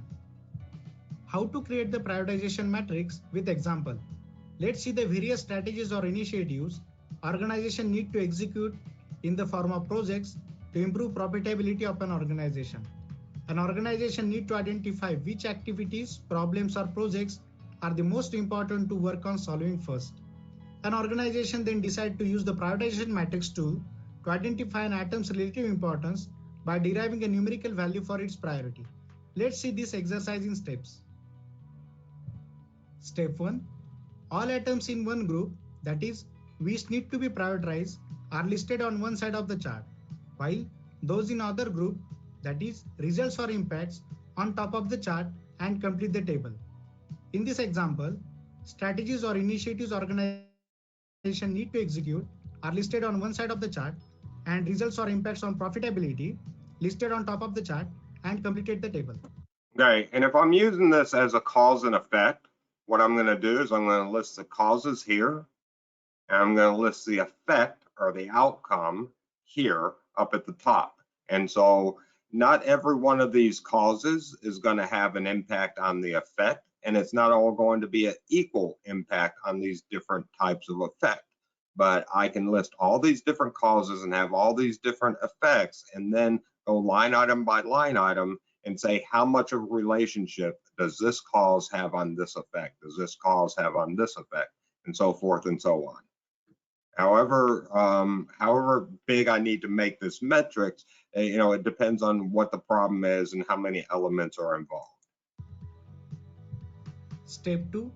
Each atom at the top affecting the selection is given a weightage according to their importance in solving an issue.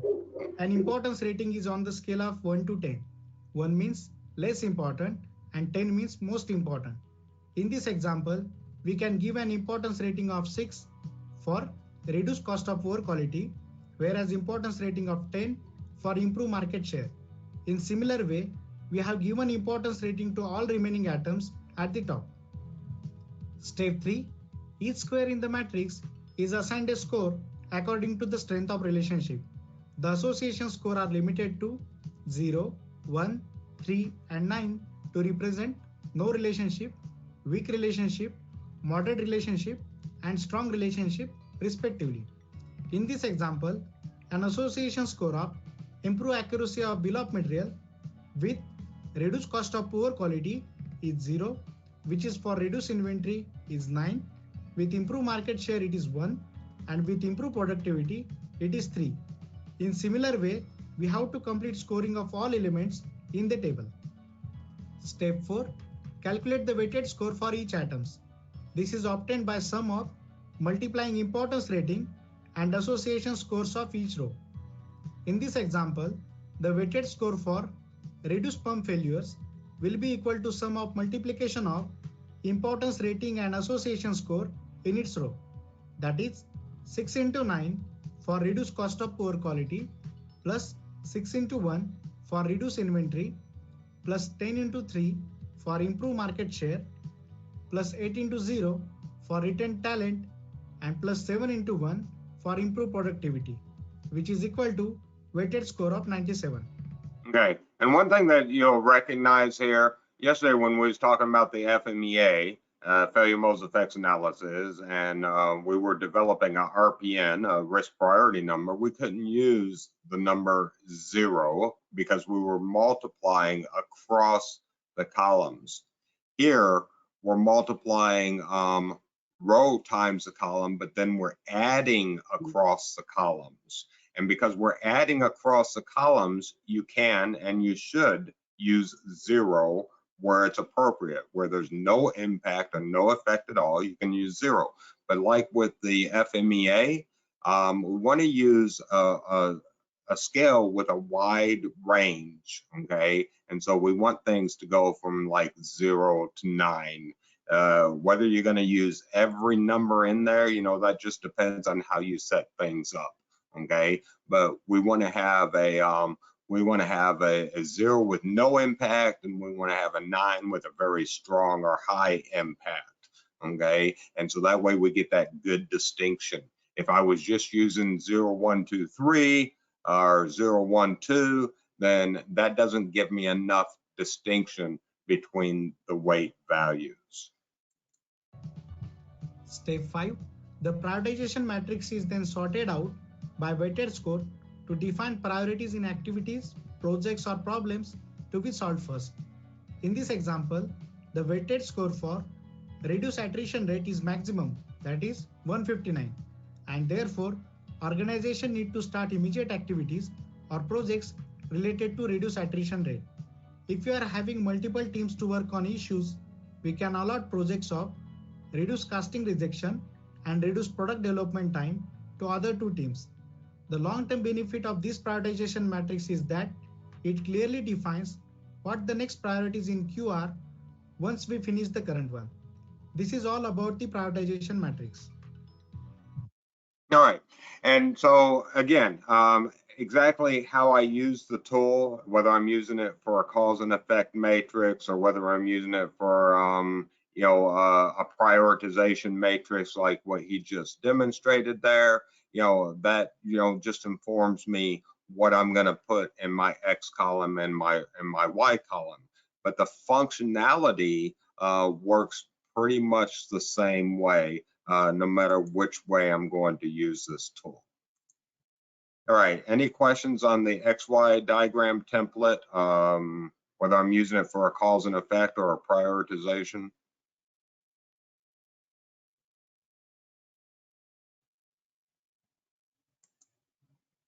Okay, we're going to get into a discussion about different types of statistics because soon what we're going to be doing is we're going to be getting into data and data analysis and statistics. And again, we're going to keep this on the high level. It's going to be very comfortable for each one of you. We'll get heavier into it tomorrow than what we're going to get today. But today we're just going to start talking about, some basic differences between different types of statistics.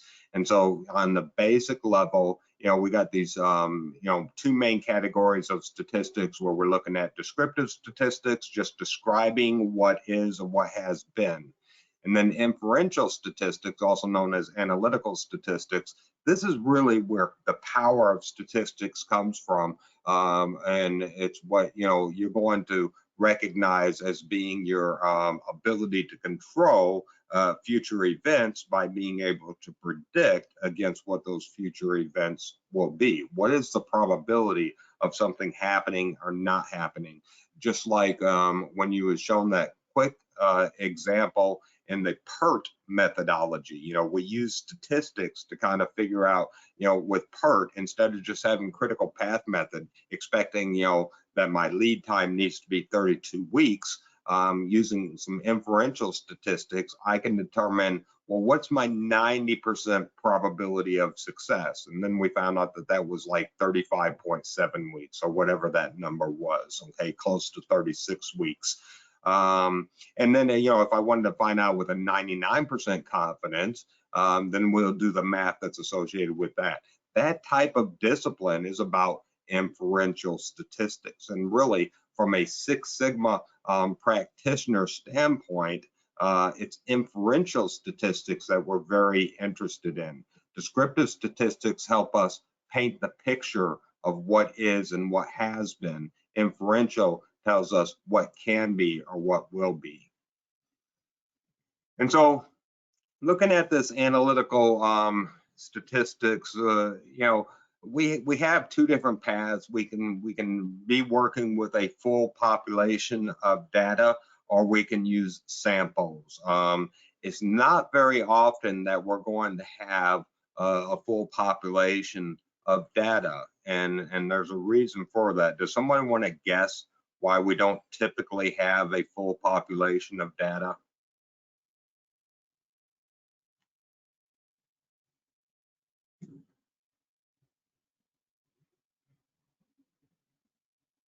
Why do I use sample instead of full population data? Why do I use sample? Sergio, too much noise? Absolutely, that can be correct. What else?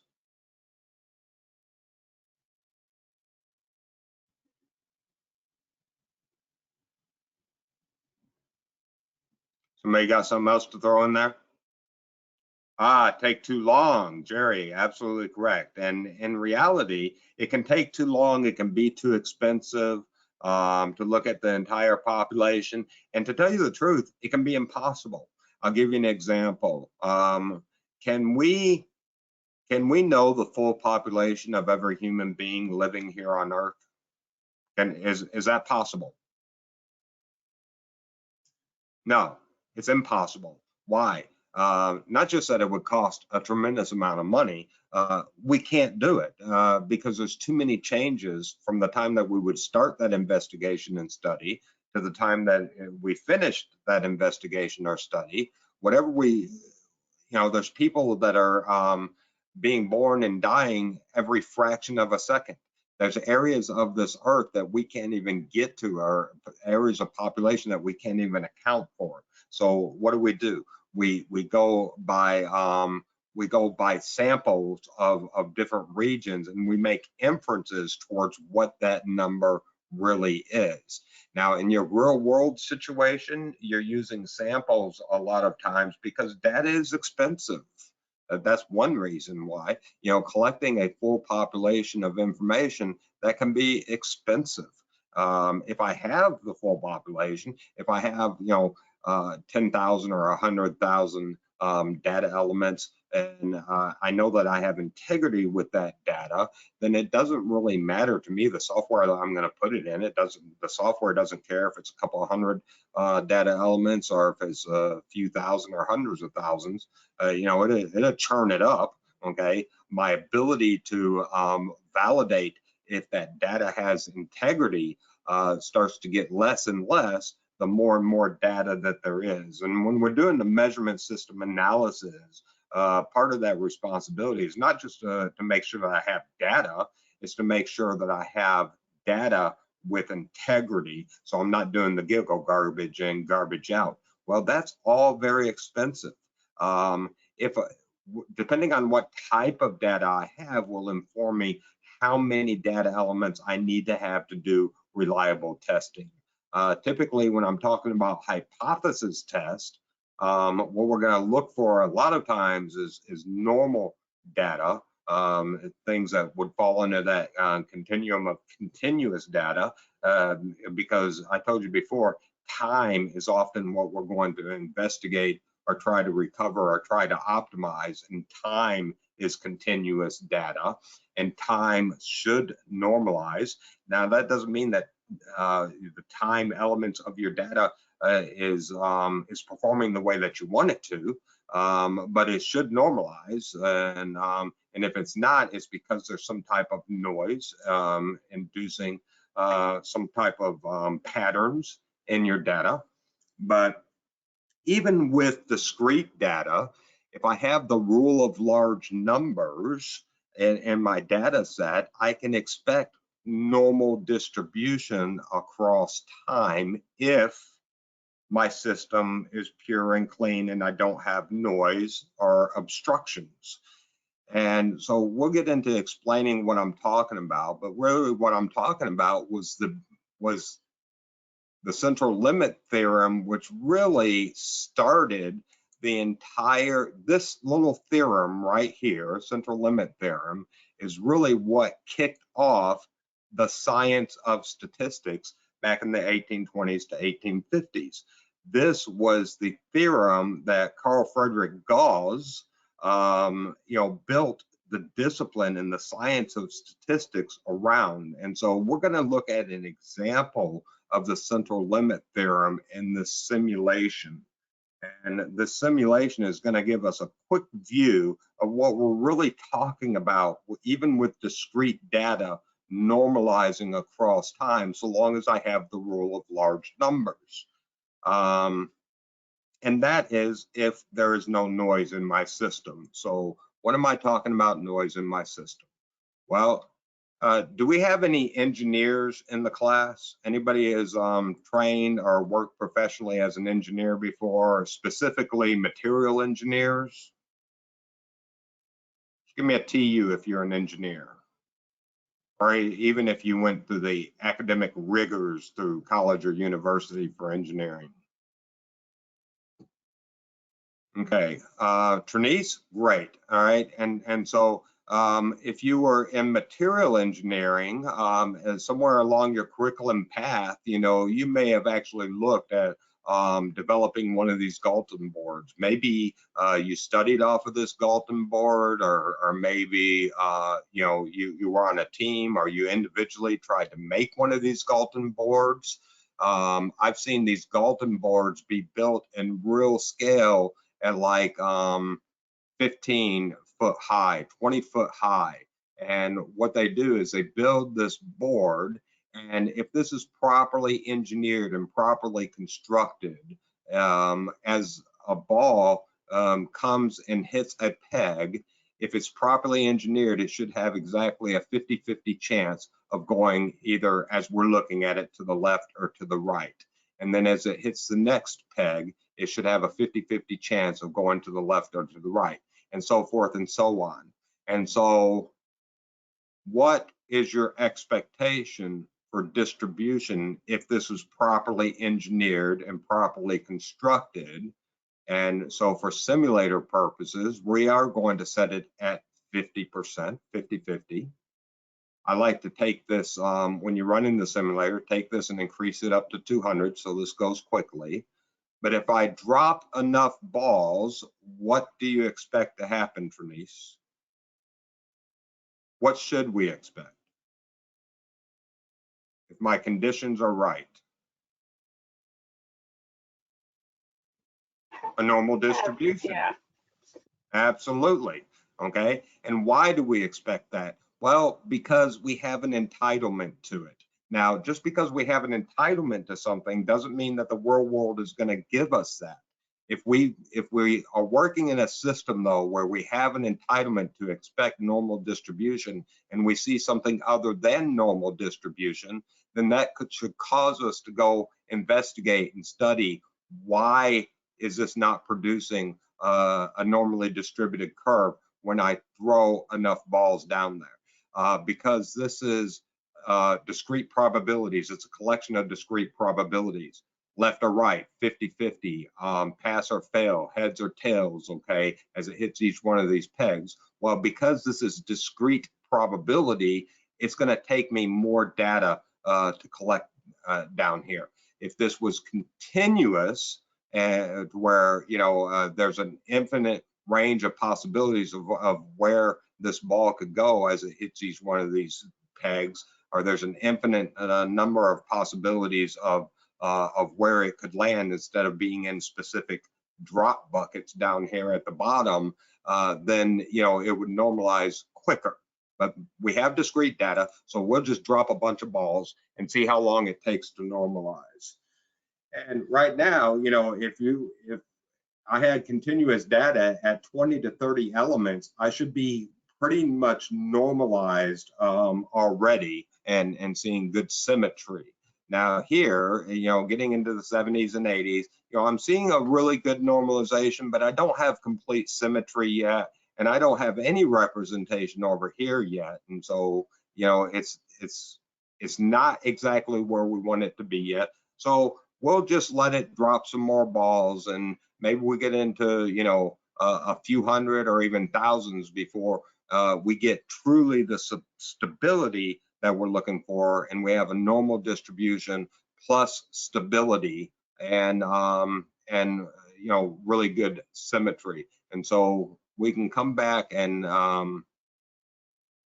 we can check on this. But I will tell you this simulator is not rigged. Every time that you run it and you execute it, you're going to get something a little bit different because it is using some random chance distribution as it goes through this simulation.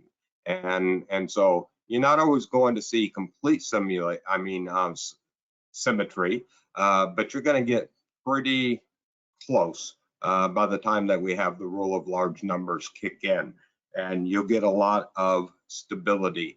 And in the real world, that's kind of how it's going to run for you as well.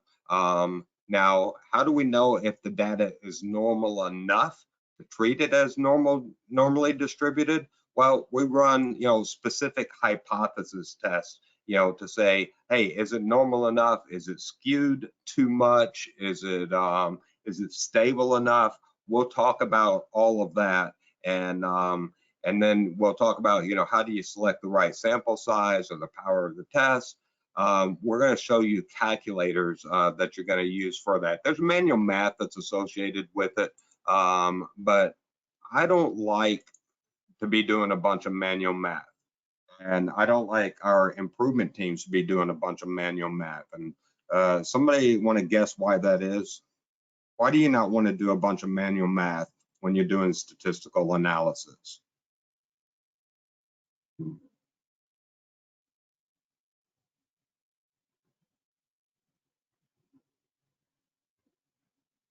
while the calculations are hard, or even if it gets to where it's not hard, Trinice is exactly right. You're very prone to error, okay? And one little error, one little formula being put in, even if you're trying to do it manually with the aid of Excel, but you're putting the formulas in manually to Excel, one little error, you know, can throw you way off on your analysis. And so what we want is we want good, reliable software to where our method of math isn't what's leading us in the wrong direction. And that's not picking on or insulting anybody. You could be a mathematician major and still make a mistake, but the chances are the people that are not data scientists and that are not mathematician majors that are working on your team, we want them to be able to be successful without having a PhD in mathematics or something. And so, but even those people that are very highly seasoned, very highly trained, if I start having you churn hundreds and thousands and tens of thousands or hundreds of thousands of data elements per day, and you're doing that all manually, guess what? An error is going to be induced. It's just a reality, okay? And so, and oh, by the way, just using the software doesn't completely insulate us from inducing an error. That's why, you know, sometimes we want to check and recheck and check again. Sometimes we want to build up that expectation of what do I expect to see? You know, do I expect it to be normalized? And if it's not normalizing, why is it not normalizing?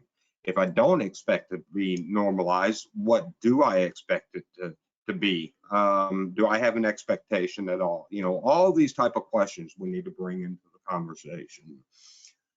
But besides normal and non-normally distributed, besides continuous and attribute data, I want to kind of draw out this conversation about attribute or discrete data, which is what we was just looking at, 50-50 chance when it hits the peg, it's going to go to the left or it's going to go to the right. So that's discrete probabilities. It's a finite set of possibilities.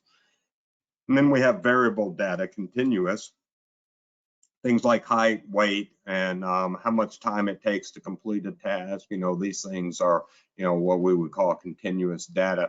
But I'll ask you a question, and that's about my shoe size and my length of my foot, okay? And so which is discrete and which is continuous? The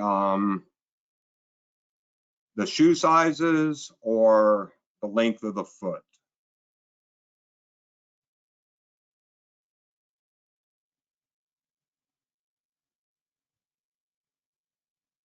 I'll give you one at a time. Is the shoe size discrete or continuous?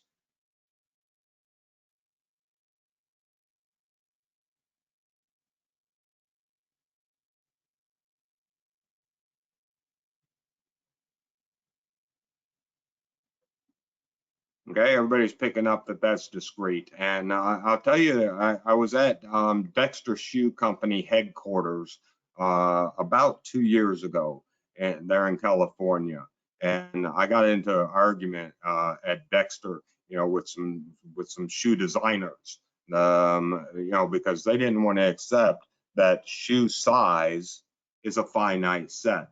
Now, recognizing you could have different sizes in the US, different sizes in Europe, different sizes in Asia markets, but those are just sizes that we apply to it. And this shoe designer at a manufacturing company says, well, you know, it's not a finite set because I can make a brand new size tomorrow that's never been made before, and so it's not finite.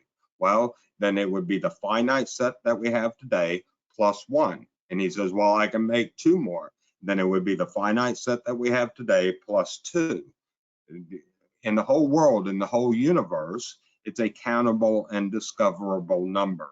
Now, whether it's worth my time to count it or discover it, that's another story, okay? But it is discrete data. But what about the length of the foot? Is the length of the foot discrete or continuous?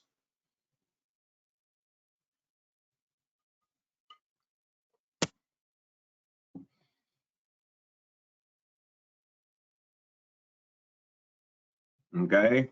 Jerry, do you want to back that up? Are you saying that your foot is going to keep growing? Is that what that means? What does it mean? It might. It might. Okay. What else is going on here?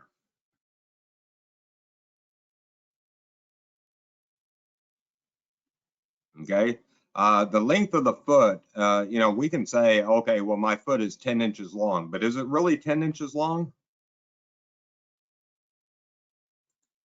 It's probably never exactly 10 inches long. You probably can't find anybody's foot that is exactly 10 inches long. Okay. What we're going to find out is if we have a sophisticated measuring system, we're going to find out that it's 10.2 inches long. If our measurement system was more sophisticated, maybe we can discover that it's 10.24 inches long. And then maybe we can discover with a more sophistication in our measurement system, maybe we can find out that it's 2.45 or 2.35. And how long could this go on?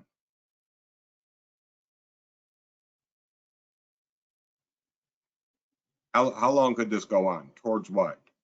Forever. It could go on towards infinity. And so those things that are measurable on a continuum towards infinity have an infinite number of possibilities. Then that means that it is continuous in nature. So things like height, weight, but the thing that we love as performance improvement practitioners is time itself falls on a continuum that is infinitely divisible. It's not 10 seconds or it's not 10 hours. It's 10.243567 towards infinity seconds or hours or minutes or days or weeks or what have you.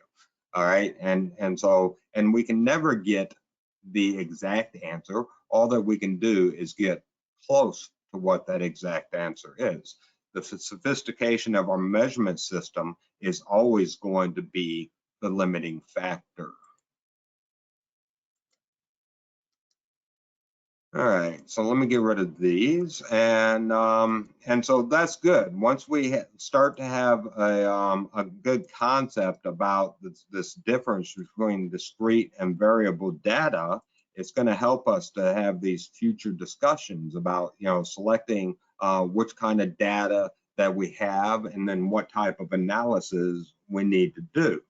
And I'm going to tell you right now, I don't need to go analyze 10,000 things under the sun. What I want to do is I want to come back into that discussion about the critical X's, the CTX's, okay, the critical two factors. And so I don't want to look at all of my potential inputs and go discretely measure and analyze each one of those things. When I'm going to start doing measurement, I want to make sure that I'm starting to analyze and narrow down to what are those critical to quality, critical to on-time delivery, critical to safety. What's the focus of my project, okay? And get those critical factors and start measuring those and either validate or invalidate their impact or their influence on the overall outcome.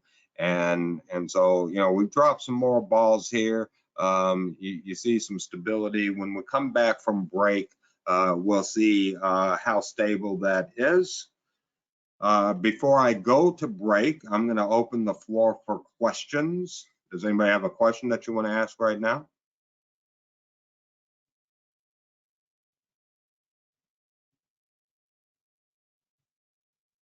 Okay, cricket. All right, so we'll leave this running, the quincunx, and we'll see how it's doing when we come back from break, and we'll get further into this discussion about data analysis.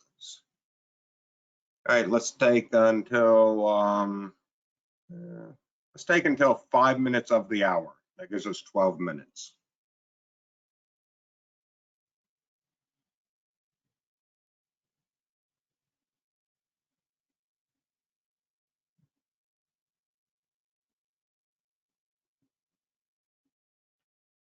Okay, if you can hear, go ahead and give it to you.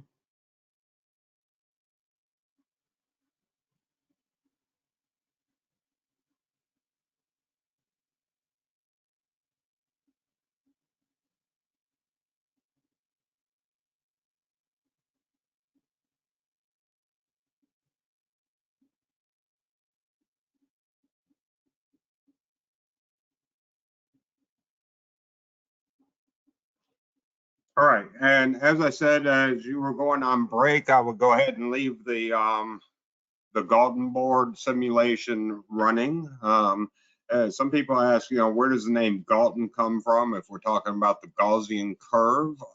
And Galton was another scientist that tried to help the scientists and others in the world really understand this concept that was developed by the central limit theorem by Gauss. And because from the central limit theorem, the expanded work from Gauss had to do with the empirical method. And so when we start looking at standard deviations and areas under the curve and expectations of proportionality under a normal curve, all that science, came out of this central limit theorem discussion. But sometimes, people would get, confused by the math or what have you. And so this Galton board, Dr. Galton, developed this Galton board to help people, really visualize what are we talking about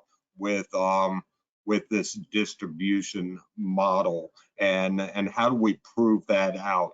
But what's really interesting is from the Gaussian, from Carl Friedrich Gauss and the Gaussian curve and the empirical rule, came the science of inferential statistics, and that was huge towards spawning the scientific revolution that took place in the mid to later 1800s, but especially in later 1800s, and that was a global phenomenon.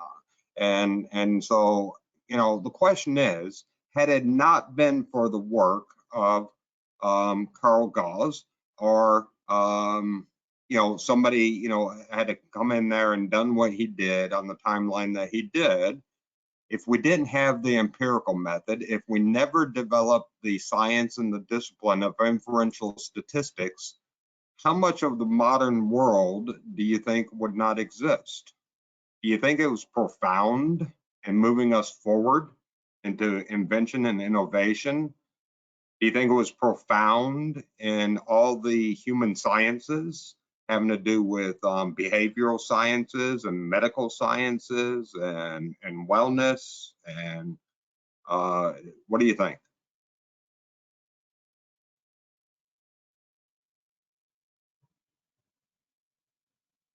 It's huge. It's huge. Okay.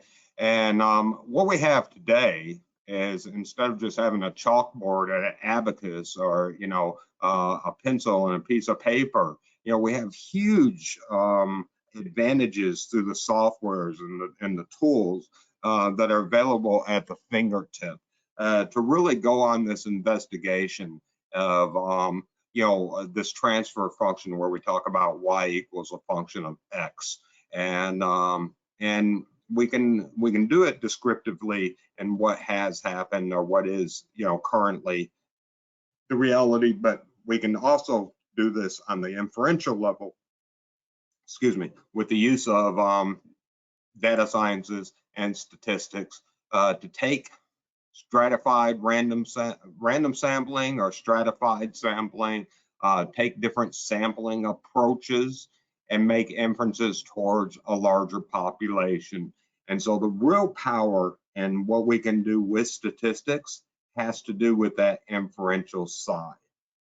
And whether we're using simple random sampling to where everything that's in your sampling group has an equal, every element, in your population has an equal chance of being selected for the sample. Okay, that would be a true simple random sampling, to where we're not inducing any type of bias or selection criteria. It's just pure happenstance. That can be a very strong type of sampling, but sometimes we need to maybe stratify our sampling. And one example of that is if I was sampling and I look at the shape of the data, and the shape of the data instead of being normalized, whatever sample I pulled, you know, it had some type of multimodal effect. Maybe it's bimodal, maybe, you know, it has several raises and valleys and peaks in it, okay? Then that's going to inform me just by looking at the shape of the curve that, you know, I need to go back and investigate and find out how do I need to stratify this sampling. Because what I have is I have something that's driving a significant difference in impact on my y-axis. And so it may be the same category of X driver, but I probably have like a day check and a night check, or a region 1 and a region 2, or a worker 1 and a worker 2. They're doing the same thing, but for some reason I'm getting significantly different results. And so if I go in and stratify it, probably what I'll find out is I have 2 different bell curves, or I have 3 different bell curves. And again, will they ever look perfect? No, they're not going to be perfect. Your shape of your curve is never going to be perfect. But when I use stratified sampling, it's to overcome a lot of times this multimodal effect. And so now I can analyze these things, and then I can find out, is this difference that's between them, is it statistically relevant? Well, we'll get into the types of hypothesis tests that we're going to use for that. But again, right now, right at the moment, we're just keeping it on the easy street. We're not going to get into hypothesis tests yet. We will get into that during this course. But we want to just go back into some basics and just discuss things like a mean, median, and mode, okay? Our 3 main categories of measuring central tendency is mean, median, and mode. And sometimes it's advantageous to use the mean. Sometimes it's advantageous to use the median, and maybe even the mode. But mostly what we're going to use is the mean and the median. If my data is normalized, now I'm going to be doing normal distribution analysis and hypothesis tests. I'm quite often going to use the mean. And that's my algebraic average. So we're just adding all the data elements together and dividing it by the number in the set of data elements. But my median, sometimes, you know, we want to use a median as opposed to a mean. Can somebody give an example that you're familiar with? And maybe it's not studies that you've done, but you just hear about these type of studies all the time. What's an example of where a median is used as opposed to a mean? Probably something that you hear reported on often. A median instead of a mean. Something like earned income or an annual income.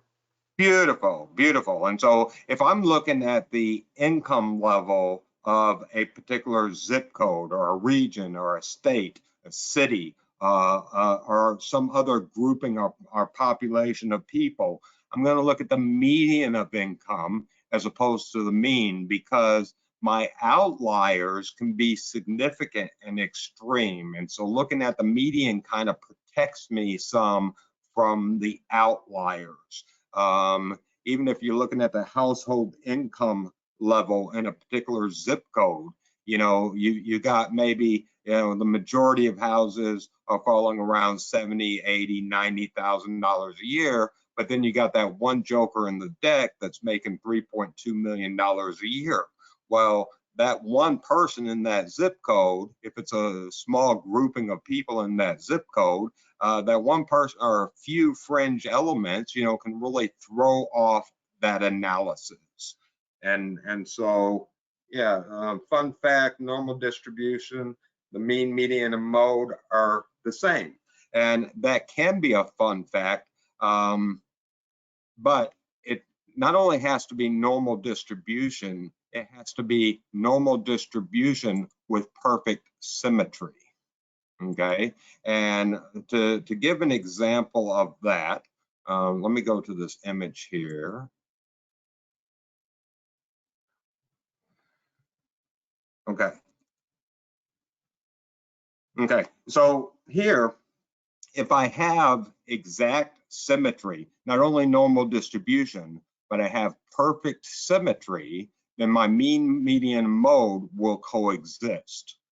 But if I have any level of skewing, what tends to happen, or what will happen, is your median and your mean will be pulled away from the mode, okay?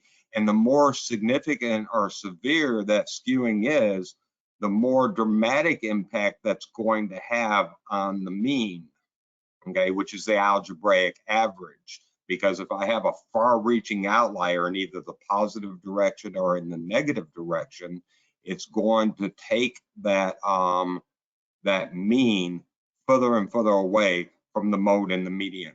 The median isn't as sensitive as what the mean is, because if I have 15 data elements, it's the exact middle point. If I have 250 data points, it's the exact middle point of those data elements, and so it's going to stay closer to what that mode is. Does that make sense?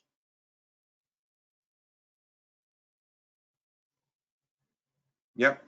Okay, good. And that is a good fun fact, Gerardo, because Jerry, excuse me, because it's telling me, my difference between the median and the mean is really starting to tell me how much skewing I have within my data. Now, when we're doing data analysis, we'll look at the K values and we'll look at how much skewing is associated with it. But my K value is going to tell me if I have normal distribution, if I'm liptokurtic, in other words, I have very sharp cliffs, or if I'm platykurtic, where I have like a plateau, as opposed to this nice bell curve. Okay, so how normal is my data? But then I can start looking at the skewness of my data too, and we can establish, well, what is the cutoff line? How much skewing am I going to allow and still call it a normal distribution with relative symmetry, because it's all relative. The example that we was just looking at with the Galton board, it didn't have perfect symmetry, but I guarantee you, if I ran it through any type of analysis, it would be symmetric enough to use this important empirical model that we are going to build our inferential statistics on. And so what is this? It's telling me, from the mean, or the midpoint, the mean, median, mode, the center point, if my distribution is normal enough, then I can use this empirical model, and at the mean or the midpoint, we can say that's equal to Z0. So at the Z-score would be 0, no matter what this unit of measure is, a Z-score of 0, and then going -1 standard deviation, 34% of the data will fall between this point. -1 to +1 standard deviation, 68% of the data falls in that point. At 95%, it's a -1.96 to a +1.96. A -2 to a +2 is like 95.5% data, okay? But a lot of times you just see it represented from 2 standard deviation negative to 2 standard deviation positive. From 3 standard deviation below and above the mean, we have 99.73% of the data is going to fall into this zone. And this is the empirical model, and it's really what we're going to base all of our expectation of inferential statistics based off of a normalized curve. This is the model that we base all of that on. If we have non-normal data, then we have other inferential tools that we use besides just the empirical model. But we're going to get into some calculations, some exact calculations, as far as, how do we figure out what to expect from one zone to the next. And then once we understand that, and we refresh our memory really about, figuring out the Z tables and figuring out the areas under a normal curve, that's when we can start applying that information to our real world challenges. Just like when we was looking at the PERT method and we figured out that, our 90% of the time, it's going to take us 35.7 days to complete this tasking. Why? Because we related it to this empirical rule of analysis. And then when we talk about dispersion, so my main three things that I'm going to look at for central tendency is mean, median, and mode. When I'm looking at dispersion, what I'm looking at is the characteristics of range, which is very simple. If I want to find a range from one point to the next, I just subtract the lowest point from the highest point, and that gives me what my range is. And again, it doesn't matter what the units of measure are. But range, that's very easy to calculate. And it's used in a lot of our statistical analysis, and we'll be demonstrating in what areas it's used for, like control charting and things like that. We'll be demonstrating that later. But what takes a little bit more math is figuring out variance as a matter of dispersion. And then once I've calculated variance, finding standard deviation is really easy, because standard deviation is just the square root of variance. And so the first challenge is to take a data set and calculate for what the variance is. But we don't go around talking in terms of variance. We go around talking in terms of standard deviation. And the reason for that is, as you're going to see in this example, when I calculate for variance, it's going to give me in units of square, so it's going to give me squared units. And so in order to get away from the squared units, I got to take the square root of what that variance is, so I can relate apples to apples as opposed to apples to square apples. We're not going to relate things in the real world that way. And so we take the standard deviation and it puts it back into comparable units. So if that's not well understood, it will be very well understood by the time that we get through with this simple video. Now, I told you we're going to go into the manual calculations. The good thing for you is all you're going to have to exercise is your eyeballs here and engage your mind. But you're not going to have to sharpen your pencil because most homeowners insurance providers can give all you that manual math is going to be done for you know what they can't give you online? Now, what I do recommend is when you do want to practice this, and you want to practice calculating for variance and calculating for standard deviation, then you do get your pencil out. And the same steps that he's about to take you through, including drawing a table and drawing out your curve and doing the calculations and showing all your work with your math, just like you did back in school. You want to do all of those good practices because it's going to help you to potentially catch an error or a skip or a misstep in the process. Now, I want you to recognize what this URL is, mybookssucks.com, okay? David Longstreet, great video author. You can go directly to this URL from this link that I have. He also has a URL called Statistics is Fun. Both these URLs point to the same YouTube channels. And if you go to his YouTube channel, like, if I went to his full YouTube channel here, you can go into playlist and you can see, where he has things categorized. Lots of really good tutorials. We'll watch a few of his tutorials during this training, but again, you can go investigate his resource offerings independently, to really kind of sharpen your sword, especially by the time that we start getting into some hypothesis tests that you may not have done in a long time, or you may not have done at all, okay? But right now, we'll go through the basic steps for calculating variance and standard deviation.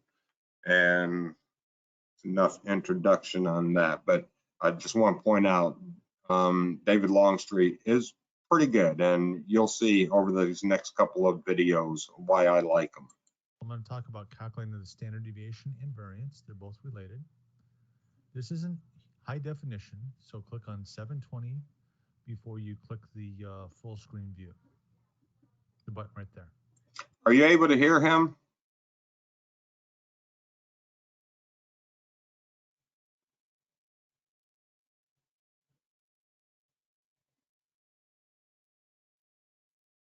Okay, kind of low, very low. All right, so what I'm going to do is I'm going to give you the link to where you can watch it independently. It's going to take you 5 minutes. Just give me a TU when you're finished watching it. This is only a one run through type of a video, and so it should take you just a little bit more than 5 minutes. Somebody open that link. Make sure give me a validation that you can get it open, and I'll give you all time to watch the video.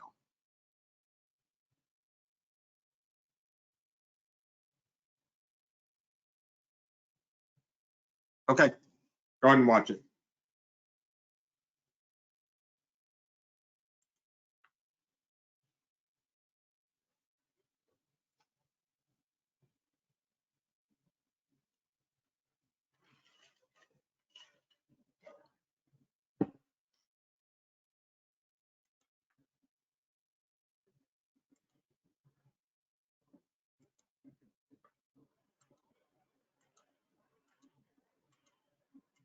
And that's one reason why I like this guy as a presenter. I think you're going to find that consistent with some other videos that I share, but I appreciate that feedback. Give me a TU if you're finished watching, and there's a couple of things that I want to discuss. Okay, great. And that discussion that I was just having with Jerry, as he was saying, he wished he had this for his statistics class last September or whenever that was, because and that's why this guy he has a URL that says mybooksucks.com. The whole interest is to make the statistics more relatable and easy to digest, and so that's what I want to focus on. That's what he focuses on, and so it doesn't have to be something scary. It shouldn't be something scary, and if it is something scary, then we need to approach it from a different way of explaining it and coming up with different ways to practice. But a couple of things that I want to point out here is we know that this is sample group of data as opposed to full population because of the symbols that are being used. If we're following the proper convention, when I have sample data, we're going to use a lowercase s square for variance. If it were a full population data, it would be sigma symbol squared. For a sample, then in my formula, I'm going to use x bar.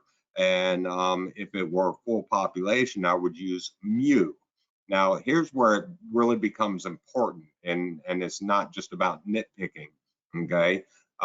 If this was a full population, I would use an uppercase N, and I would not do the -1 part of the formula here.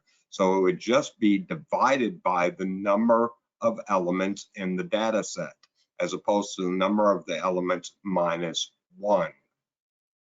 Now, does somebody want to guess why when I have a sample group, I'm doing N-1, when I have a full population, I'm doing just the capital N, and I'm not subtracting 1? Do you have a guess why the difference in formula between a sample and a full population?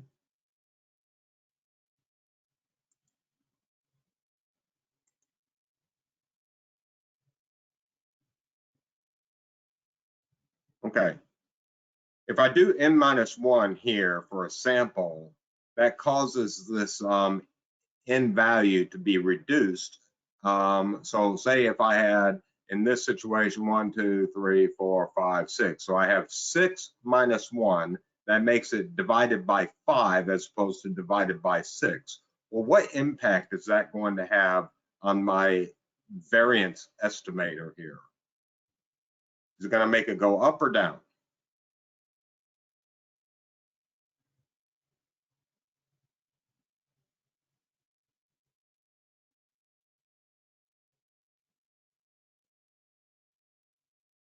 -1, so it goes down. Okay, and so the -1, and so what I'm subtracting by goes down. Okay, but that's on my divisor, and if my divisor gets reduced, then that means my answer over here is going to get larger. Okay, because I'm dividing this number by less, and so this number gets larger. And what is this number? Well, that's the estimate of how wide is my distribution. Okay, now when I have a small data set like 6, that -1 has a very significant and profound impact on the overall answer. Okay, and so here's what this curve may look like with that -1 feature. But if it was a full population of data and I didn't have the -1, then maybe the curve looks more like this. And remember, variance is just an estimator of that spread or that distribution. So you can see that there can be a lot of difference in that estimation just based off of doing a -1. But that's with a small data set. What if my data set was 400 -1? How profound is that impact?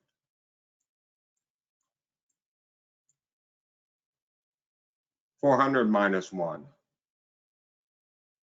Say I had 400 data elements in my data set, and I do -1. How much of an impact is that going to have on this result over here? Is it going to be a little or a lot? Minimum, down, little, poquito. And this is the beauty, this is the genius of Carl Gauss, okay? Because what he recognized is the rule of large numbers, that central limit theorem, needs to be self-adjusted and self-regulatory. And this is genius, you know, that this was put into the formulas to begin with, okay? And this is what we call a non-biasing feature. The smaller my data set is, the more that you're going to insulate yourself against bias, and it's going to cause you to estimate that that variance is greater if you're comparing a sample to a full population. But as my sample group gets larger and larger from a racial perspective, that -1 has less and less impact and influence to where ultimately it'll have relatively no influence. And so both curves, whether it's a sample or whether it's a full population, they will appear to just completely overlap each other. And that's the way nature intends it to be. That's why when we're dealing with samples, we want to make sure that we have the right amount of sample elements to make different inferences. Now I have different tools. I have a variety of different tools that can allow me to make inferences, and we can even do some hypothesis test and evaluation where we can be using, you know, as small as 2 samples and have a successful hypothesis test with a, you know, doing a t distribution test. But it's very shaky. And we have to throw a lot of insurance in there, you know, to make sure that, you know, I'm relatively sound in my decision making. So I need to get more sample elements. We have sample size calculators, and depending on whether I have discrete data, whether I have continuous data, is going to inform me, you know, how large that sample group has to get. Trying to find my erase all settings. Okay, and so understand, you know, there's a reason why we're supposed to follow certain conventions with symbols, is because there can be differences in formulas based off of whether I have a sample or a full population. And those differences in formula are meaningful to our real world evaluation. Now, if I was asking you a question on a test, I'm not going to have you do this level of manual math for the test that I'm giving you. But if you take ASQ, what they expect is you're going to get practiced up enough, whether you're taking another statistics class or you're practicing off of real world samples, where you would have to take a data set like this and do the manual math and figure out the variance or figure out the standard deviation. And on that ASQ test, if I ask you standard deviation, the thing that I'm going to put for the first answer, or what we would call a distractor when I wrote test, would be this value right here, 33.2. Because what happens when we're doing manual math a lot of times is we fall one step short. I'm asking you the standard deviation and you calculate down to variance and you forget to take the square root of it. And because it's answer A, you just jump right onto it, okay? But what you needed to do in order to tell me the standard deviation is you needed to take the square root of this. And so instead of 33.2 jobs squared, it's 5.76 jobs, and we take the square out of it. All right, so why did we square it in the first place? Well, in our formula here, and the whole reason why we got to calculate for variance in the first place is because we have to get absolute values, departures from the mean with an absolute value. Otherwise, when we add it all together, it equals 0. It should always equal 0, just like he said. And so I need to be dealing in terms of absolute value. And to do that, I have to square it to get rid of my negative signs. But then in order to put it in terms where I can relate it to something meaningful in the world around me, I got to turn around after I squared it. I got to turn around and take the square root of it. Okay. And that's why, again, very seldom are you going to go talk about things in terms of variance, but variance is necessary for us to do. Either we're doing it manually or the software is doing it behind the scenes, but it's a very necessary step so we can actually solve for the standard deviation. So our calculations that we're going to make for dispersion, measures of dispersion, are typically going to be range, variance, and standard deviation. Okay. Now, there's other. You're not going to be doing manual math in the real world. I recognize that. Why do you think I had you go and look at the manual math, though, as opposed to just showing you how to push a button in software? Why do you think this was an important exercise?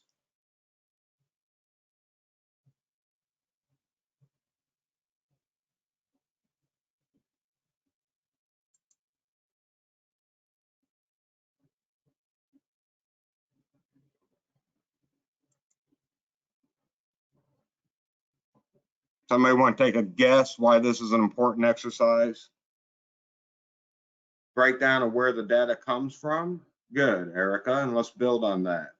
We got to take a look behind the curtain. What is the wizard doing behind the curtain? We got to really understand so we can start relating to this data analysis. I don't need you to go solve everything in your world with manual math, but I need you to understand the math that's behind it. So when you're looking at the results of having pushed a button on some software, you understand how that's being generated.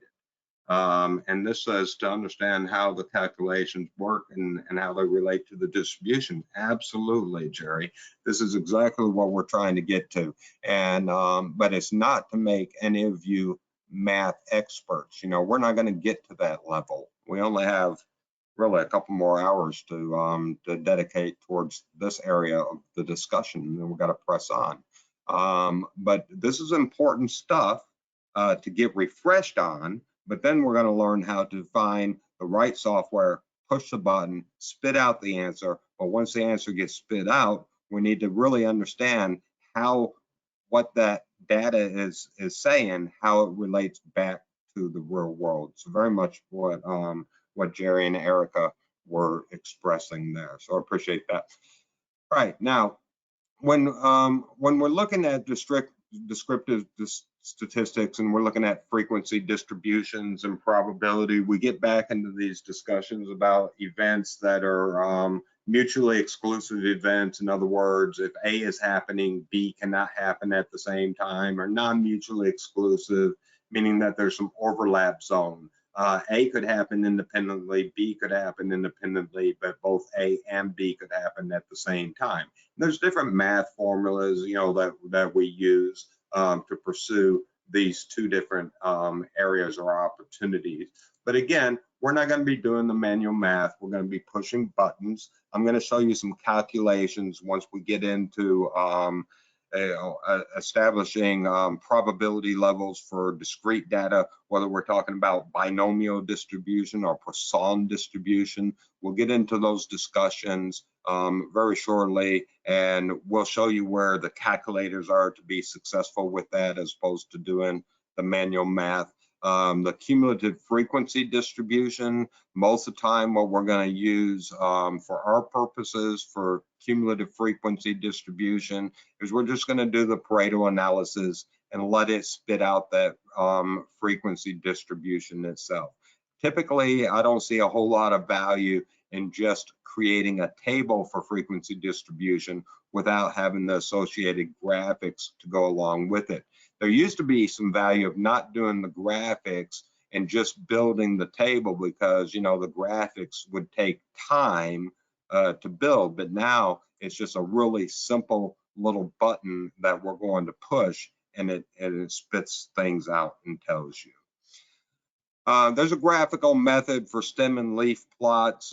Generally, you're not going to find a whole lot of utilization for stem and leaf unless you have a specific thing that your organization is a specific tool that you're used to using. But all a stem and leaf plot is doing really is it's looking at, you know, this data set, and it doesn't matter if there's these 20 data elements here that you see, or if there's 10,000 data elements, it would find out, you know, how many are in the stem, being like the 5 for 50s, how many are in the stem and how many are in the leaf. So what that means is 51, 58, and 59, and that's all of the 50s that are in the data element here. Okay, and am I having the internet issues or is it on your side, Michelle? What do you think? Are other people having trouble following? Is it stop and go? Okay. All right. We're going to get to a break here pretty soon, Michelle, and so it may be an opportunity for you to restart your computer as soon as we go on break. I just want to push a couple more slides out and we'll get to break. And if it continues to stop and start on you, just go ahead and hit the reset. Okay, so at any rate, like I say, you can start seeing some shape of data with the stem and leaf plot, but really, again, what value is in it? I haven't found a whole lot of practical value in it. One tool that I really like is this box and whisker plot. Give me a TU if you're familiar with box and whisker plot. This is a sideways view of box and whisker plot, so laid out horizontally. Often you're going to see these in a vertical orientation, so I'll show you an example of this vertical orientation. So again, give me a TU if you're familiar with the box and whisker plot. I got a couple of TUs. Very powerful graphical tool to do some quick analysis and understanding of what's going on with the data. And I want to develop this well for you. We're going to watch a quick little video that'll give you an example of when you're using box and whisker. But really, this is a Nova example in QI macros. It just happens that first he generates a box and whisker plot. So I want to go over the elements of this box and whisker plot as it pertains to the example that he's going to give you here. All right, so having said that, let's go ahead and head to break. In fact, you know what? No, I don't want to break. It's time to end the class. Okay. No, I just need to end the class here. Okay, and we'll pick up on this conversation tomorrow. I don't know about you, but I'm having so much fun. I was about to put you on break and bring you back in again. Does that sound fun? All right. And in actuality, I intended to let you go at 4:30. So now I'm at this point where I owe you again. And what I'm going to do is I am going to, we're in a good place, by the way, in case you guys are wondering what the score is on the scoreboard. Sometimes I just get a little bit involved in what I'm doing here. But let me give you a video link, and I'm going to make it up to you here in just a second, because I'm going to put some options on your side of the table as to when you watch these videos, and give you some time in the morning to watch them if you want to watch them at that point, or you can watch them this evening and sleep a little bit late. It's all up to you, but let me give you the link first.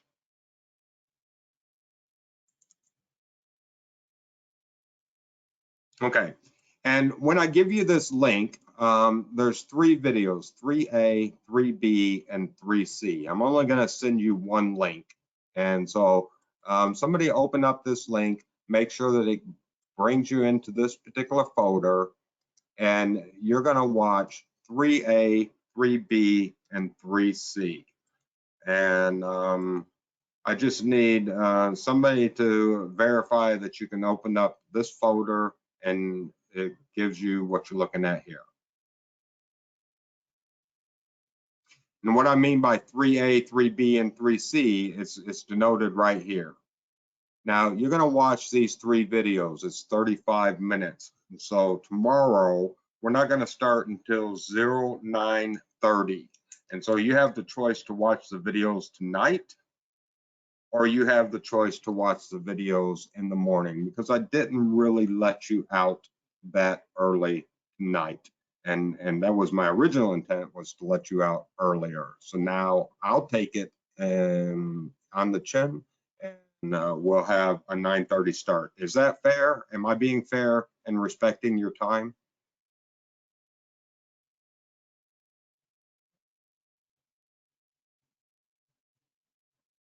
All right, good. Well, I know there's other things to manage in life as well. And so, so I appreciate it. I appreciate your attention, and go ahead and watch this as you have the opportunity, either tonight or first thing in the morning. And tomorrow, we'll pick up on Team 3's problem statement as well. Thank you very much. Thank you.